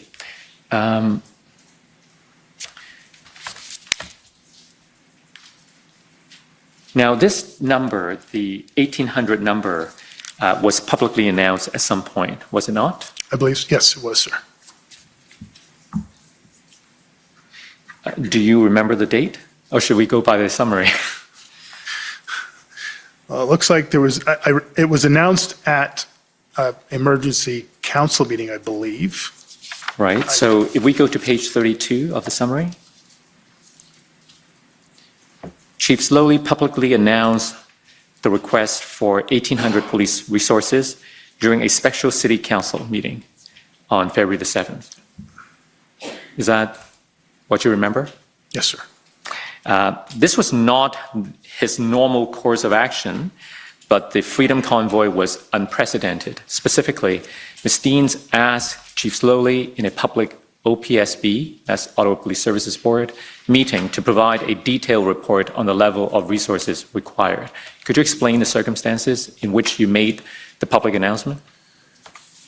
Yes, so it definitely was not the normal process. There were a series of communications from the end of the board meeting on the 5th through the 6th into the 7th as to what role the board and the city could play in supporting the police service to get the needed resources. The substantive outflow of all of that was a desire by the chair and the mayor. They arrived at that through some level of discourse to have a joint letter to the other two levels of government to seek their direct support in securing those resources. Now, in the ordinary course, would it be the practice for the request to go from chief to chief, from one police service to another, and not through these political channels? In the ordinary course, yes. And was that not sufficient in these circumstances? These were extraordinary circumstances. And so, and there was a increasing and significant desire would be I think, not quite the right word, for the board to be seen as actively supporting the service in one of its few ways that they can, which is securing resources for adequate and effective policing. Again, for context, the start of the February 5th board meeting, the chair, in her opening comments, talked extensively about whether or not the circumstances in Ottawa would allow the Ottawa Police Service to be able to provide adequate, effective policing. The transition from her opening statements to me was a question directly to me, Chief, I'm not quoting exactly, but as close as I can, Chief, do you have the resources necessary, the ability to provide adequate and effective policing in the city? And then there was a substantive period of that board meeting spent on that topic. The sum total of that was the request, the direct request from the chair for the list of resources that we would need. This is not ordinary, but I do believe it falls somewhere within the realm of the Police Service Act for the board to make sure that we had the resources necessary to provide adequate and effective policing. And I believe this is one of the ways in which, again, former chair deans may choose to frame it differently, but I interpret it as a genuine effort to exercise some level of their mandate to support getting those resources. There was then the additional layer of whether the chair would sign this alone or the mayor would join in signing. I wasn't very much involved in that, so I can't really speak to it. Now, there are those who are concerned about the public announcement of this larger number of requests. For example, there may be legitimate concerns that this announcement exposed the OPS's vulnerability to the convoy participants. I presume someone could come to that conclusion on their own. I'm not sure why that would be so enlightening, because I think almost every public statement that I made after January 29th, I talked about how desperately we needed resources and how we were seeking resources and asking for resources. I think in the middle of the February 5th board meeting, the topic of resources came up. And in fact, in the middle of that board meeting, I received a communication from the RCMP saying that 250 officers were arriving, and I literally made that announcement on the board meeting. So nobody should have been surprised, I think reasonably surprised, on the 7th that we were significantly in need of resources and that we were going to be asking for a lot of resources. And to those who hold the view that this announcement was made outside the proper channels and invited inappropriate political influence into the intra-police resourcing discussions, what do you have to say in addition to what you've already said about the context of these? And thank you. Again, listen, I think there would be as many opinions in this room or all the rooms across Canada on any one of the aspects that took place here. So I'm not in any way going to try to suggest that no one should ever hold that opinion, including another police leader. But I suspect they would have the same problem about previous political announcements around staffing numbers that took place the week before. Now, another criticism that could be leveled against this public announcement is, especially in light of what we've heard from other police witnesses, about the lack of an adequate plan at the time this announcement was made. Was it really appropriate to make this kind of public announcement when OPS didn't seem to have the kind of plan sufficient to deploy this large number of resources, even if it were given then? Again, I can appreciate concerns raised certainly throughout this process and in discourses well beyond these walls. This again is not a practice that I've experienced in my policing career, where there would be a requirement for detailed, completed plans submitted and then analyzed prior to any substantive release of resources. It wasn't in my experience around planned events like the G8, G20, and it certainly wasn't my experience in unplanned or highly fluid and contentious events like the one that we experienced here. If this had become a new standard and a new expectation in policing, I was not aware of it. And I had, at that point, been a chief of police for over 2 years. Secondly, we did have a plan. It was an ongoing, evolving plan. I would by no stretch of imagination suggest to anyone, the commissioner or anyone else, that it was an excellent plan. It was a robust plan, given that we were still pivoting from what we had experienced just a week before. Canada was still trying to figure out what was going on across the country, just as we were trying to figure out exactly what was going on in the city. And we had been literally using every resource possible just to get through hour by hour, day by day operations and the planning for those operations. There was no additional capacity to be able to produce such a level of standard plan while we so desperately needed those resources. I think, unfortunately, it became a misinformed issue around an unrealistic expectation, and unfortunately that caused a lot of concern across the board, inside our organization and clearly outside of our organization. Now, this commission has heard evidence from both Superintendent Bernier of the OPS and Superintendent Abrams from the OPP that officers from the OPP already in Ottawa were not receiving adequate instructions for them to be properly integrated or deployed in Ottawa. If there were officers in Ottawa who were not being effectively used, then one may ask, what's the point of sending more? Well, from what I've heard and what I've seen and what I knew at the time, yes, there were occasions where officers were not optimally deployed. Can I tell you, I have never been involved in any police operation where we have brought in resources from across our own city or brought in resources from outside of our city in two police services, including my time in Kosovo, where there was suboptimal deployment and utilization of resources. What tends to happen is the incident commander, almost exclusively will be from the police's jurisdiction, will utilize the resources that they know best and use the most frequently, and then go and tap into the other resources. Inevitably, that means that the external resources will be underutilized. It is in no way surprising for me to have heard that at points during the entire 3 weeks that I was involved in this, that there might have been officers from some police department that didn't get their briefing at the right time and may have even spent the better part of the day not doing the things that they thought they were going to be doing. I'd experienced that many, many times myself.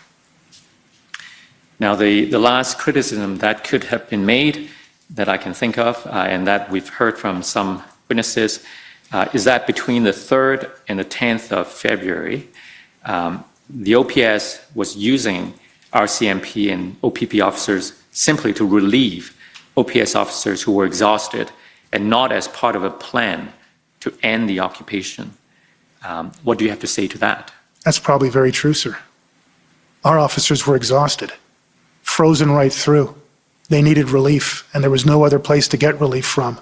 And that's part of the reason why the very first request on the 31st of January that Trish Ferguson announces to the RCMP Commissioner and the OPP Commissioner is to send us some general duty officers. Our people are asleep on their feet, or they're frozen to their post. I'm not surprised. That is not an optimal situation, but that's the reality of what was going on. Okay. Now, I'd like to take you to a new topic. We've been talking about your request for resources.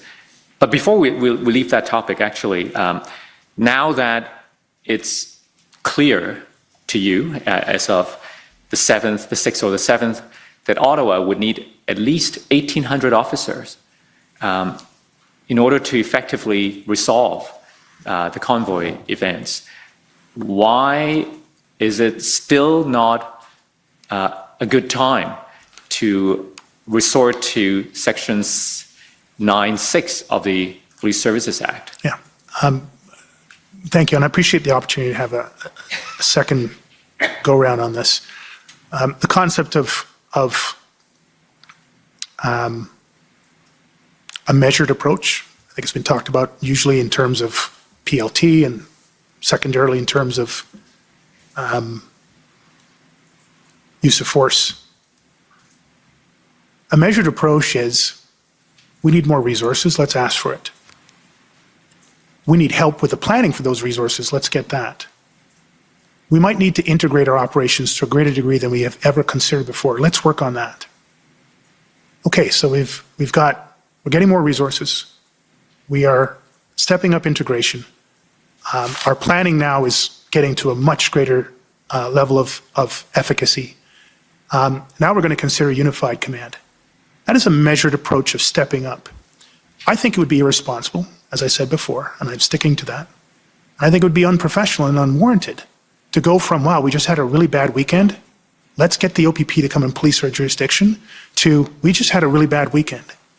Let's figure out how we need to get better. Let's start to use everything we possibly can.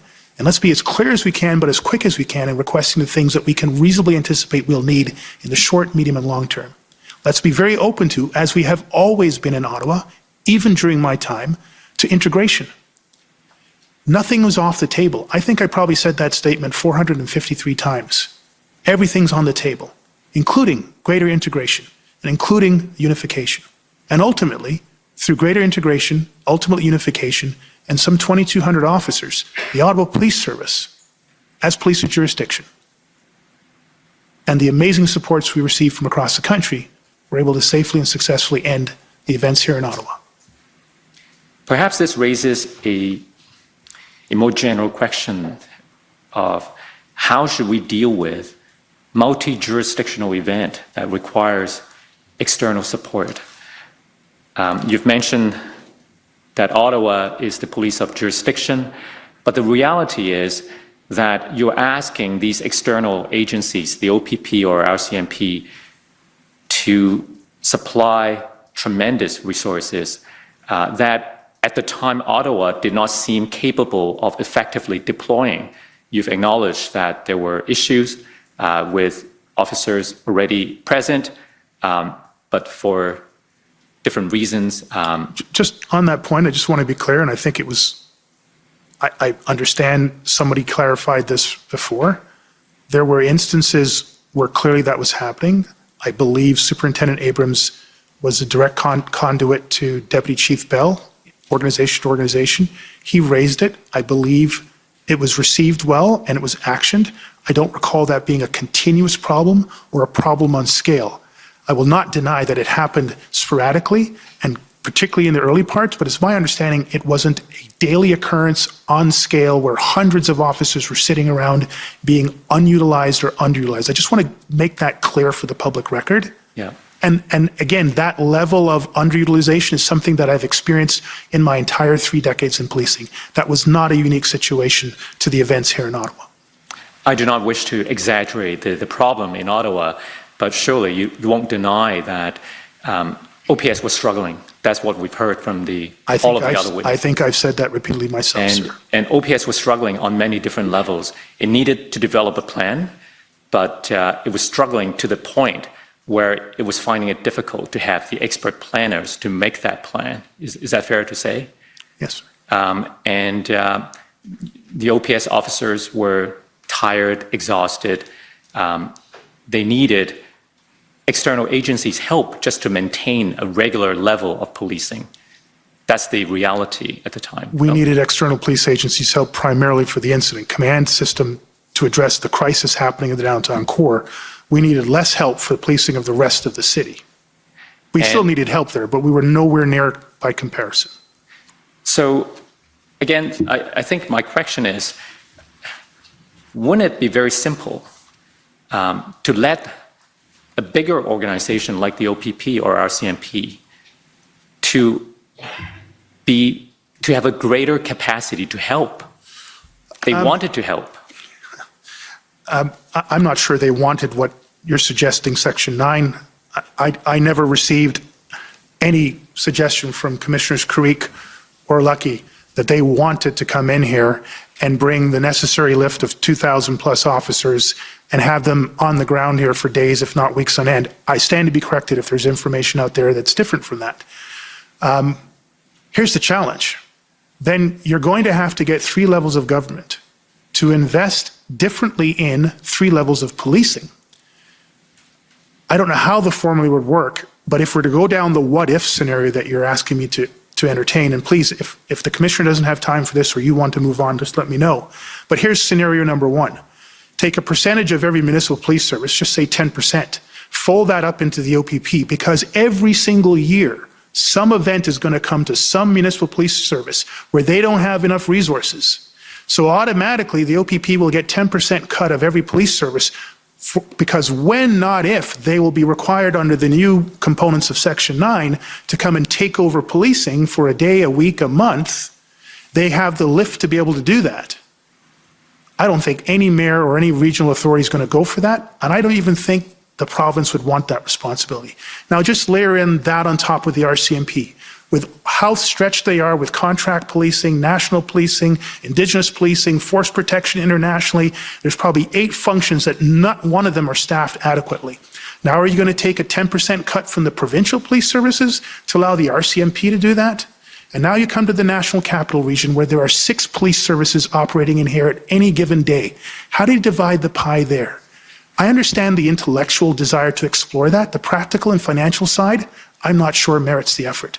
I think what we need to do is get standards across the board, really clarify how and when we work together in integrated and or unified, clarify the gaps between strategic, operational, and tactical, and how that fits into police of jurisdiction, adequate and effective. That's going to be a lot cheaper and probably a lot faster. And it can be iterated over the course of time from lessons learned from experience to experience. You're talking about a major structural change, legislative change, that would take years to hammer out and then years to get to a point of efficacy. Mm-hmm. Well, let's go back to what happened on around the time that Chief Party led his group, the Integrated Planning Group, to Ottawa. He arrived on the 8th, and he had a meeting with your command team on both the 8th and the 9th. I want to get your best recollection of the meeting you had with them in the afternoon on the 9th. Okay, well, I think it was around 12 o'clock. Again, for context, if I get the dates wrong, I believe somewhere around the 6th or the 7th, there was a communication between myself and Commissioner Creek where we had talked about a significant increase in integration. I forget who raised it, whether he did or I did, but we were very quickly in agreement that that would be very helpful and that we would need then to bring in senior folks that had experience and expertise in that type of thing. He referenced Carson Party almost immediately. That name, I believe, came up in our first conversation, and I welcomed him and anybody else that he could send to support that. And to his word, I think within 24 hours, we were contacted. 24 hours after that, there was an initial meeting out at the RCMP headquarters. That was a meeting, unfortunately, and I realize I'm going really fast, so I'm slowing myself down now. That was a meeting, unfortunately, that because of the distance to travel to and the Teams meetings problems that we had, Acting Deputy Chief Ferguson was only able to get a portion of her incident command staff on there. While there was somewhat of a productive discussion, it didn't get to the level where there was any substantive move forward. There was an agreement to have another meeting on the 9th of February, is that right? On the 9th of February. And there was additional efforts during that period to continue to improve and evolve that plan, a substantive lift that day. I referenced earlier on that I got involved in that lift to try to elevate the plan to as great a degree as we possibly could for these partner agencies coming in. I believe around 12 o'clock, 12:30, Chief Superintendent Party, Superintendent Abrams, RCMP Superintendent Liu, and I forget there were other members, but those were the 3 primary members of the team arrived at our headquarters. I'll take a pause there, but that was the context to the start of that meeting. I had my command team and my incident command team there as well. So I'm glad you paused there because before we get to the actual meeting with the Integrated Planning Group, do I understand correctly that that morning, the morning of the 9th, you had another meeting with your the OPS command team? Mm-hmm. Can you tell us more about that meeting first? Yeah. And we debriefed from what happened the previous night, looked to see where we could, again, continue to evolve the plan in advance of this next meeting and put every effort into that so that, again, we could have the best product available. It was clear to me that the arrival of this team was not only to support what were the ongoing efforts here, but they needed to assess where we were with our ongoing efforts here, specifically assess the plan. Now, let me take you to some notes. These are notes written by Deputy Chief Ferguson, I believe. OPS 3014479.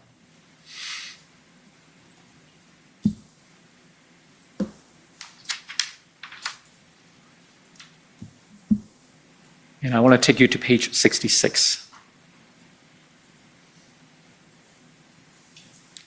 So you see from the top there that this is Wednesday, February the 9th.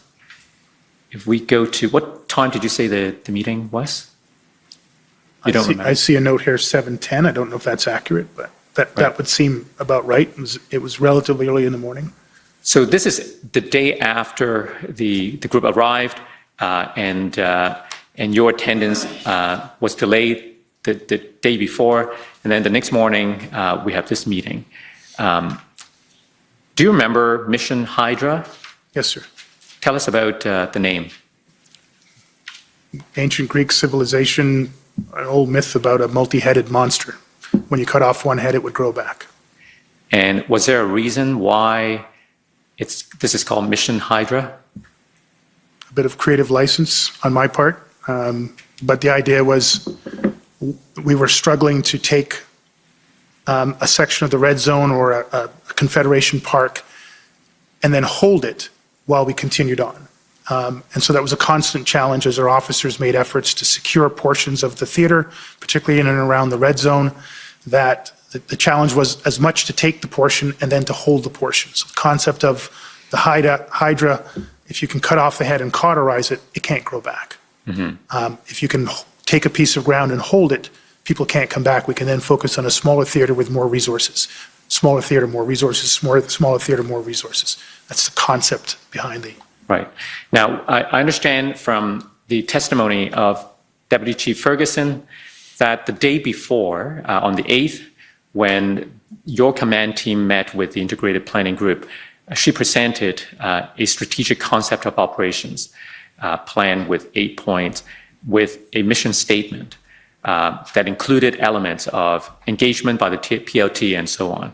And part of the discussion at this morning meeting on the 9th is a new version with a different mission statement.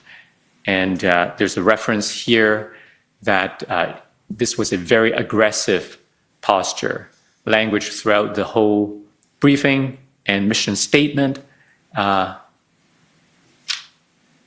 not sure the next word, as asked if anyone needed clarification. Chief laid out his plan, omitted negotiation, and when I brought it up, he reacted angrily, saying, "We are not negotiating." Then said, "It's implicit." I advise, is it all CIC mission statements? Our CIC mission statements always has explicitly stated in the mission statement. And then the next comment, I believe, is attributed to you. If it doesn't reduce the size of the footprint, that is not a good negotiation. Do you remember this exchange? These are Acting Deputy Chief Ferguson's recollection of that. I would not in any way characterize what took place in that meeting to reflect what I'm interpreting in language here. So again, without the chance to hear these concerns and understand, we had a very healthy discussion, yes, around whether the term negotiation should be explicit in, I believe, the mission statement. But other than that, I'm not really sure as to why she has interpreted things the way that she's chosen to do so. So let's hear it from your perspective. You've told us about this as well, I believe, during our interviews. If I could take you to your interview summary at page 36.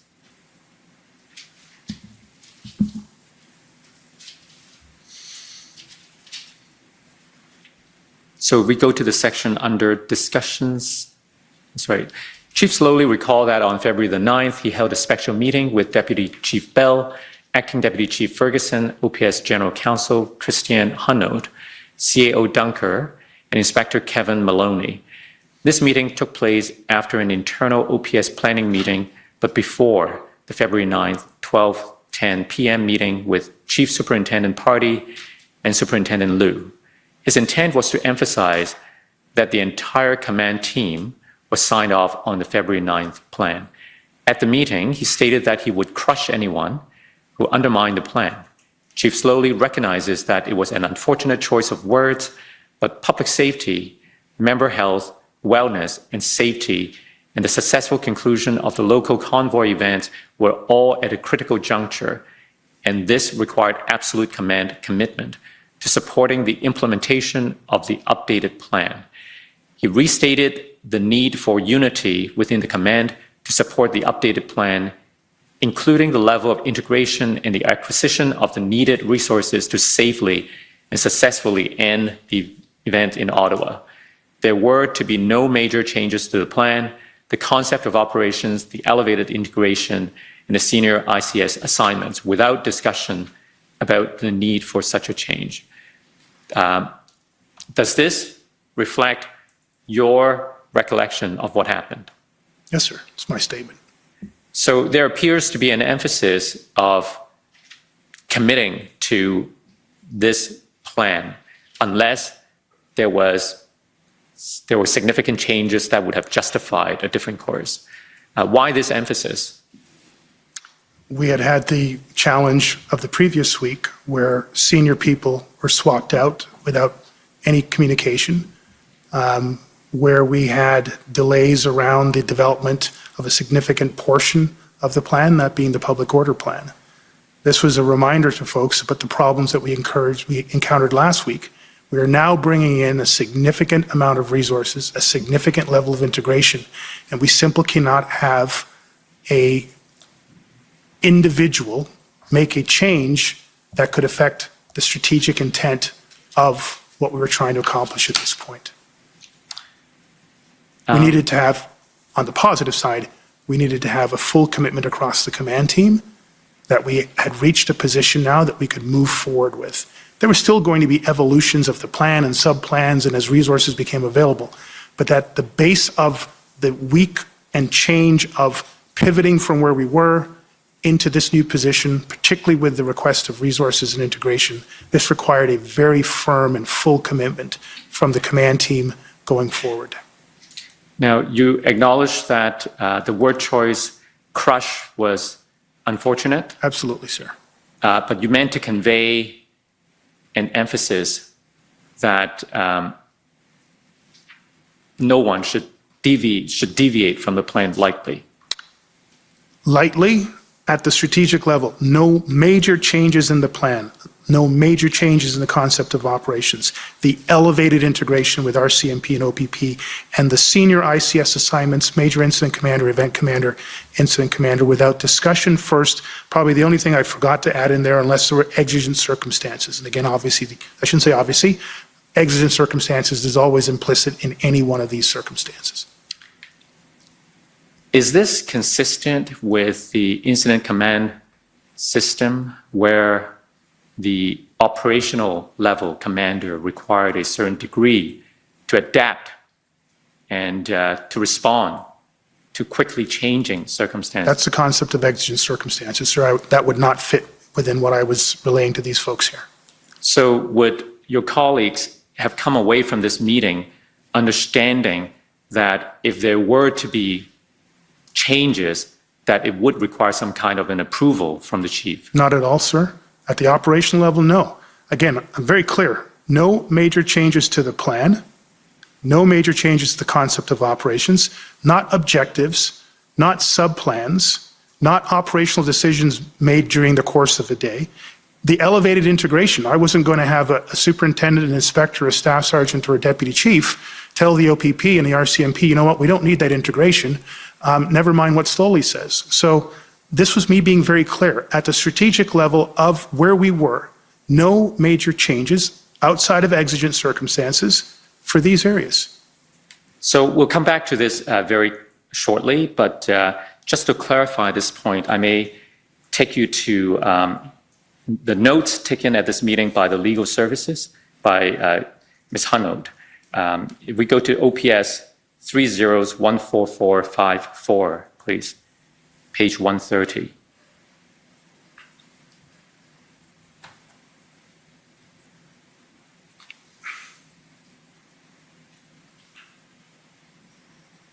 So this appears to be the same meeting.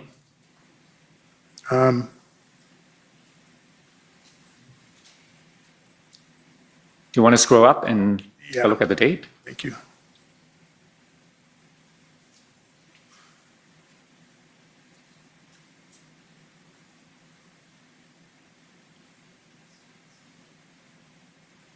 February 9th. Okay, so we go back to page 130.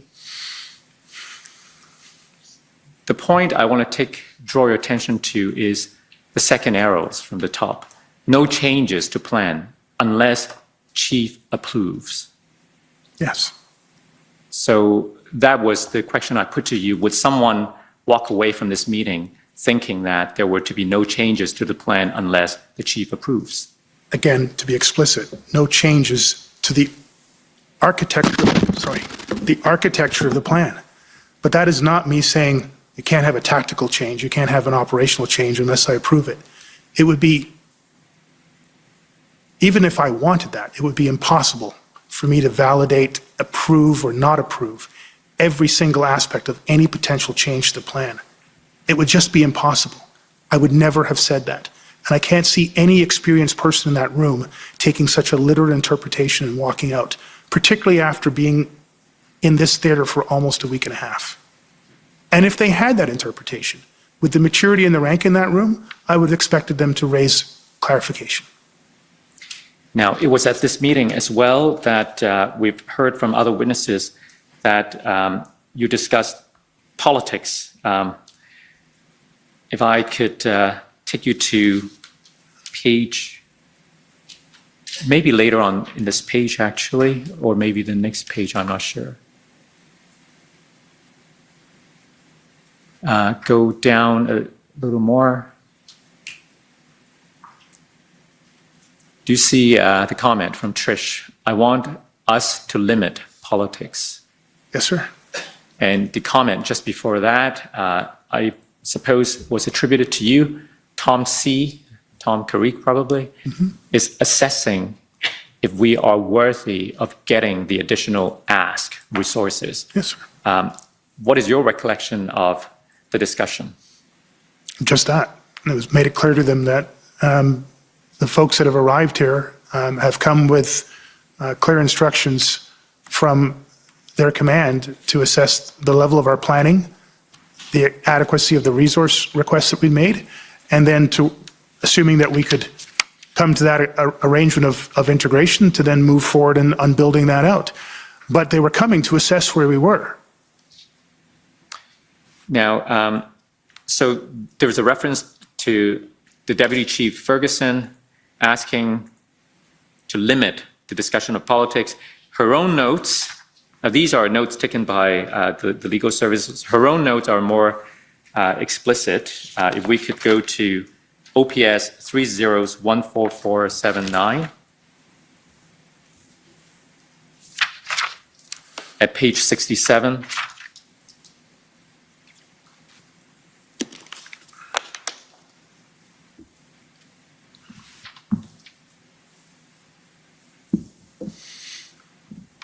We go down. Okay, talked about the plan. So keep going. See the dash? Talked about the plan.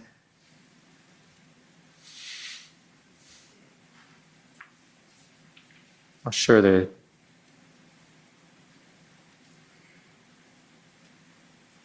Talked about the plan for Briefing? briefing the embedded cell of planners and commanders.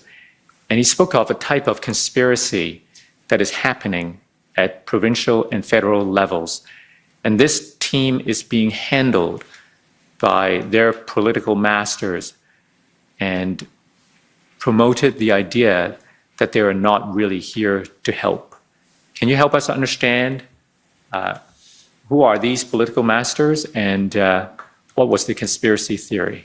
Yeah. First of all, these are Tricia's, Acting Deputy Chief Ferguson's words. I won't challenge her emotions or interpretation around it, but they're not the conversation that I was leading at this point.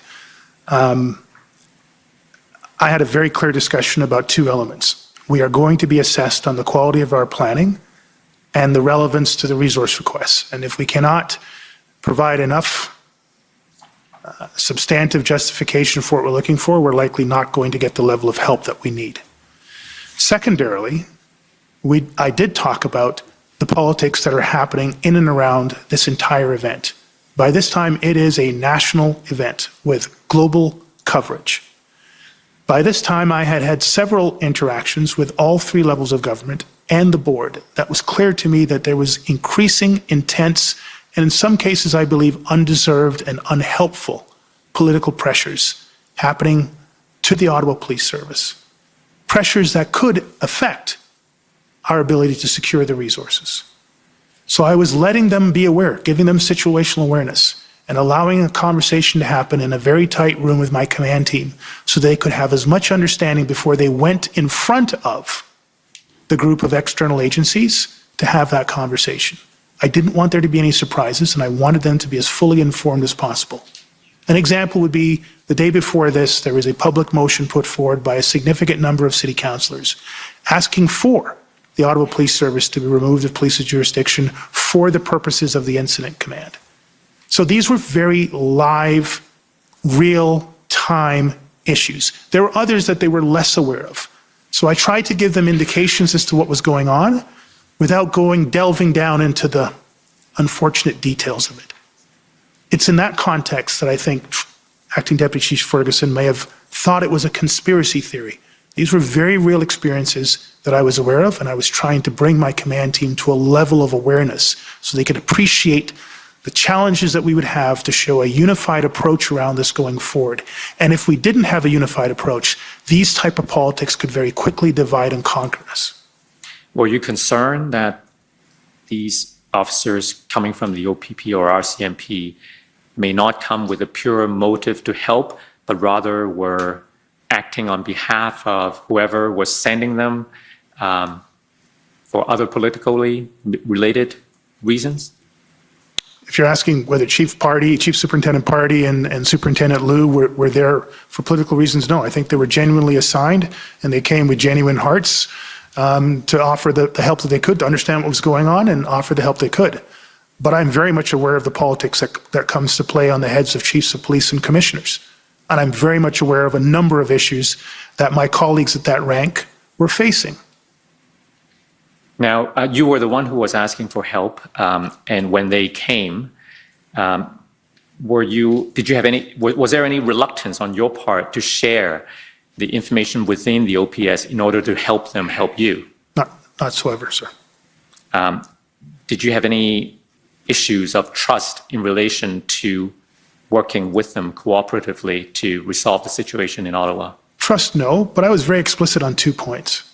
Integration means that the Ottawa Police Service remains police of jurisdiction, and the Ottawa Police Service remains in control of the incident command system, and that the resources I'm asking for are to be under the control of the incident command system. Those are the only 3 caveats. If they couldn't agree to those 3 caveats, we'd probably have to go back to the drawing board in some other way to get the resources and achieve another type of integration. Those were the 3 caveats. It's not a matter of trust. It's simply a matter of the baseline aspects, the red line aspects of our ability to move forward under an integrated model.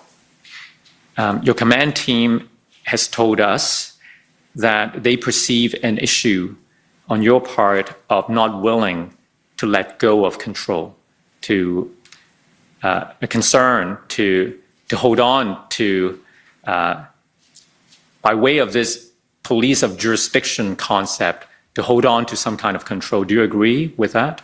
Not at all. Do you know what they're talking about? No, I don't, sir.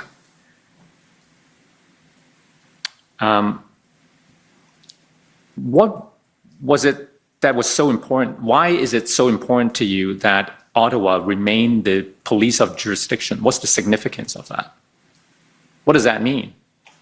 It's in the Police Services Act, sir. We are the police of jurisdiction. But don't different police services often work cooperatively to figure out how to solve a problem? Isn't that what's ultimately... And we did that every single day of my time in office. Joint Forces operations. I invited in the RCMP to do internal criminal conduct investigations. We did that every single day. That is a very, very different thing from we are no longer the police of jurisdiction in the nation's capital for 1 million people. The Ottawa Police Service will no longer be the police service here, even though we've been so for a century and change. That is a very different concept of operations. But if it makes sense for like a major case investigation for, let's say a crime is committed in Toronto, but the expertise required to successfully solve the case necessitates a combination of expertise from Toronto Police, Peel Police, and York Regional Police. Isn't there some protocol that the lead would not necessarily be the police of jurisdiction? It would depend on the circumstances, what makes the most sense. I can think of examples where, yes, a lead investigator would come out. The lead investigator in the criminal conduct investigation was from the RCMP. But professional standards were still under my control as the police chief in the police jurisdiction. The decision to lay charges or not lay charges from a police act were still under Part 5 for me as a chief of police. But if I'd abdicated that role and responsibility, then it would have to be the RCMP lead investigator to decide on the totality of the circumstances around that case. So yes, hundreds of times, probably thousands of times, I've integrated police services for a wide variety of things. Administrative, HR, human rights, operations, guns and gangs. I have no trouble whatsoever with that concept.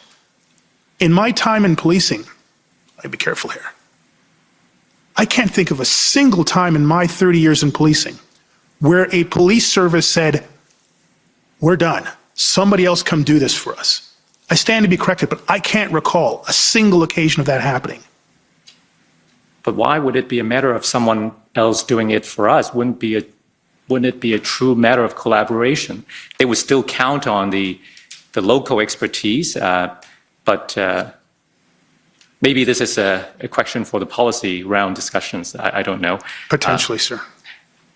But in any event, at this meeting on February the 9th, if I take you to the notes, OPS 3014454. So we're returning to the legal services notes. If we go to page 136.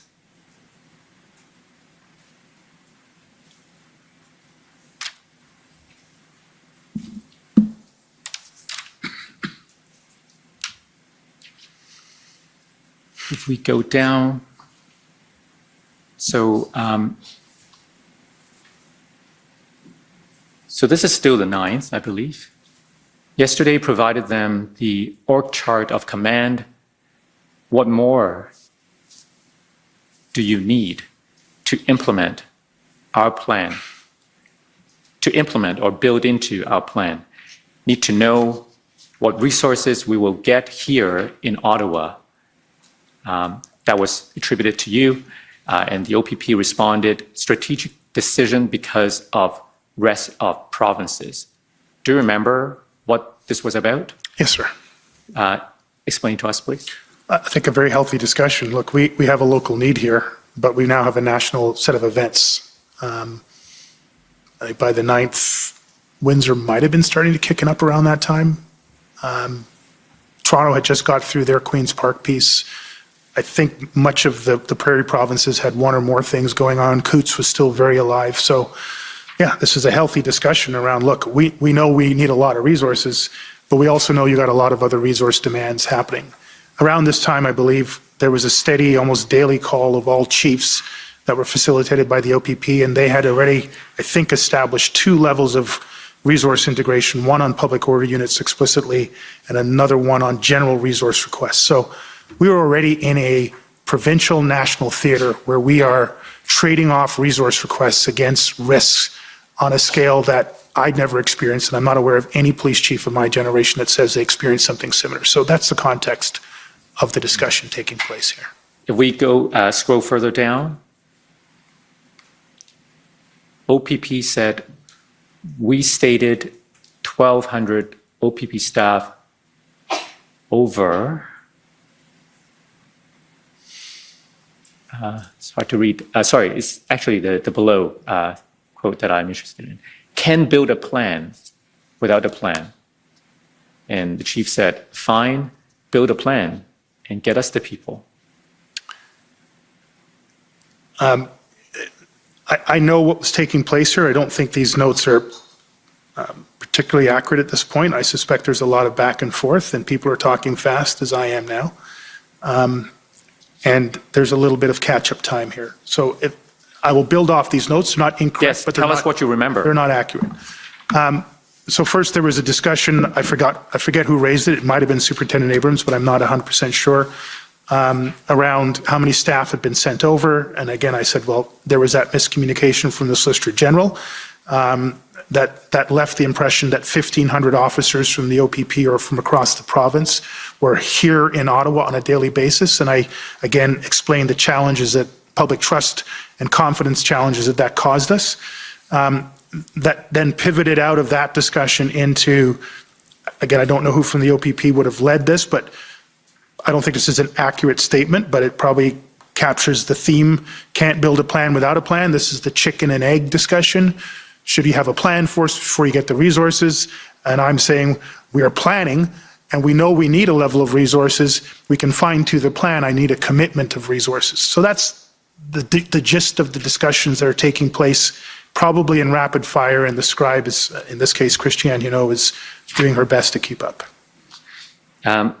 Now, you do recognize these notes are from the OPS counsel, Ms. Hunt? Yes, I just referenced Christiane Hinault.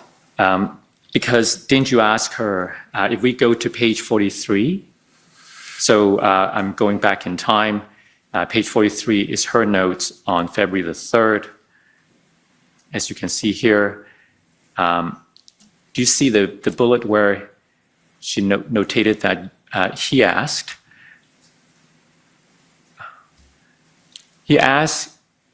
if I've been taking notes.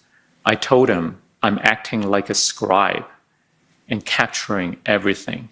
So it appears that you've asked her to take notes, and she's been doing her best to take notes, almost like a scribe, and trying to capture everything.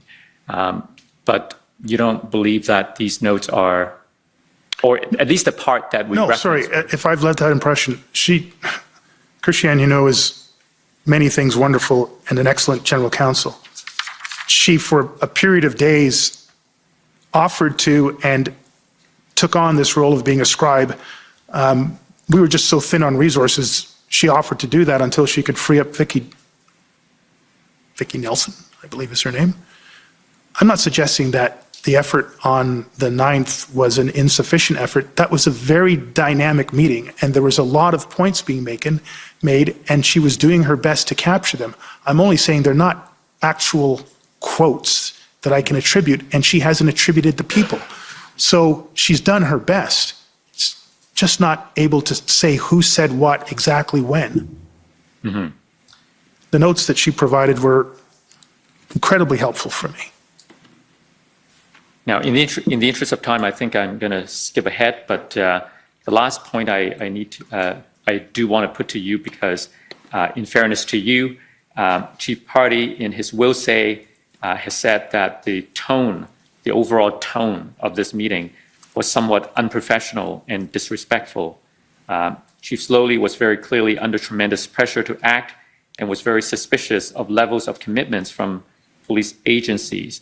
He went as far as to advise us that he had sources in the ministry office that his requests were not being supported, and essentially they wanted him to fail.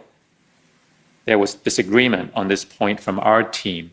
I just want to give you the opportunity to respond to those comments. All of them, sir? You can. Would it help if I put if you could put it up? I just can't. There was a lot of things you just said there, so. Of course. Thank you. Let's go to OPP 50792.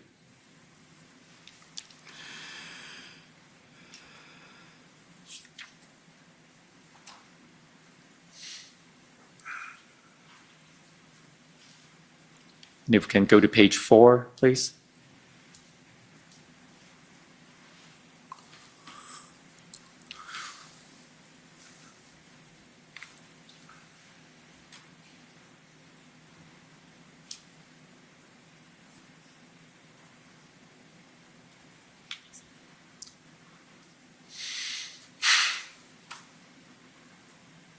So do you see the bullet that starts with the overall tone? Yeah, it was a tense meeting at times. We certainly got into very contentious discussions, like the discussion. Sorry, I'm going to slow myself down. We got into contentious discussions, like the discussion around the Solicitor General release of the 1700 number. I could see if during those points, Chief Superintendent Party, who I believe was selected appropriately and sent quickly and came with the view of supporting, I suspect that would be the same for Superintendent Liu representing the RCMP. They were not aware of and had not been involved in these events. I suspect they weren't even following all the events and certainly not the political aspects of it. They were operational people coming in to provide an operational support. In that context, I could understand why Chief Superintendent Barty might describe some aspects of it as disrespectful. Let me get the right words here. Oh, do we? Somewhat unprofessional and disrespectful. I needed to be very clear on behalf of my service and my city and the state of public safety that we're in, that we needed the resources, that we needed them as quickly as possible.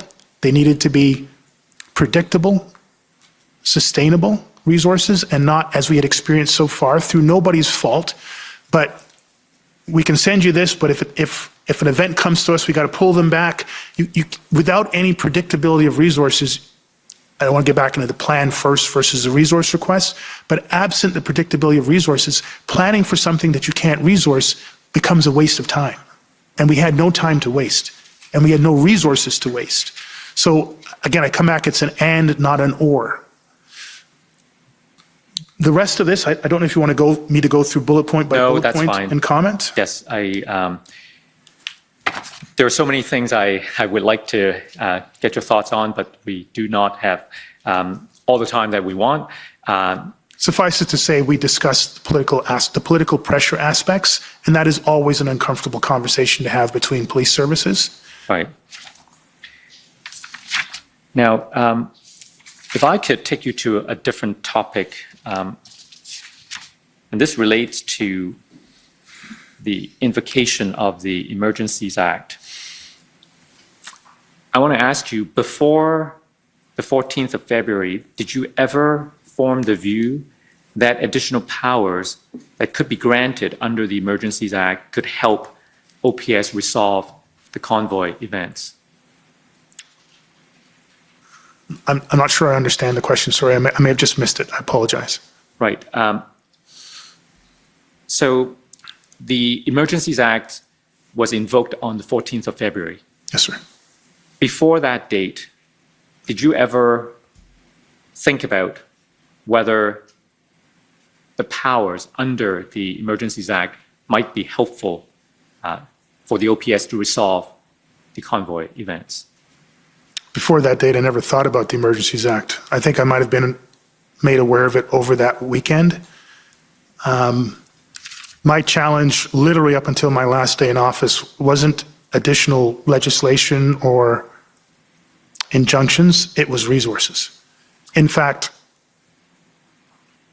there was a period of time where we were hoping there wouldn't be any injunctions or emergency declarations because they would give us more powers and we didn't have any resources to implement those powers, and then we would be accused again of not doing our jobs or not using powers available to us. So for a significant portion of my time in office, discussions around injunctions, discussions around emergency declarations were, maybe that's something that we actually don't want at this point. I was never consulted explicitly on the Emergency Measures Act that was put into place on February 14th. Mm-hmm. If I could take you to the OPS document 3014566. It appears that these are notes of a meeting that occurred on February the 14th at around 10 a.m. So if we go to page 2, if we go to the section under the redaction, do you see a note that Lucky did not get Prime Minister briefed on the plan? Prime Minister will be enacting the Emergency Measures Act. And then we go to the very bottom of the page. There's a notation that Chief grateful for every tool we get in the tool belt, but need the resources. Do you remember this discussion? I remember the discussion. I can't remember word for word. And certainly that last line would be basically summarizing what I just tried to tell you. Tools are great. If we don't have the resources to use them, there could be problems with that. So was Commissioner Lucky the first to inform you that the federal government would be declaring an emergency? I don't have an independent recollection. This appears to be the first time I'm hearing about it. Okay. And it certainly wouldn't have been anything more than a day before if there was any other discussion on it. Now, later that day, I understand that you spoke with Chair Deans about the Emergencies Act. Do you remember that? I don't have an independent recollection. If you could take me to a meeting note or something. So, yeah, I'll take you to OPS 3014566.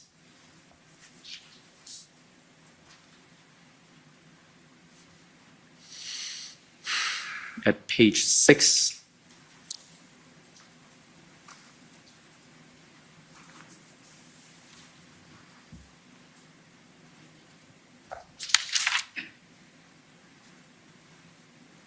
Sorry, if we go back up a little. I'm trying to see.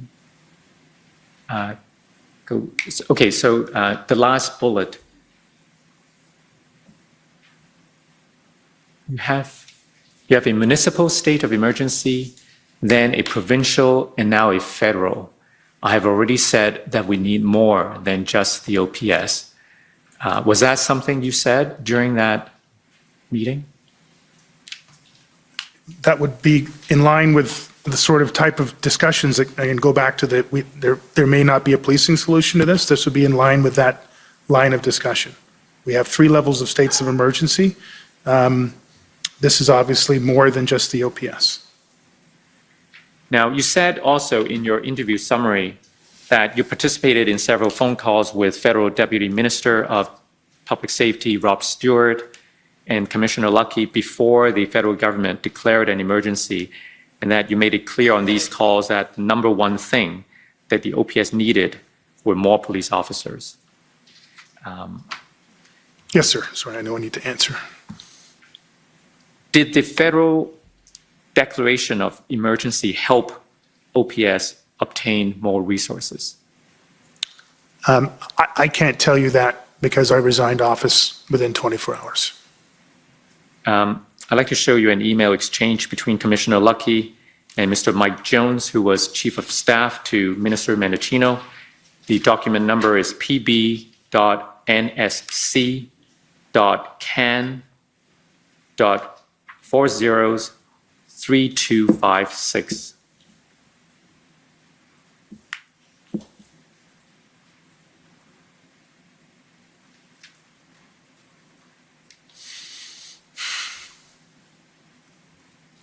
So the context in this email, Commissioner Lucky enumerates a few emergency measures that she believes would be useful, but then added that she's of the view that, well, I'll let you read it.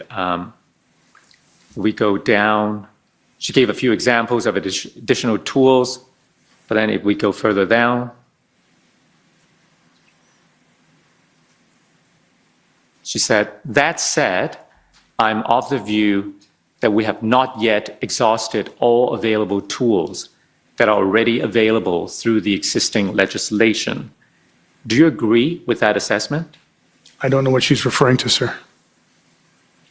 The available tools, if you want to, well, she explains in this paragraph, there are instances where charges could be laid under existing authorities for various criminal code offenses occurring right now in the context of the protest.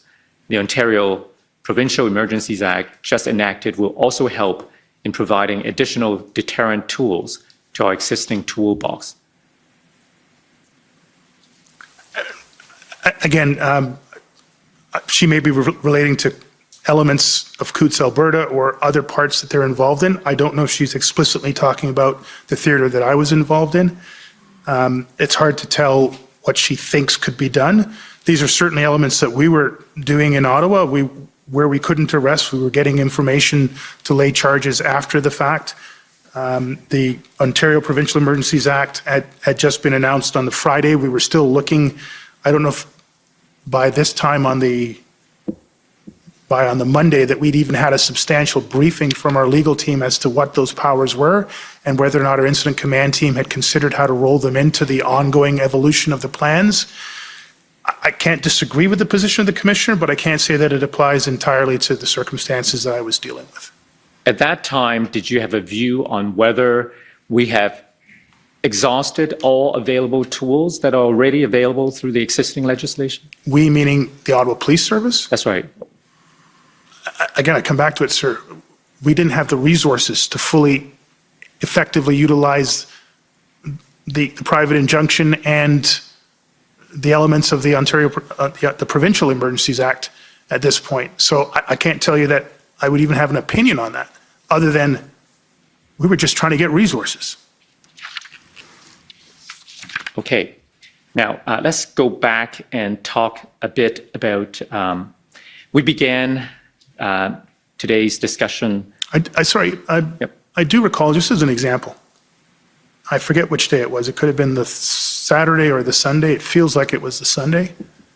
One of those tri-level calls that you referenced with Rob Stewart and Commissioner Lucky.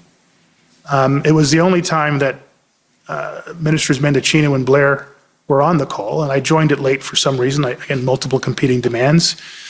And there was a question asked, maybe it goes to what Commissioner Lucky was talking here about existing legislation, but a question was asked of me by Minister Blair, have you considered doing bylaw enforcement, which I thought was a strange question. And I said, yes, we've been doing bylaw enforcement from the very beginning. And then he asked a second question, well, have you considered towing trucks?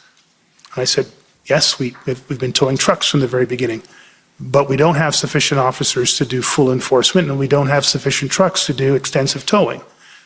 Maybe that has something to do with this, we haven't exhausted all the tools comment, but that's the only context that I can think of. Okay. Now, we began our discussions today with questions about the Ottawa Police Service at the time the convoy arrived. And now we're well into February. I want to come back to the question of your confidence in the OPS team. On the day before your resignation, on the 14th of February, we have this communication, your communication with Chair Deans. If I could find the reference.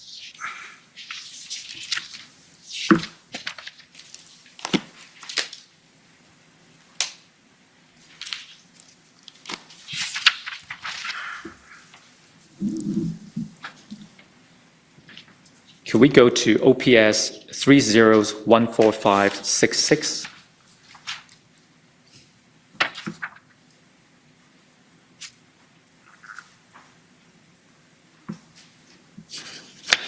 Page 6. So this is a call on February the 14th.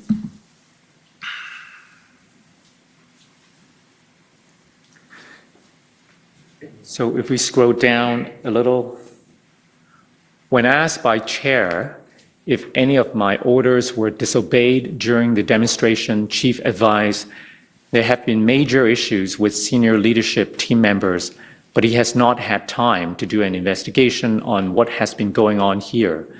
The best and the worst of us have been strained. That is why there has been tense meetings and why some have not demonstrated their best efforts. Like everyone, I have been at my best, and I have not been at my best.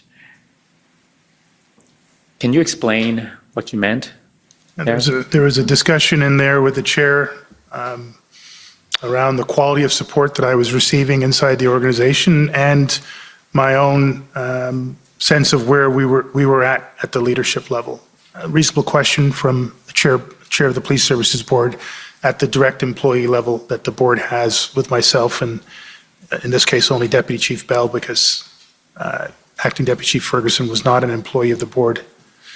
And I gave my best answer to her, there were some challenges. I mean, I actually think these notes capture it well. There would be elements of some of those leadership challenges that would need to be reviewed in an after-action report. Again, I didn't have a chance to ever conduct that. And I had made decisions on the fly in the midst of this very fluid situation to address conduct issues and park them, or address them and move on from them completely. But I also gave the caveat that there had been incredible levels of stress and fatigue, and that clearly no one, including myself, could claim that they were always operating in their best, at their best. How did that lack of trust affect the leadership of the OPS during the convoy events? In the sense, did it make you more likely to step in and provide directions because you could not trust others to lead at the strategic or operational levels? No. It's an important question you're asking, and it's not an easy question to answer. So please, if you can give me some leeway here. There was a significant trust issue. It's the only significant trust issue that I was aware of, and I thought had a material impact on the events that transpired over those weeks, was the switching out of Superintendent Rion for Superintendent Dunlap. And we've been through that, so I won't go back to it. When I realized what had happened, as close as I can, good discipline should be, in the small d discipline, should be applied as quickly to the event. I immediately called a meeting with the two command officers. I asked them a straight question, and to their credit, they gave me straight answers. I wasn't happy with the answers, meaning I was disappointed that they had chosen to go that route, and I expressed that immediately and clearly. And then I counseled them immediately, and I told them what good behavior would look like going forward. And then I moved on from it. And as I said earlier on, they both, in their own ways, worked back towards demonstrating trust and capability. What I was asked here were, overall, what's happening? And I related that circumstance, but there were other elements of a lack of cohesion within the team. People making assumptions. We've heard already elements of people taking a rumor and assuming it's truth, and how that impacted a range of issues, from PLT to whether or not there was a plan, to whether or not the plan had been approved. So those were issues that I was dealing with on an ongoing basis. They were difficult issues to deal with. They took time and energy away from everybody involved, including me. And in some cases, they caused confusion. So those are the types of things I was trying to relate to the chair, but I was also trying to relate the context in which we had found ourselves. Unprecedented, uncharted, unrelenting pressures inside the organization and outside the organization, to not leave her with the impression that we were having some sort of a mass internal revolt.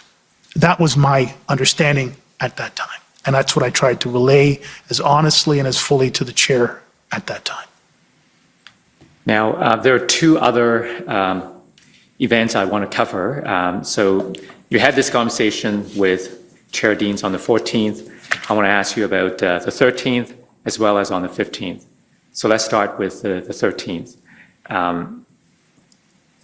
I'm skipping ahead. I jumped a few things because in the interest of time, we've heard from the other witnesses, including Chief Party and Superintendent Bernier, that Superintendent Bernier was working closely with the integrated planning group as of the 12th, and by the 13th, they have signed off on a plan, and we've seen the plan. There's an email that was exchanged on or around the 13th that I'd like to take you to, so as to clarify what your understanding was as to the evolving plan that you described. Can I take you to OPP 401547?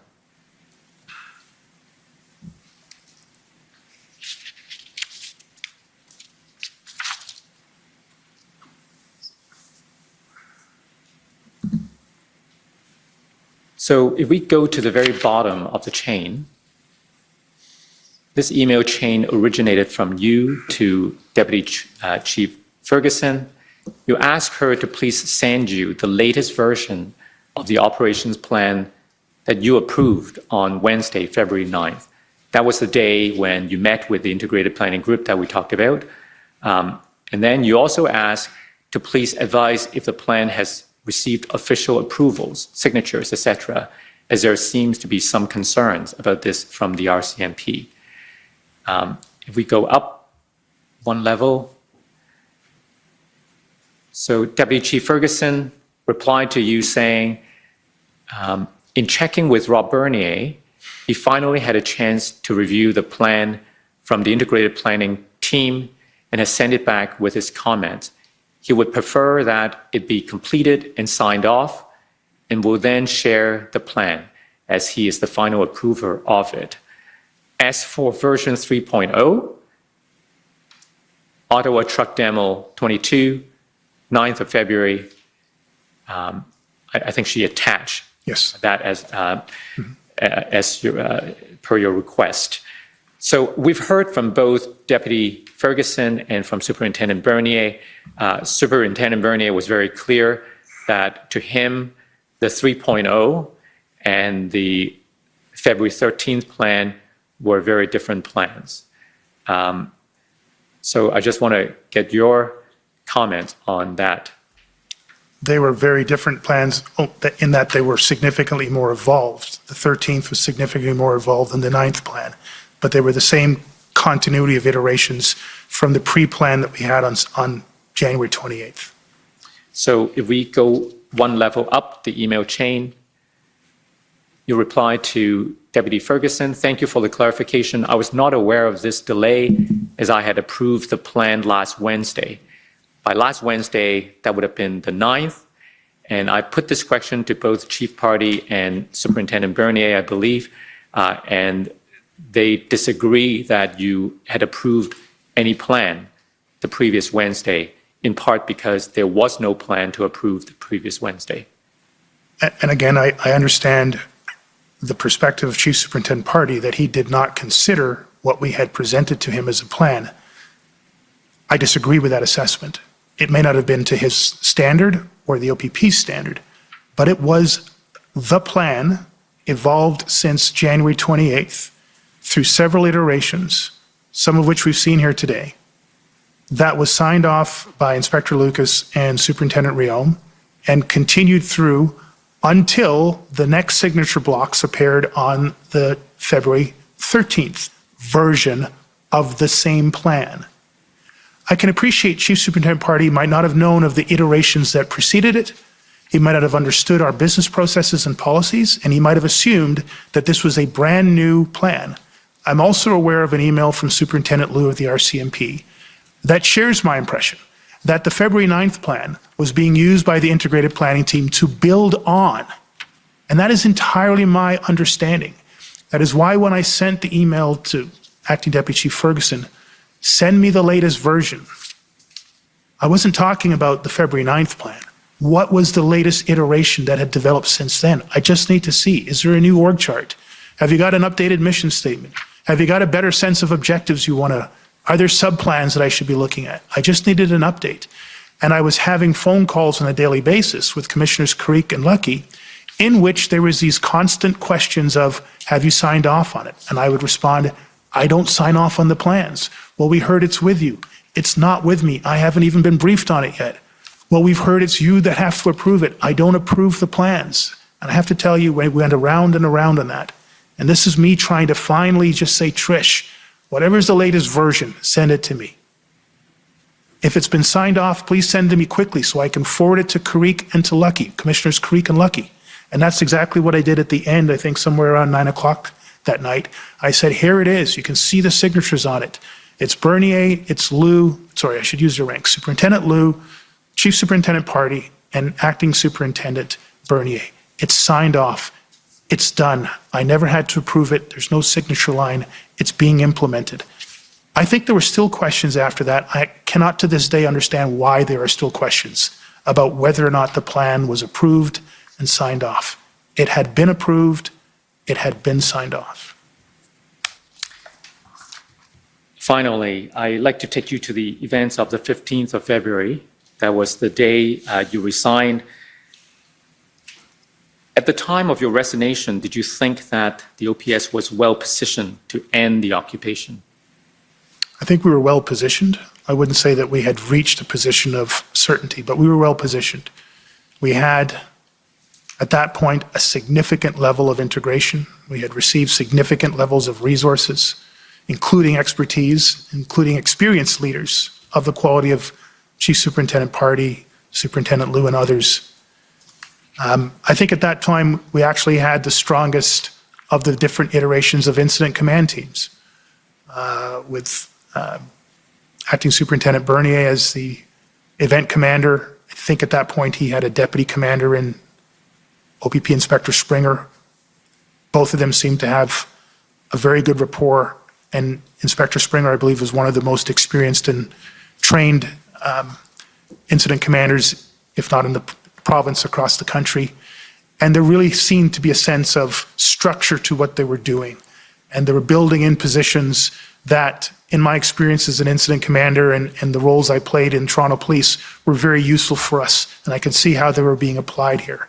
So my sense was we had a strong and increasingly stronger plan, a strong and increasingly stronger level of integration, and finally, demonstrably, a greater level of resources coming in. But it was that last area that I still felt that there were challenges in getting those resources. And it's in that particular aspect that played probably the biggest role in my decision to resign my office. We've heard from other witnesses that after your resignation, things appear to move quicker. Do you have any idea why that might be the case? We had a very strong integrated team. We had very strong leaders in that team. There was clarity around the plan. I suspect, yes, when there's a leadership change, there's always a sense of there's a change. And that change alone, as you've seen in decisions to replace a hockey coach mid-season or whatever, the team plays well for 3 or 4 games, and the old challenges that hadn't been addressed yet come back pretty quickly after. So I don't in any way challenge the notion that a change created a change. But I do note that the level of resources flowing in was incredible at that point, and that within 3 or 4 days, there was sufficient resources on the ground to execute successfully the operations that have already been described in this court. When you attended your interview with us, you told us that the primary reason for your resignation was consideration of public safety. Yes, sir. Tell us what you meant. Well, I think I started off my testimony here today, Commissioner, with my thoughts on public safety being one of, if not the number one reason, public trust being, if not one of the number one reason for public safety. I gave lengthy descriptions throughout the course of the day here around the impact of public trust in the first day, that Saturday. The public's opinion, opinion of 3 levels of government, opinions of civil society leaders that I think unfairly and unnecessarily laid the blame of this thing on the Ottawa Police Service. We did our very best for as long as we could. We sought the resources and the help that we could, and we integrated and implemented those resources ultimately successfully. But on the morning of February 15th, it was clear to me that the trust factor in Ottawa Police Service was still headed in the wrong direction. And the only person that could take that pressure off the Ottawa Police Service was me, and I made that decision to resign from office, to get the resources on the ground, to support the safety of our communities, and quite frankly, to support the safety, the health and wellness of our own members and our partner agencies that were at that point in the theatre. Now, when we began our examination this morning, I took you to your CV. Can we bring up the CV again? It's document number COM 50759.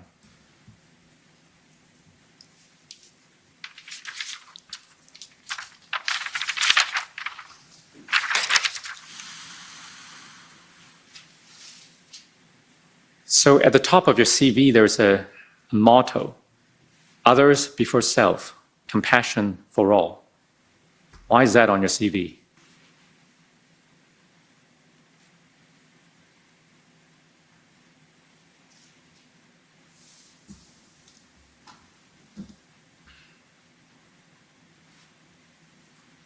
It's just how I was raised. It's who I am. Everything else after that's just what I did. Thank you. Commissioner, those are my questions. My colleague, Ms. Rodriguez, will have more after the break if you see this as an appropriate time. Okay, so we'll take a 15-minute break and then come back to complete the examination by Commission Counsel. The commission is in recess for 15 minutes. La commission est levée pour 15 minutes.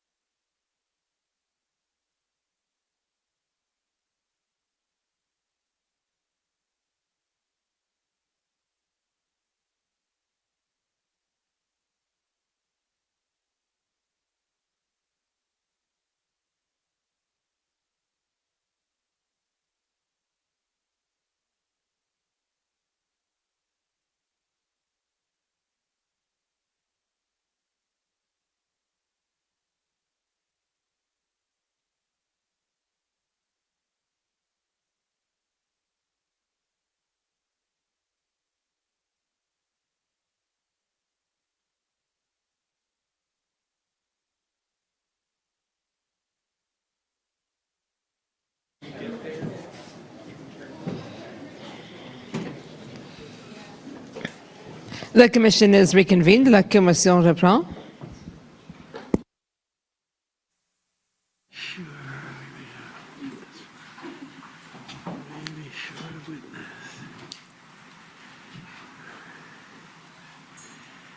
Okay, well, maybe I'll take another couple of minutes in the circumstances.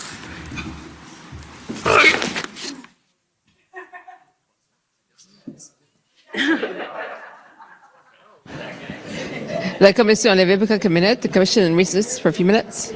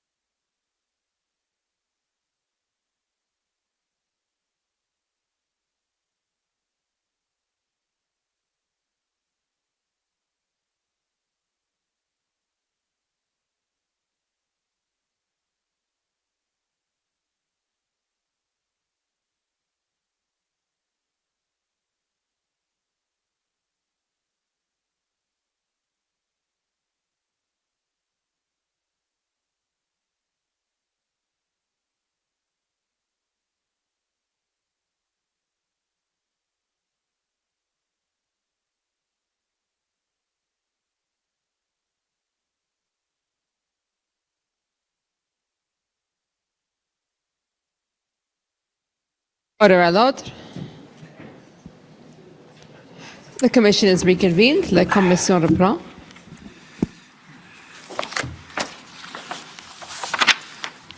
Okay, you okay to continue?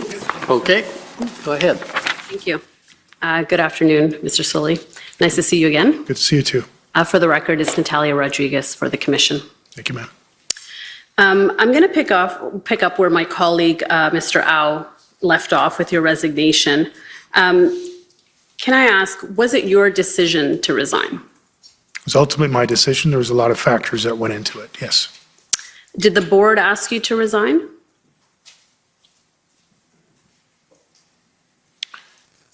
There were significant pressures. It was clearly to me, it was clear to me that the board, specifically Chair Deans, had lost confidence in my position, and that was a factor in my decision. Now, I believe Chair Deans told us when she was here last week that she did not lose confidence in you, but you're saying you felt that she had lost confidence in you. From statements made and, yes, the totality of the circumstances, yes. Okay, and did the board, anyone at the board or the chair express that they had lost confidence in you? On the evening of February 14th, I received a phone call from the board chair essentially asking what I consider resignation. Okay, so I assume you're familiar, and maybe I shouldn't assume, are you familiar with the evidence that she gave on that exchange last week? I'm aware of some of it, but I'd be happy to receive more context or information around it. Well, maybe you can tell us how it transpired from your perspective. 21 days into an event of the size and nature that we were dealing with, and 9:30 at night at the end of, I don't know how many hours of days in that day I worked, to get a phone call from your chair discussing rumors and then pivoting into, have you thought about resigning conversation, for me is a pretty clear indication that I no longer had the confidence of the chair, and by the chair, the board of the Ottawa Police Services. And as she tells it, at that time, you told her that you would not resign, but then the next morning, you called her to say that you had reconsidered. Is that accurate from your perspective? I told her that I had put my heart and soul into this organization, the mandate that she had given me, and that I'd be seeing this thing through. And that at 9:30 at night, it was a very inappropriate conversation to be having with me. I wasn't going to be giving it any more consideration. And so what made you change your mind? The almost 11 hours worth of continuing to manage the situation in this city on behalf of the Ottawa Police Services. And did anyone within the City of Ottawa or the Government of Ontario or the Government of Canada express to you that you should resign?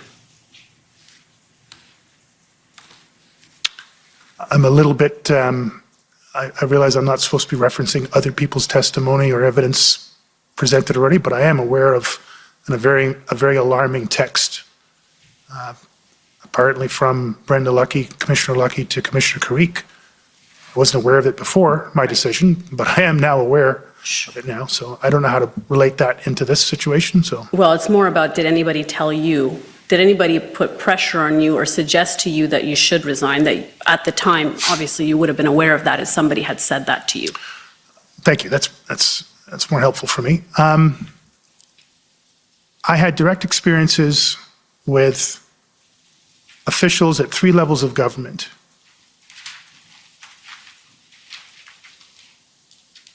I had direct experiences with 3 levels of government over the course of the time that these events that left me with a clear sense that I had little to no support from elements at those 3 levels.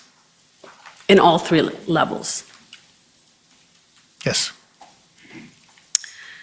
Are you aware of any political pressure on the board to seek your resignation? Municipal, yes, definitely. There was a motion passed. Motion presented, I don't think it was passed. So clearly, yes. I don't remember if any of the board members, 3 councillors that were on the board, voted in support of that motion to remove the Ottawa Police as police jurisdiction. But there was certainly, I'm aware, at the municipal level, significant pressure on the board for that to take place. My understanding is that motion didn't make it to the floor. There was not a vote on that motion. Still a clear indication. Okay, thank you. Now I want to go back to the beginning, if I may, and just go through some of the events with you, kind of from the municipal/board lens, if you will. So I want to talk a little bit about pre-arrival intelligence, and you talked about that with my colleague, Mr. Au. And I want to just talk about what information was relayed to the board with respect to what could be expected before the convoy arrived. Now, Mr. Superintendent Abrams of the OPP confirmed in his evidence that on the 27th, there was an intersect call. And on that call, OPS confirmed that their planning was on the basis of assuming 3,000 trucks coming into the downtown. You're aware of that, right? Yes, ma'am. And I believe Interim Chief Bell indicated in his witness summary that as the convoy drew closer, they were expecting 3,000 to 4,000 vehicles to arrive in Ottawa. I don't remember the 3,000 to 4,000 number. My memory's around 3,000, but I don't think at this point it matters. Sure. And then I believe Inspector Lucas in his evidence confirmed that by January 26th, the OPS was expecting about 10,000 people on the 29th on that side. I did hear that from Inspector Lucas. Yes. And so, now I want to just, having that context, turn to what the board understood would be the situation on the 26th when there was that board meeting.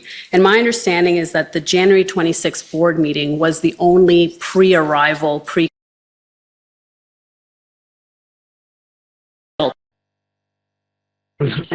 Sorry for interrupting. It was a specifically called meeting for the purpose of the convoy. I have a recollection, I stand to be corrected.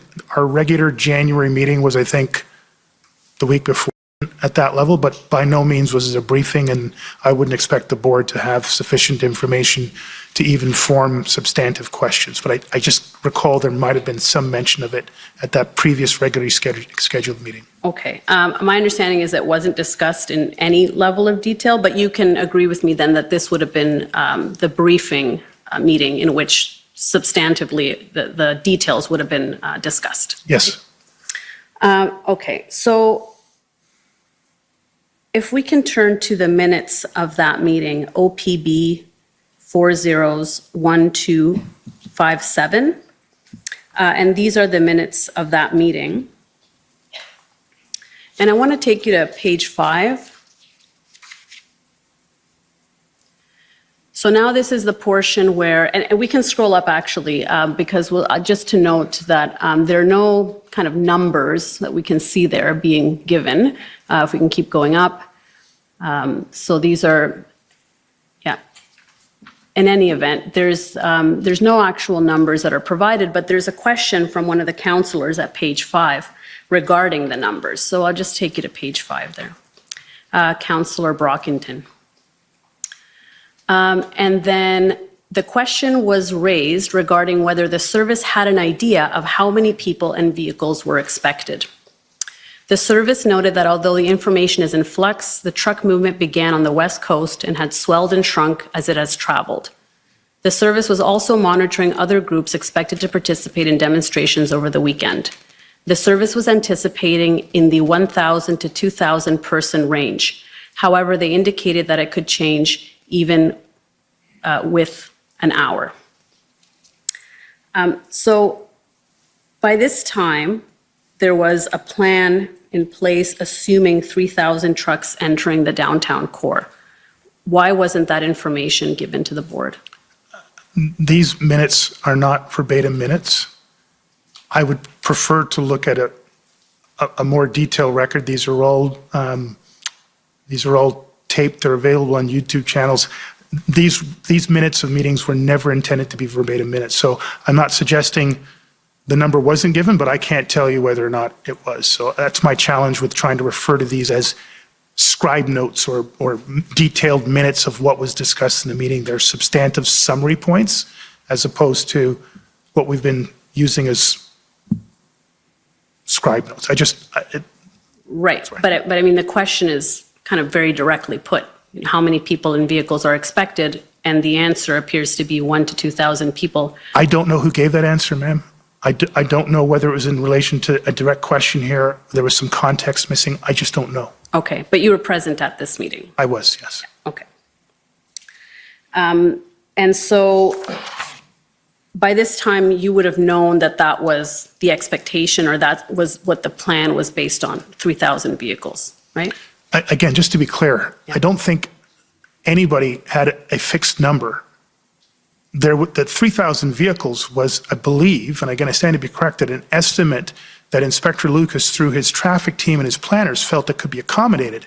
But that doesn't mean we were going to get exactly 3,000 vehicles. We could have got 5, we could have got 1. He was looking at an upper range that he could accommodate, but that wasn't a prediction of the number of vehicles that were expected to arrive 72 hours later. Okay.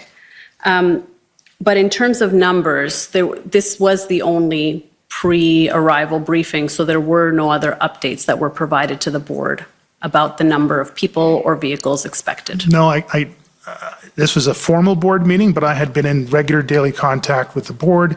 There were calls that took place this week where the board chair was on with the mayor and team. So there was a number of other discussions, communications, formal meetings that took place in this time frame where questions around what we had, what was coming, were we ready, what messaging should we be providing, are you getting enough support from the city? There's a range of other meetings and communications. This was just the only formal board meeting Right. where there was specifically for these events. Okay. And if we can go to page 2. If we look at the first paragraph, they indicated, I'm just looking in the second line there, they indicated that there was a coordination of intelligence between agencies, and the service noted expecting that the Freedom Convoy would arrive in Ottawa as early as Thursday and likely remain through Sunday. Their destination remained Parliament Hill. Questions regarding counter-protests and other protest groups was expressed. So this was the information that was provided in terms of the expected stay of the convoy, right? Yes. Okay. But at this point, there was at least some indication from intelligence that there was the possibility that they could stay longer, right? Through the Hendon reports and other. There was a possibility that some smaller group could stay longer, as opposed to everybody arriving was going to be staying longer. Okay.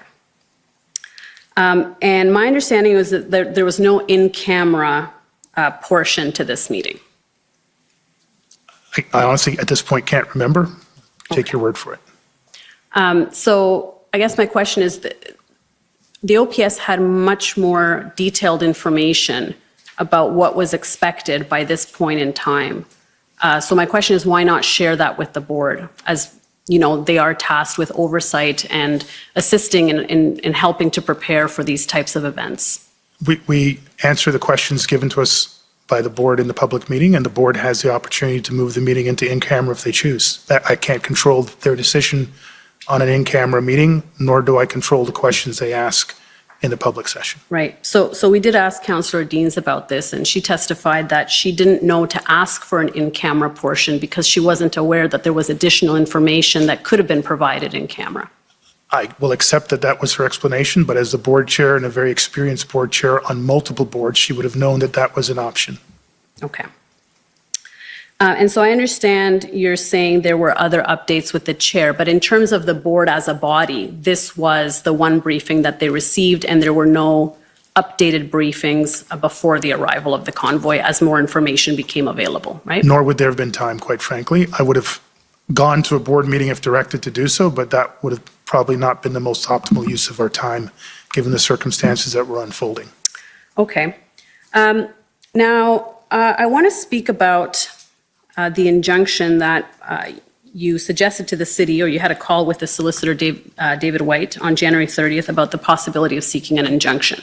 Ultimately, we know that the city did seek an injunction and was successful, but by that time, it was quite further along in the events, and the injunction was not actually ever used as an enforcement tool. And we're trying to understand why that's the case. So you recall you had a call with Mr. White on January 30th about the possibility of the city seeking an injunction, right? And again, just by way of context, my recollection, again, stand to be corrected, was that we had, within the Ottawa Police Service, we had discussed a range of options as mitigating factors, risk-reducing factors, and injunction was one of them. This was before the arrival of the trucks in the pre-planning phase. Once the events unfolded, as I've described earlier on the Saturday, there was an attempt to step that up, and I believe that is the call that you're referencing. Yes, and so what exactly were you seeking from him? We were seeking to now ask the city to get involved. It would be a city injunction, not an Ottawa Police Service injunction. We had now just seen what had landed in our city, and so we had a much better understanding of what we were facing, different from the sort of blue skying of, well, let's consider an injunction before. And so now we're having a real discussion about the real problem that is unfolding in our city, and asking the city to start to put their minds clearly to the possibility of an injunction. But we were not at this point strongly recommending or anything. We were just keeping all of our options on the table and trying to engage the fullest range of city supports that we could. Okay, and what was your understanding of what the injunction would be for? An injunction for what? could be a range of different things. And again, it would be the city's injunction. It would be their decision to decide what to put into its injunction. We were giving them some base level ideas from a policing perspective, but we would not be the only perspective necessary for them to make a decision and to include clauses within that injunction. Okay. And you felt that that would fit within OPS's overall plan to have an injunction from the city? At that point, we were doing the pivot on the plan, and we were just looking at all the options that we could. Okay. Now, my understanding is that at that time, there were enforcement opportunities that were not being taken because of lack of resources and potentially the concern that it might incite the crowd, if I will. I'd maybe just rephrase, officers always have the discretion as to whether or how to use enforcement actions, and certainly the crowd dynamics made it very difficult for them to do that. I know you phrased it, there were enforcement actions not being taken. Officers were applying their discretion around enforcement, inciting other public safety issues, and officer safety issues would have been part of that discretion. Right. But I think we can agree that enforcement was not being consistently done on every occasion for various reasons, including lack of resources, potential safety concerns, et cetera, right? Thank you. Yes, thank you. So at that time, there were multiple bylaw, Highway Traffic Act violations. So I'm trying to understand what more, considering that there were violations happening that were not being enforced, what would the injunction then add to that? Well, it could have added a range of different things. Again, it's not an area of expertise that I have. There could have been heightened fines. There could have been new bylaws passed. There could have been, through an injunction, maybe there would be some way to engage other elements like insurance bureaus, hotels. Again, it's not an area of expertise. I'm not a lawyer. I don't believe I've actually been involved in the drafting and carrying through of an injunction all the way. I would have relied almost entirely on my legal services team to have those conversations, and they would have been entirely informed by the needs of the incident command group. Fair enough. So I'll take you to OTT 30-29695. And this is an email from David White, city solicitor, to Steve Kanalakis, who's the city manager. And this was after his discussion with you, Mr. White's call with you. He emailed the city manager, copying others at the city about the discussion that he had just had with you. So that's the context for this email, in case you haven't had the chance to see it before. So he says, I just got off the call with Chief Slowly and his team that is coordinating the OPS response to the protest on the issue of an injunction. So then he says this is what they're looking for. And then if we go to the second paragraph. Okay, yeah, thank you.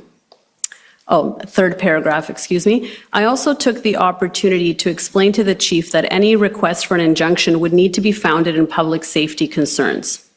While the OPS's main concern seems to be around noise, traffic impacts, public frustration, based on the idea that the police should be doing something about the protest, mounting costs, air pollution, etc., there does not yet seem to be significant violence associated with the event, nor much in the way of public safety concern. So I just want to pause there for a second. Is that what you told the city solicitor on January 30th, that there was not much of a public safety concern at that point? Well, thank you. I can't imagine why I would ever say that. I think this is the 30th, this would be the Sunday. I mean, we had seen massive public safety concerns across the downtown core in the red zone.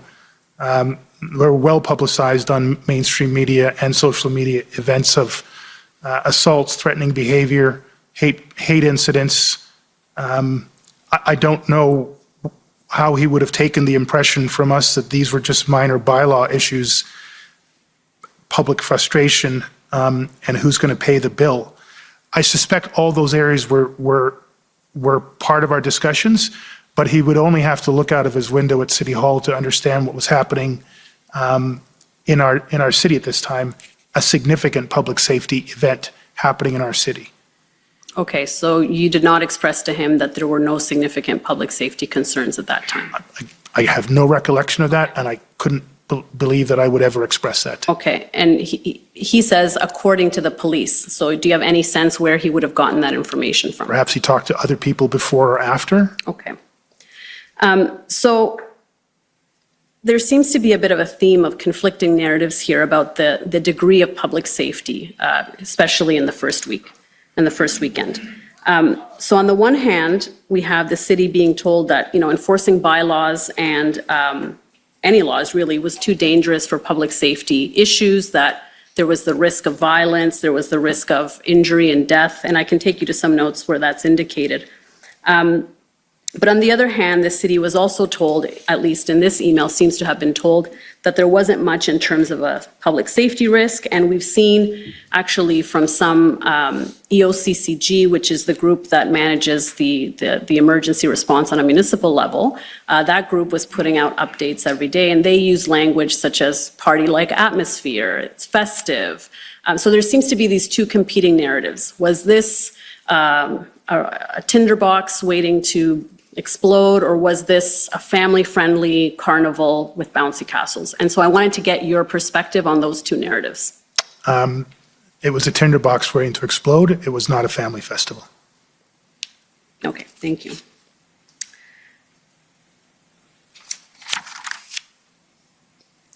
Now, my understanding is that in terms of the discussions of the injunction, the city got to the point where they were looking at potentially seeking an injunction for various things, but they required OPS to provide them information that they can then use to support an application for an injunction. And that was never provided according to the city witnesses that we heard from. Do you have any sense of why that is? None whatsoever. This had been assigned, I think, again, I may be corrected by documentation, but my recollection is that Christiane, as general counsel, would have been lead for this. She would have relied on the supports of the incident command team, as well as other planning capabilities outside of the incident command team within our general organization to be able to address any questions or information requests. I will say, on the spectrum of a million things we needed to get done in real time, this would probably be in the middle to bottom half of it. So it is possible that the city was waiting for updates, but everyone in the organization, my organization, was busy on higher priority items at that point. So that's the best explanation I could give you. But there was certainly no indication that I had that we were disinterested in supporting it. We'd simply passed it over them and washed our hands of it. Okay, thank you. Now, I understand that you were looking to have the city exercise this kind of political influence at different levels of government in order to assist in getting resources, and there were various things you had asked them to look into and to do on that February 6th email where you told them, we need 1,800 officers. I believe in one of the, and actually maybe we should go to it, OTT 3018172. Just while that's coming up, Commissioner, may I have your indulgence for a second, sir? I don't know what the procedure around this is. I was asked a question earlier on, and I was giving an answer, and I changed midway through my answer, and it may have sounded like a complete phrase. It was a change of phrase.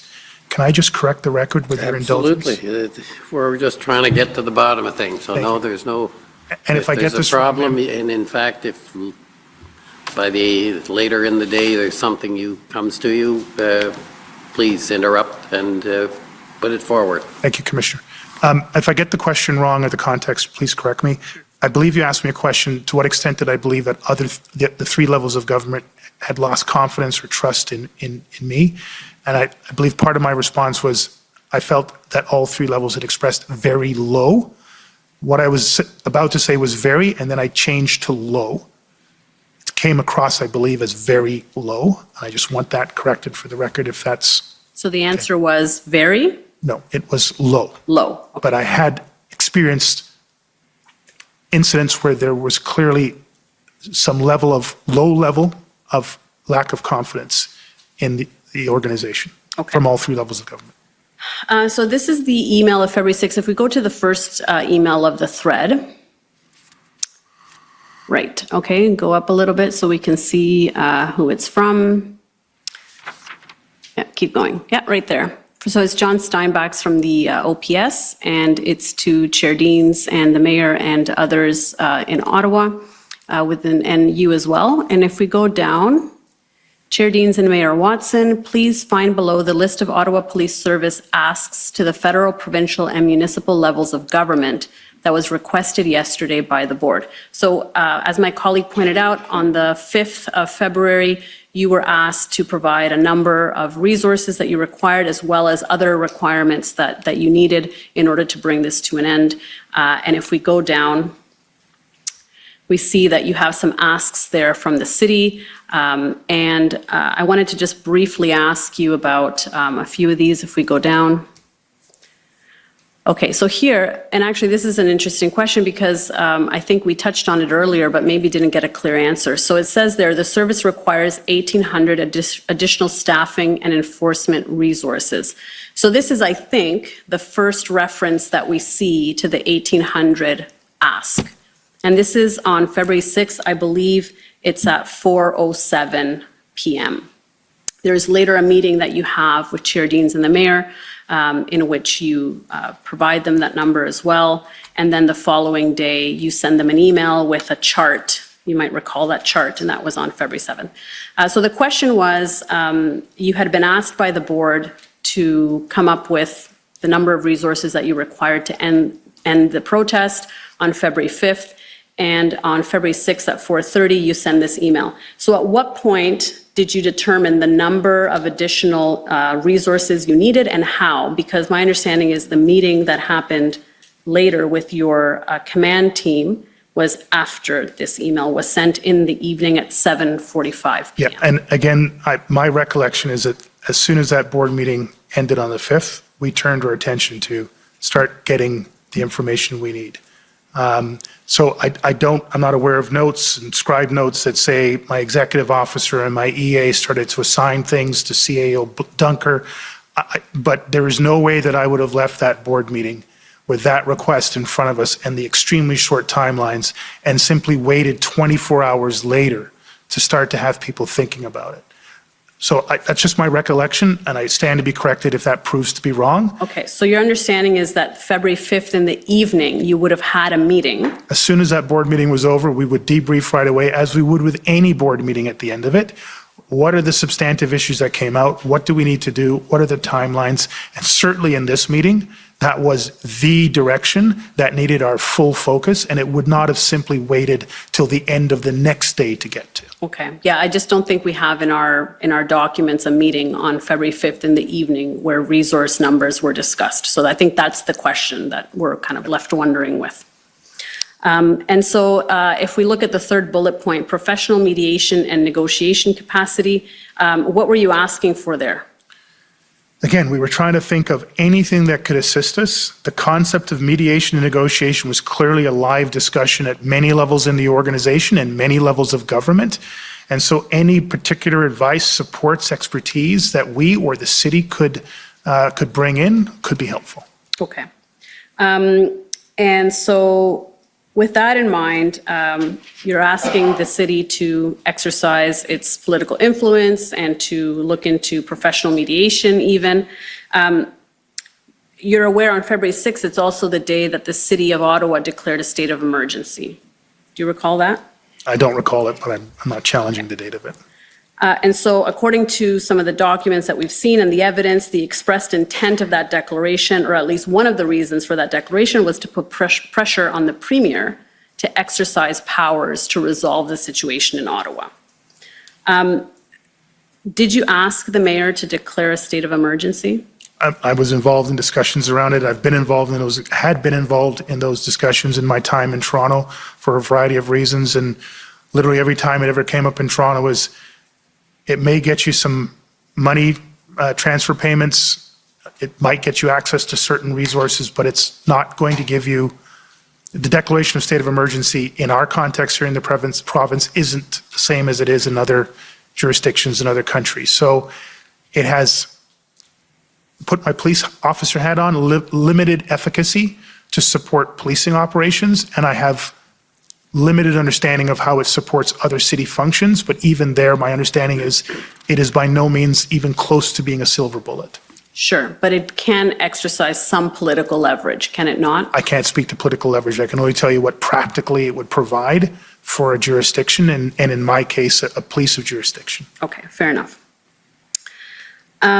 So I wanted to just ask about the legal opinion that you had received, in which you said you believe, based on that opinion, that you were not able to block access to trucks entering downtown. Did I get that right? I wouldn't put it that way, Okay, but how would you put it? we had a legal opinion. Sorry, can you just frame your question again, please? Sure. My understanding is that pre-convoy, or when the convoy arrived, we saw an opinion in any event that was dated January 28, and I assume you saw it sometime after that. No, we requested on the 27th. It arrived on the 28th. I don't know the date that I saw it, but it was still in and around that time. And again, the event started on the 27th, went through the 28th, heightened on the 29th, and continued through the 30th. So it arrived in the middle of the event, not prior to the event. Okay. And that goes to the heart of my question. Councillor Fleury was here some time ago, a few weeks ago now, and he testified that at the pre-convoy briefing with you and the city manager, the mayor, councillors, this was on January 26th, he had specifically asked about maintaining truck routes in the city. And you said to him, in answer to that question on the 26th, that you had a legal opinion that said that the charter prevented you from doing that. That's what he told us. So I want to understand what would have been the basis for your understanding that the charter prevented that on the 26th of January when you didn't receive the legal opinion until the 28th. Was there another legal opinion? Probably my general counsel. Again, I don't have an independent recollection, but before we go outside for a legal opinion, I would usually run it by my own general counsel. Okay.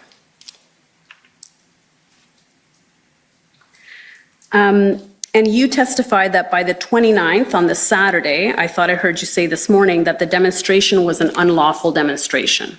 Is that right? By virtue of the first law broken in and around it. Okay, and so what did you mean by that? What were the laws broken? Too many to list. Can you give me a sense? Like, are we talking criminal code violations? Are we talking Bylaw, about? Provincial Offences Act, Criminal Code, federal statutes, too many to list. Okay, so bylaw, Highway Traffic Act offenses, okay. So my question is, with respect to the first weekend, I think it could be assumed that 3,000 vehicles in the downtown core would lead necessarily to Highway Traffic Act and bylaw violations, right?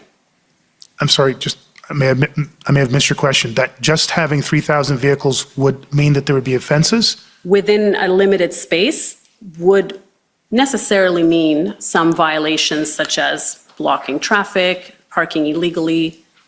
In the context of a protest, yes. We Yes. probably have more than 3,000 vehicles in the downtown core here in Ottawa on any given day. Right, but I'm talking about, 3,000 tractor trailers and big heavy vehicles coming into the downtown in a space that had been designated for them to be there, right? But they Well- weren't designated to be there to be legally parked. Clearly, they were all going to be taking up lanes and preventing traffic, and et cetera. I think I understand your question, and so I'm trying to be deliberate in my answer. I can't imagine that the PLT would have negotiated, hey, when you come in, you can break our laws. I suspect, and I haven't seen PLT log notes, but when you come in order to not break our laws, in order to maintain the free flow of emergency vehicles, in order to not create as many problems as could happen, we're going to try to get you to do these several things. Park your vehicles here, carpool, rideshare downtown. We will designate areas where you can park your trucks. And in designating those areas, it would be the police facilitating that as opposed to an independent decision by a truck driver or pickup truck driver to violate the law on their own, through their own decision making. That's different from us trying to facilitate a peaceful, lawful protest. Okay, so then I'm just trying to understand what changed from the moment they arrived to the 29th. What additional violations would have occurred? It seems to me that by the time they arrived, those violations would have already been crystallized. Again, I'm not sure I understand the question, but I'll try to answer it. If I get it wrong, please redirect me. And and we've heard some, I think, very helpful, I want to be careful. I'm aware that Inspector Lucas describes a situation where there's sort of a race to Wellington Street. And it seems that that is one of, not the only, but one of the main factors that seems to kind of end the agreed levels of cooperation that had been achieved through a lot of hard work by these PLTs. It then becomes a series of snake-like efforts to move heavy vehicles and lots of vehicles through the downtown core, and the traffic plan that had been set up had to be in real time rearranged. All of that chaos, yes, in all of that, we started to see significant levels of bylaw, Provincial Offences Act violations, not to mention those who were either walking, riding, or in any other conveyance, starting to do a wide array of social disorder, threatening and intimidating behavior, physically and psychologically assaultive behavior, and yes, hate-related behavior and ultimately criminal code violations, all of which happened in near real time over the morning and early afternoon and throughout the remainder of the time of the events in the city.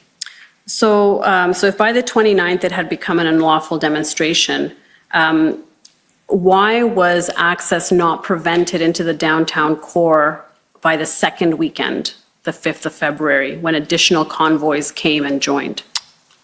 By then, surely you would have the authority. You've touched on one of my frustrations. Was not my intention. That is why there's clear documentation of me saying, are we ready to go? Have we thought about all the things we need to do? Have we considered whether we're going to be closing more roads, more highway off-ramps, more bridges, based on what we learned from last weekend and what we've seen in other jurisdictions? And I was really kicking the tires hard on that. And that is why on the third weekend, I issued my only direct order at the operational level: close the interprovincial bridges and close the highways that give direct access to the downtown core. I rescinded that only when the then event commander, Rob Bernier, articulated a substantially robust traffic management plan to address the circumstances that were happening at that time. And it turned out to be a very successful plan. But that remained a significant concern for me and for the organization. There were more roads closed on the second weekend. There were more effective coordination around the interprovincial bridges. There was more assistance for the OPP on monitoring traffic along the King's highways. But I really still had a lot of concerns about that. Right. The downtown core was never hardened, so to speak. In the fullest sense, meaning that we blocked off all of the access off-ramps, which I saw as a private citizen? No.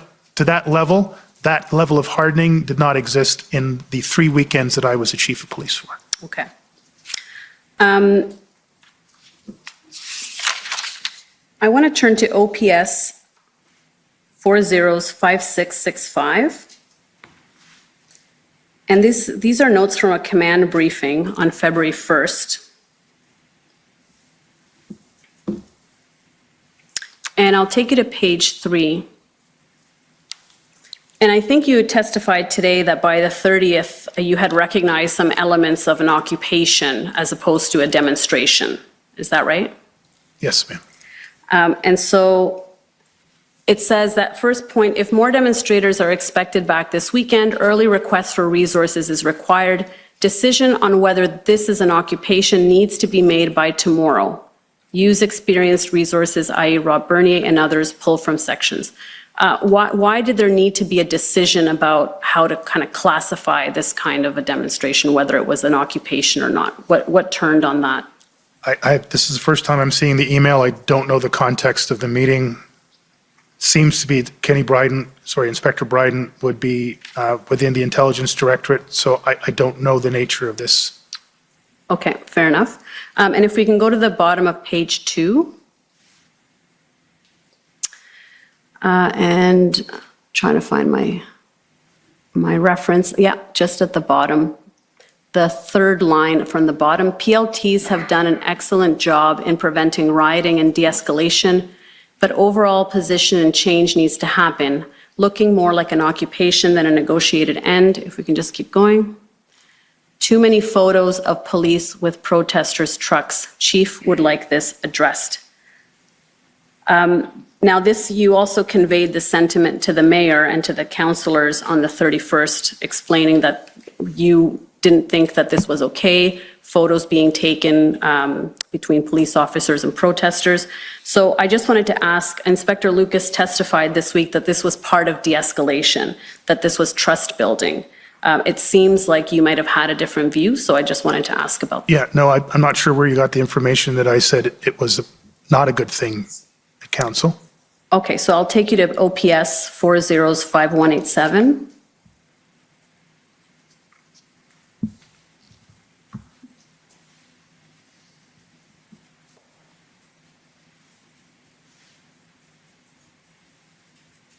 And this is notes of a meeting that you had with the mayor.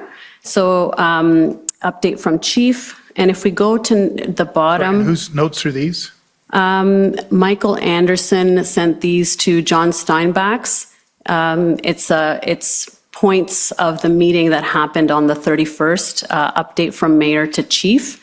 And then you give an update first, and then it looks like the mayor has some things to say after. Okay. So if we go to the page 7.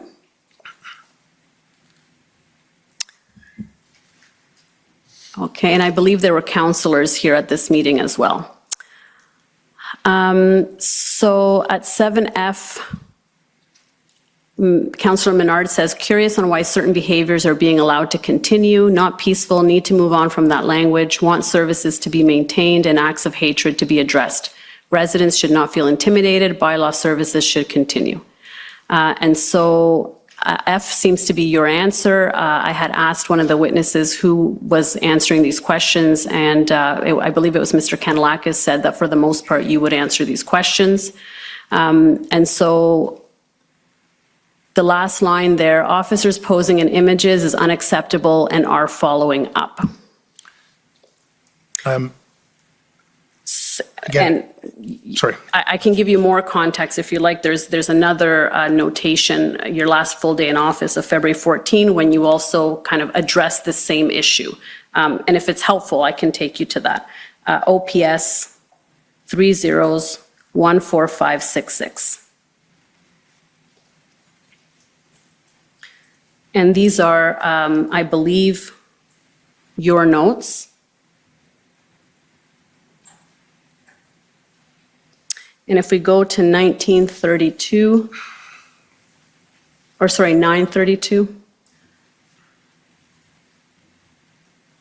okay, so Chief's morning brief.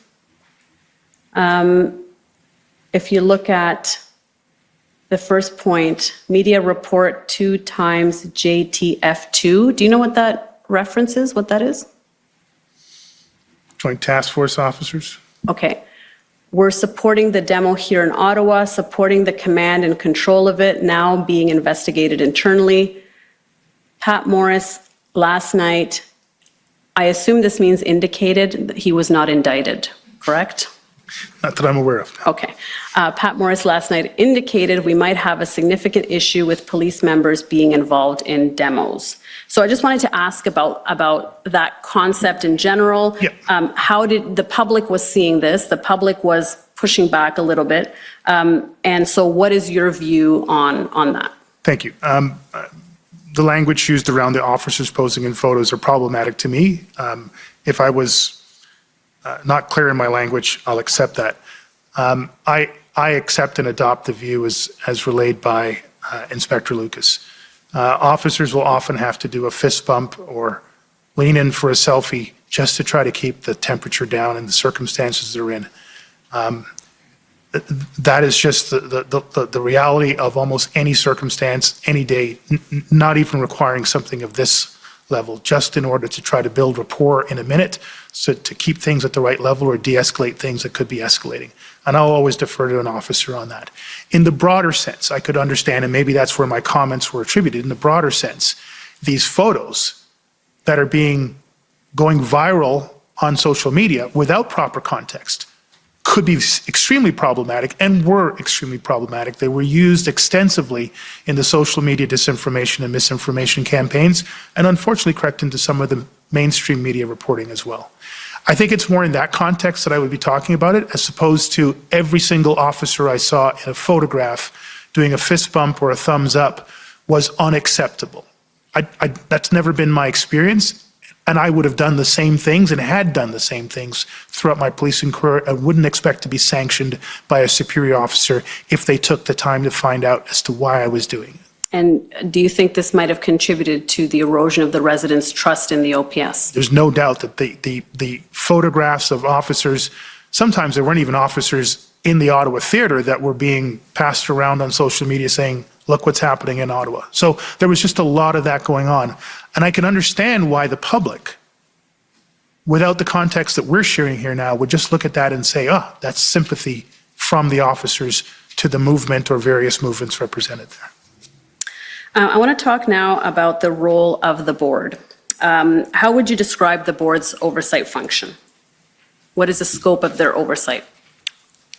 Primarily to set the strategic direction of the police of jurisdiction, ensure that the police of jurisdiction has adequate resources to develop, to deliver adequate and effective services, and to hire and manage the chief of police and the two deputy chief positions. Well, in our case, two deputy chief positions. And what's your understanding of the board's role in a major event? In the same respect, do they have an oversight body, or does it align to strategic purposes? Are there any policies that come into play? Are there adequate resources? What is the performance of chief in command, and through them, the performance of the organization? And do they have a role ongoing throughout the duration of a major event? They have the same role ongoing every single day, regardless of whether there's a major event or not. Okay. Can I take you to OPS 30-14484? And I'll take you to page 36.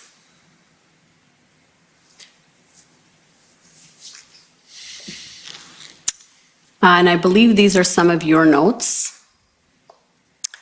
We've seen these before, notes about meetings that you often make to yourself, and this one's dated February 5th. Subject line is call from Chair Deans. I understand here she's called you for a board meeting, and you say, I advise that I was fully focused on the major demonstration and all other operational priorities. I can refuse a board direction. I assume that means can't? Yes, very much so. Okay. I can't refuse a board direction for a meeting, but I stated that it would put my ability to lead the service in this critical operation in jeopardy and should be delayed until Monday. So was it fair to say that these meetings were distracting you from your operational responsibilities? Not distracting. I understand the need that the board was trying to fulfill. But every minute, every hour, where one or all of the command and supporting personnel were not focused on managing the events, was less resources that we could put to those events, less leadership that we could provide to support those who were leading those events. So there's only a finite amount of time in any day. And on some days, I spent 3-4 hours on board meetings and had my two deputy chiefs there as well. I think in every occasion, we had the full command team there. So I understand it's not a distraction, but it is a demand on time. And it's in that context of demand on time. And from her testimony last week, we understand that the board started asking for more information and more details of an operational plan to bring an end to the demonstration as of about February 5th. There was some more pressure to provide that information. Is that a fair assessment? Yes. And if I can take you to the meeting minutes of that board meeting on February 5th, OPB 401264.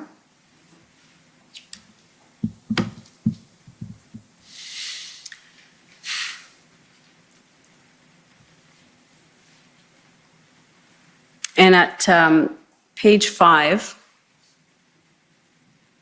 paragraph 2, Although the board expressed frustration at the lack of clearly outlined plan that would result in the end of the demonstration, the service noted having articulated a framework aimed at their surge and contain strategy. So what did you understand the board to be requesting in terms of information at this time? Just what they're asking for, a clearly outlined plan that would result in the end of the demonstration. Okay, and you were not able to provide that to the board? Not on February 5th, ma'am, no.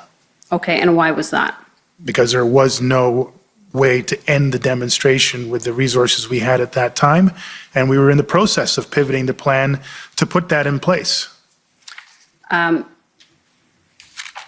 So there wasn't a fully formed plan right. that you could We're take? still evolving that plan from the pre-planning piece. We're still trying to gather the resources necessary to move from simply at this point in February 5th, still just holding on to the red zone and not allowing anything else in there, but not really able to do much more than that. Right. So this meeting did go in camera, and I'm going to take you to the in-camera meeting minutes, OPB 401647. And so at page 2,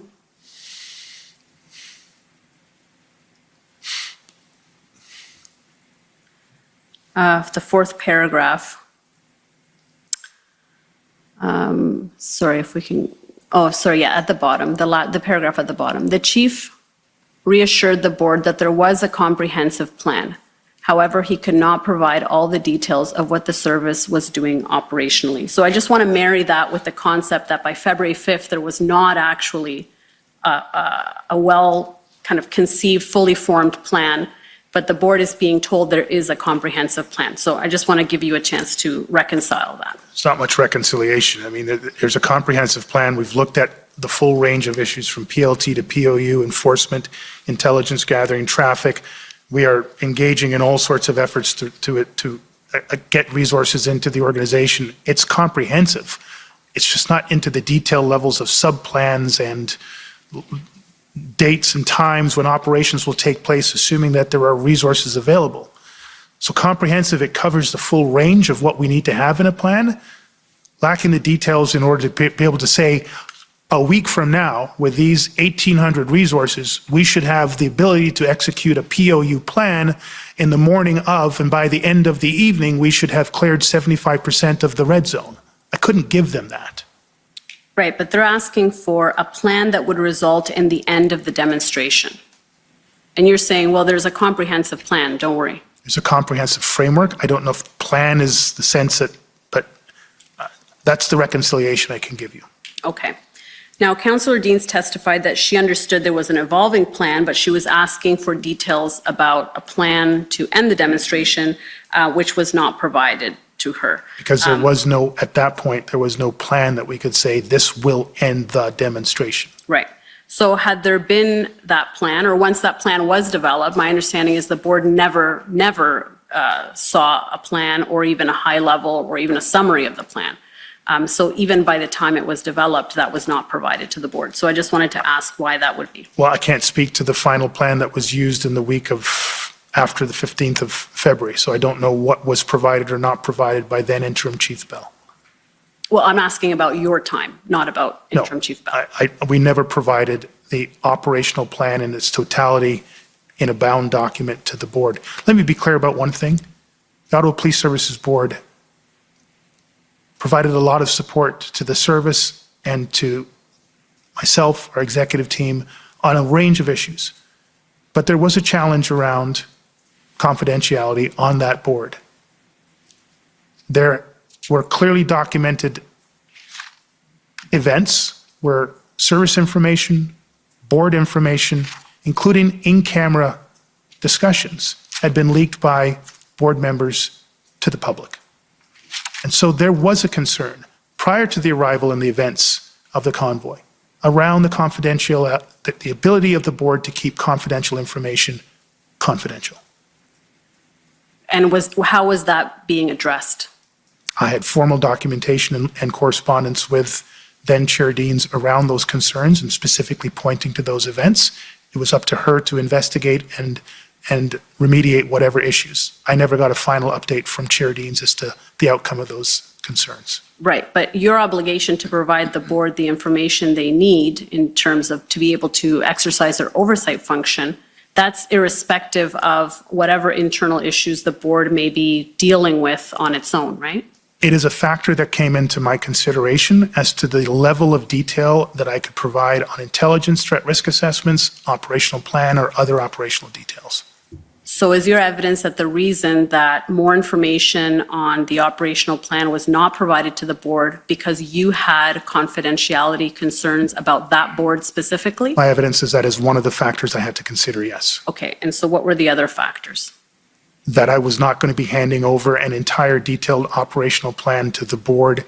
It's not a practice I'd ever seen done before. It's not one that I'd be comfortable with. And from my knowledge of the Morden report, not one that's required. Okay, but a summary wasn't provided either, right? No, we did provide summaries on a regular basis. In terms of like a document which provides a high-level summary? A document? No. In hours-long board meetings, we were all dedicated to this. We were asked repeatedly questions and provided as much information as we possibly could. I can't recall whether or not somebody provided a summary document. That I can't recall. Okay. Well, Chair Deans testified that at times she did not have the information she needed in order to exercise her oversight function. Does that concern you? Not at all. Well, it concerns me that she would characterize it that way. I had daily calls, sometimes twice and 3 times daily calls with Chair Deans. We offered the board and they accepted to do ride-alongs. I think 4 of the 7 board members actually participated in ride-alongs that were by my service sergeant major, who actually put them in a police vehicle and drove them throughout the theater in safe ways. They had hours with the service sergeant major to ask any questions that they wanted. I had given explicit instructions to the service sergeant major to answer those questions as fully and honestly as possible. So we went through a variety of means beyond public meetings to ensure that the board could literally see and be in the theater, talk to frontline officers, have direct access to the chief of police on a regular basis, on a daily basis, including the formal board meetings. I can't understand why Chair Deans would say that she did not have the ability to ask questions and receive information in a very timely manner. Okay, I'll take you to OPS 3011037. And these are, again, your notes. These are from February 11. And I'll take you to page 6 of your notes.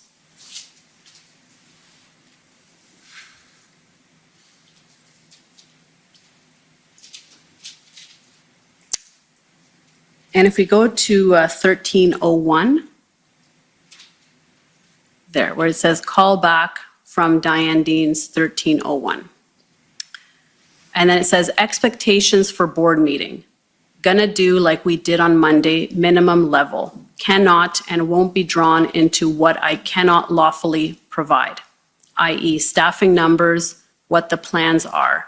Need you to be clear and understanding about that. And if we keep going, the response will be as much as we gave you on Monday, cannot go into the confidential. Accusatory language and requests for information that is unlawful for me to provide you will not be provided.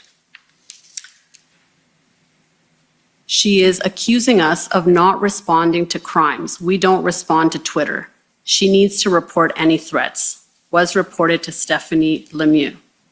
Encourage the board to not ask questions which cannot be answered operationally. So I want to ask you a few questions about that. It sounds like that was part of your exchange with Chair Deans on February 11.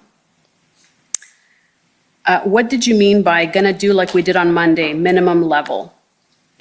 Are you referring to the amount of information that you're going to give her? Going to be consistent with what we've been doing all along. We're not going to be changing and deviating from that. So minimum level. Well, I don't know what that means. I know these are my scribe notes. We're going to be consistent with what we did on Monday is a substantive theme that I'm trying to relay there.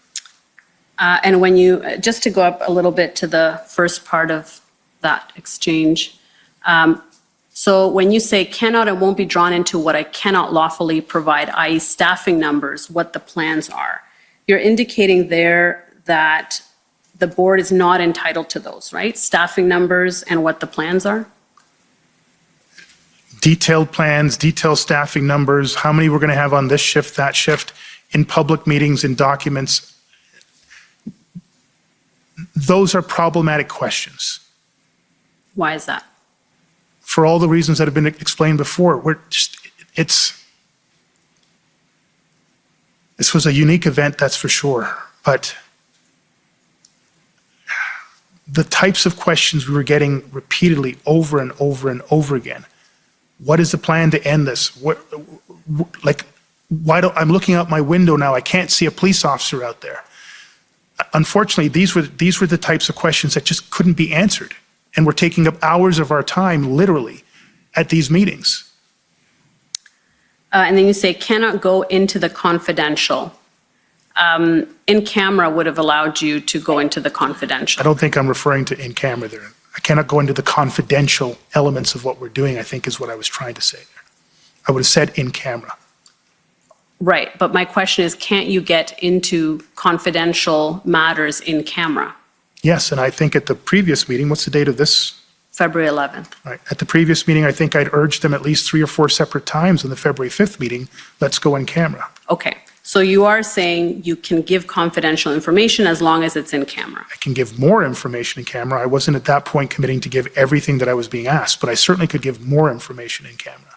Okay.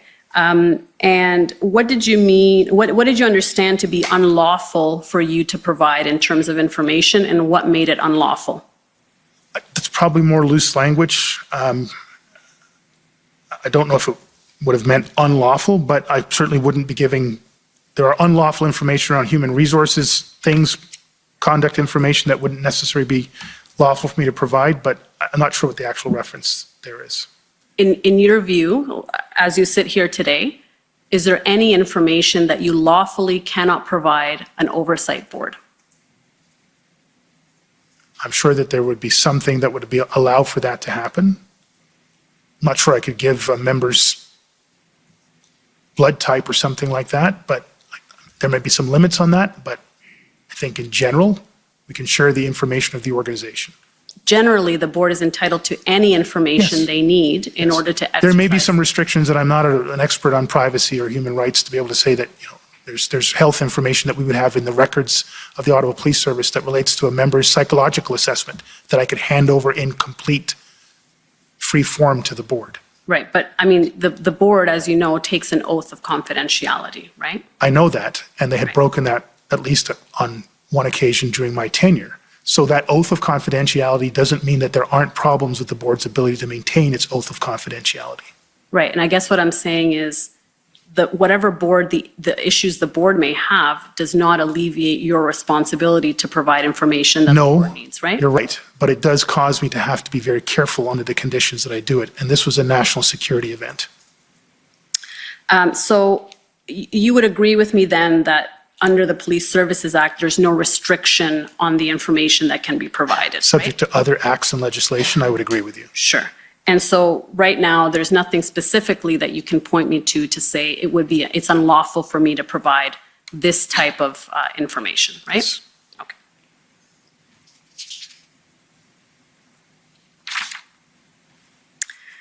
Now, my understanding is that during these events, the board did not issue any formal directions to you, as it can sometimes do under the Police Services Act. It did issue a direction to me to provide the staffing numbers on the February 5th meeting. Okay, and that was a formal direction from the board? Okay. So aside from that, did the board ever specifically direct you to provide more information as a direction? I don't recall now. Okay. Now, had they specifically directed you to provide them with a copy of the plan once it was then formulated, the 3.0 that we hear about, would that have been provided to the board? If it was a formal direction, I probably would have had to get consultation with my general counsel. And then, assuming that there was no prohibition, we probably would have provided what we could, and that would largely be a heavily redacted document. Okay. Now, we've heard from some councillors that they were concerned that the ability of OPS to police other areas of the city was compromised during the convoy because all of the resources were concentrated in the downtown area. You're aware of those concerns? Yes. So I want to take you to the Morden report, COM 50616. And we've talked before about the Morden report, and I know you're very familiar with it. So we'll go to page 37. Just for clarity, I read it probably 12 years ago, but I am familiar with it. Okay. And it's the independent review into the events of the G20, for those who may not be familiar, and it's often referred to as the Morden Report. It was authored in 2012. And if we go to recommendation 22, the board should review the Toronto Police Service's continuity of service plan for major policing events. Where there is a large event that may impact upon the service's ability to deliver regular policing officers, in this case Toronto, the board should consult with the chief of police concerning how continuity of service can be achieved. The board should be provided with any plans developed by the Toronto Police Service to aid in the consultation. So I wanted to ask whether the board was ever, our board, the Ottawa Police Services Board, was ever provided with plans with respect to the continuity of service in areas outside of the downtown core. They didn't request any continuity plans, but we briefed them on our ability to maintain business across the rest of the police services across the rest of the municipality while we were dealing with the incident command as well. Okay, so they didn't receive any plans, but informal briefing explaining what the plan was, essentially. Yes. Right? Okay.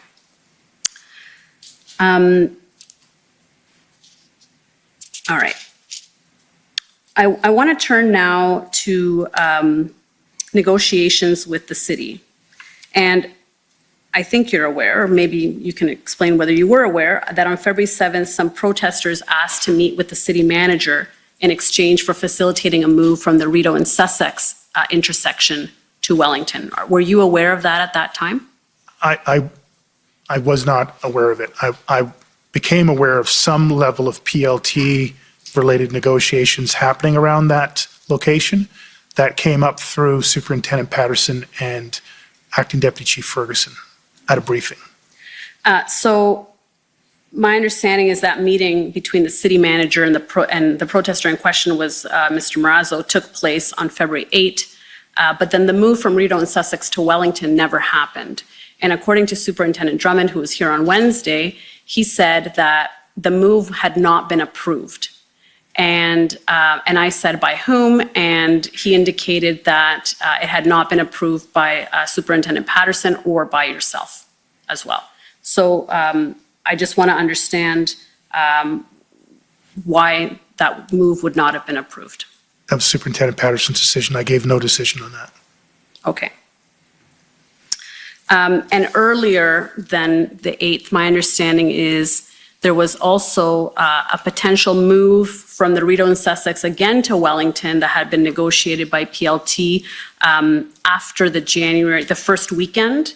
So it would have been around the Monday after that first weekend, the 31st. There was a PLT negotiated potential move from Rideau and Sussex to Wellington at that earlier time. And according to Inspector Lucas, he said that that had been negotiated, but that the direction came from you to prevent that move from happening. So I wanted to ask about your... Yeah, I gave no directions in regards to PLT actions. Okay.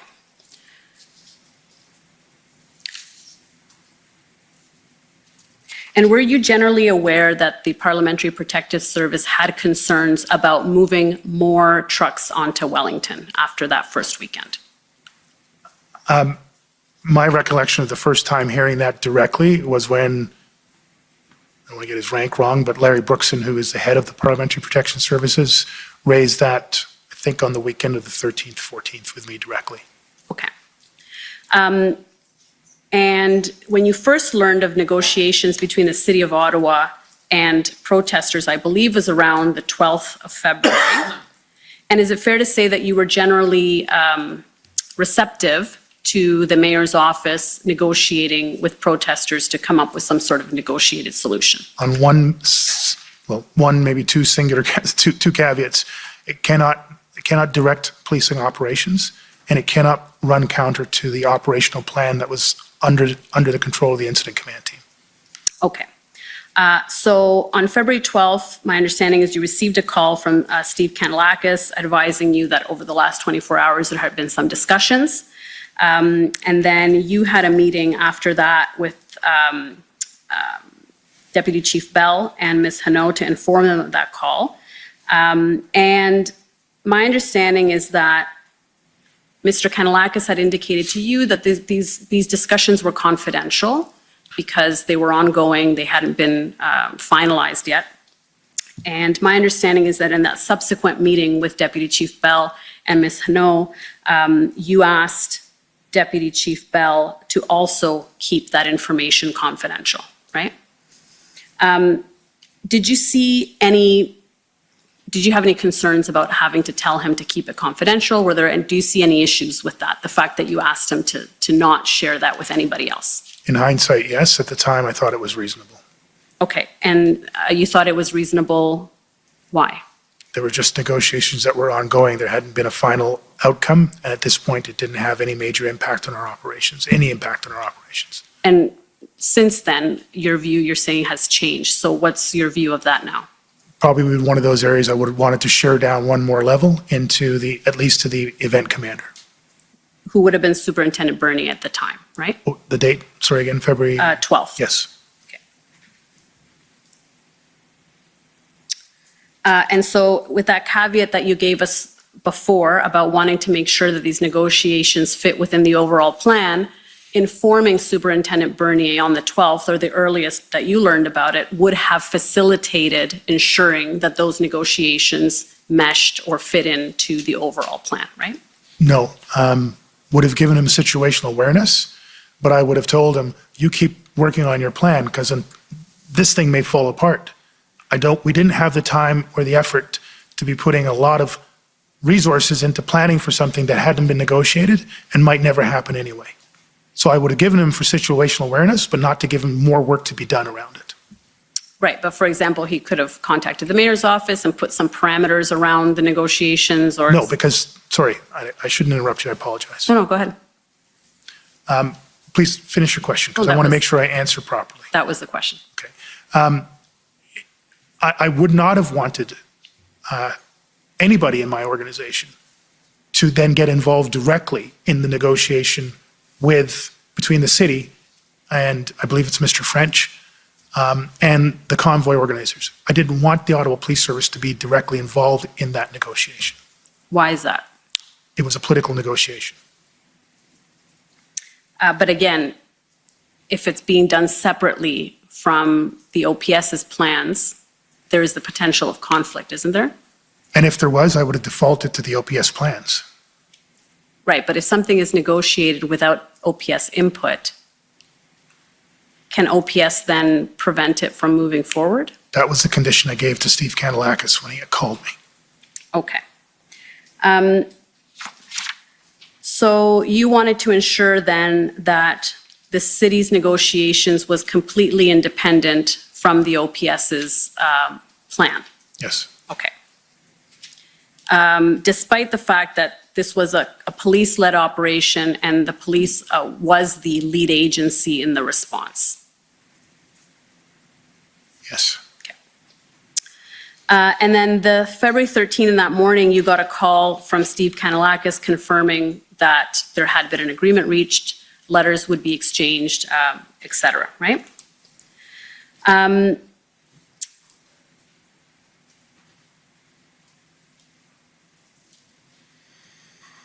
believe then at noon, there was a meeting with city officials called by Steve Kanellakis.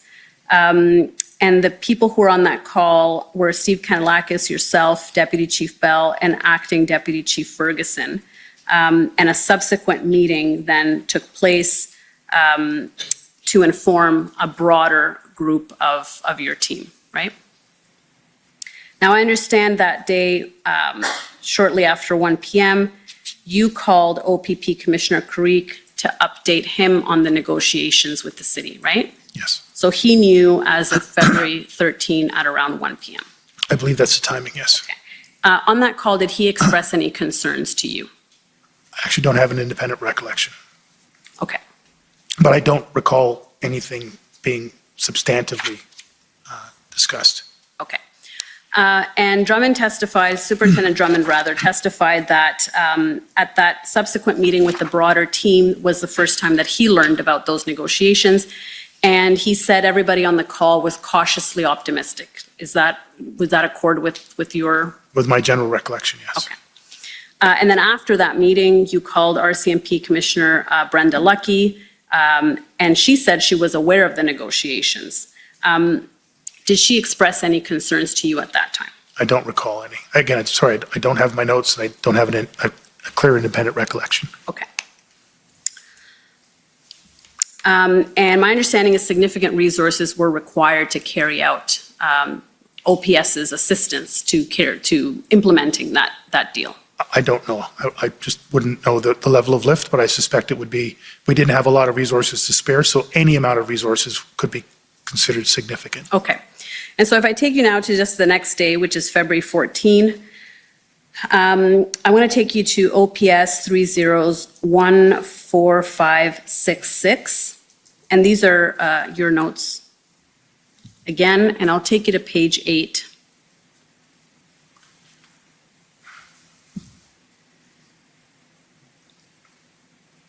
And at 16:31, so just to give you some context, the truck started moving at 1 p.m. on this day. It was decided that evening on the 13th, the night before, Superintendent Drummond went and coordinated kind of the details, and the following morning it was to start. It didn't start until 1 p.m., and this is now at 4:30 p.m. that same day. So trucks have been moving for the last 3 hours, give or take. So you have a Teams call with Brookson, so maybe you can explain who Brookson is. It's Larry Brookson, who is leading the Parliamentary Protection Services, and I apologize, I don't know can't remember his rank or his title. Yes, and I'm not sure either, so we can go with Mr. Brookson. Okay. He said, trying to understand the meeting to completely fill up Wellington Street. And then you say, Chief briefed his team, understood that the Intersect team would then brief everyone, including PPS. So is it fair to say that you had reached out to the OPP commissioner and to the RCMP commissioner, but you didn't reach out to PPS, and he's essentially calling you out on it and saying, why didn't you let me know? Is that essentially what's happening here? No, that's not how I took it. Okay, so maybe just explain that discussion. He's concerned about not being aware of it, which I can appreciate fully, but I'm explaining that the major incident command, event commander and incident commander would be able to brief all of our partners in the NCR and everybody who was contributing to, at that point, an integrated operation about what was taking place that day. And that my understanding was PPS was part of that Intersect team and would have received that briefing. I didn't get the impression that Larry Brookson was calling me out or the Ottawa Police Service out. Okay, and if we just go down, there's more to the discussion.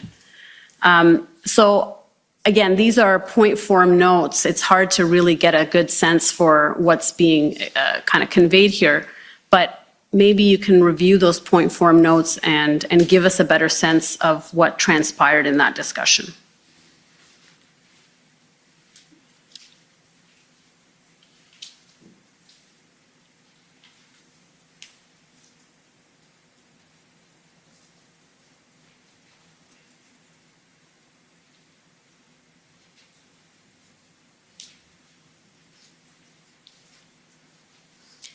And specifically, I want to understand the references to, does city usually direct police on how this goes? I don't know what that reference is. I looked at that myself. I don't know. It's obviously would be from Brookson, sorry, Larry Brookson, Okay. Mr. Brookson. Yeah. But again, it's hard to, like you said, it's a back and forth, sort of almost real-time attempt to get the full conversation. And then the note for an administrator to reach out on their own and then permit the vehicles to sardine in on Wellington Street. This was purely political. What was the discussion around that point? I mean, I remember Mr. Brookson expressing his concern around the politics, and as I've said, there was a lot of politics going on all around this at so many levels. But I don't know who he's referring to as an administrator. So I just want to confirm that by this time, certainly he's telling you that trucks have moved on to Wellington. So you knew by this time, correct? I understood by this time. I still to this day have some confusion as to that portion of things, but clearly by this time I would have known that trucks are on Wellington Street. Okay, and your witness statement says you didn't know, but I think we can agree that you did know. This is probably, Yes. okay.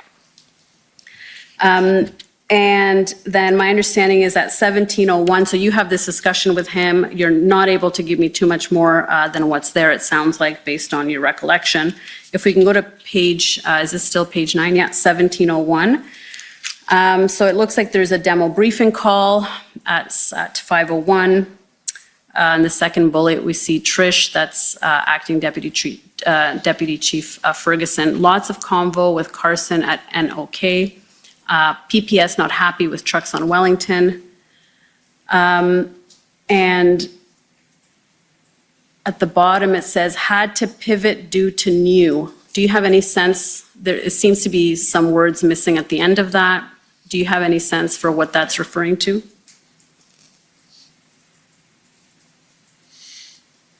No, I don't, sorry. Okay. And if we go to page 10, the bullet before the redaction, we need, the first redacted portion, the bullet before, we need some significant legal advice regarding the mayor's position that they can be on Wellington. Can you just explain what that refers to? I don't know. I apologize. Okay. Are you able to give us any insight into what was the issue that was concerning?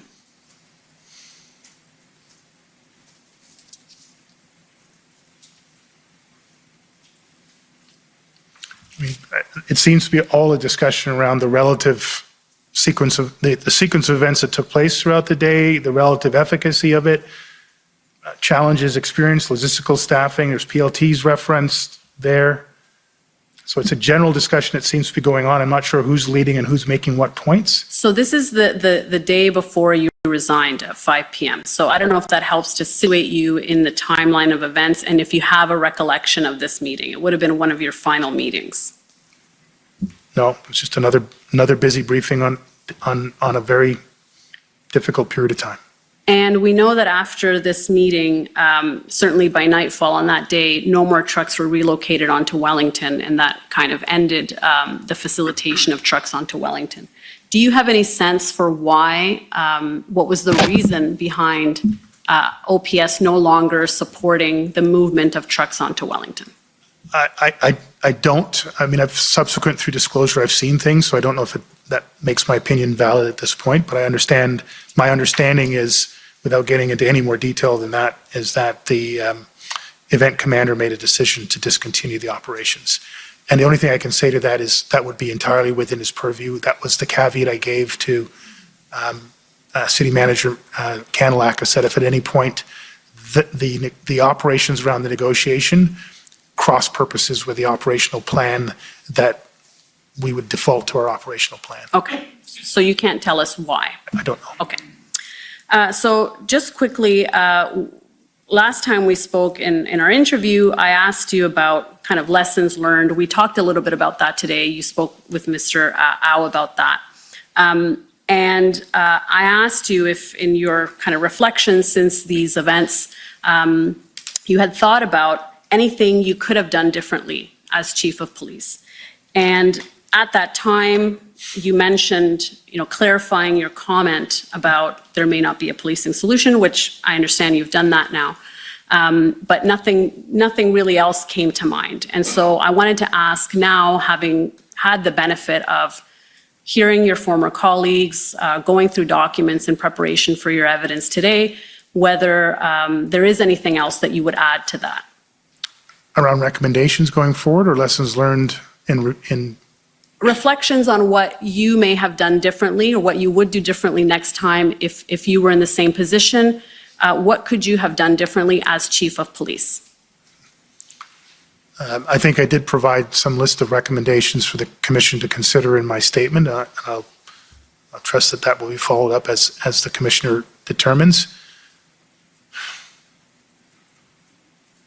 I was about to say we have a board liaison person because we talked about the board quite a bit, but John Steinbach's was the designated board liaison person and had that position before I even arrived as chief.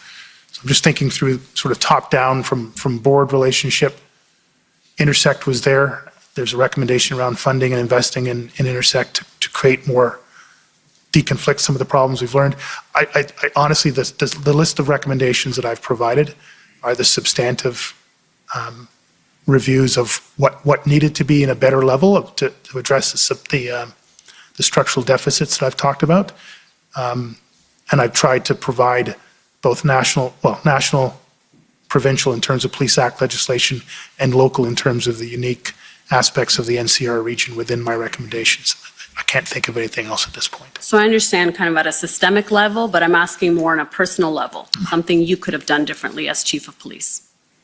And if nothing comes to mind, that's fine, that's the answer, but I wanted to give you that opportunity. I think the broadest statement around understanding how to be able to be even more resilient during that level of time. I mean, I think there's a whole new level of science around sleep and wellness that probably executive leaders who face these types of sustained levels of crisis and pressure just need to understand how to develop a level of physical and emotional and psychological resilience to get through these things. How do you, I mean, we talk about wellness for frontline officers and building resilience there. I think that would be probably just a personal lesson learned. There just never is enough sleep. I suspect people on this commission are sleep deprived as well and are not optimal in terms of what they're doing.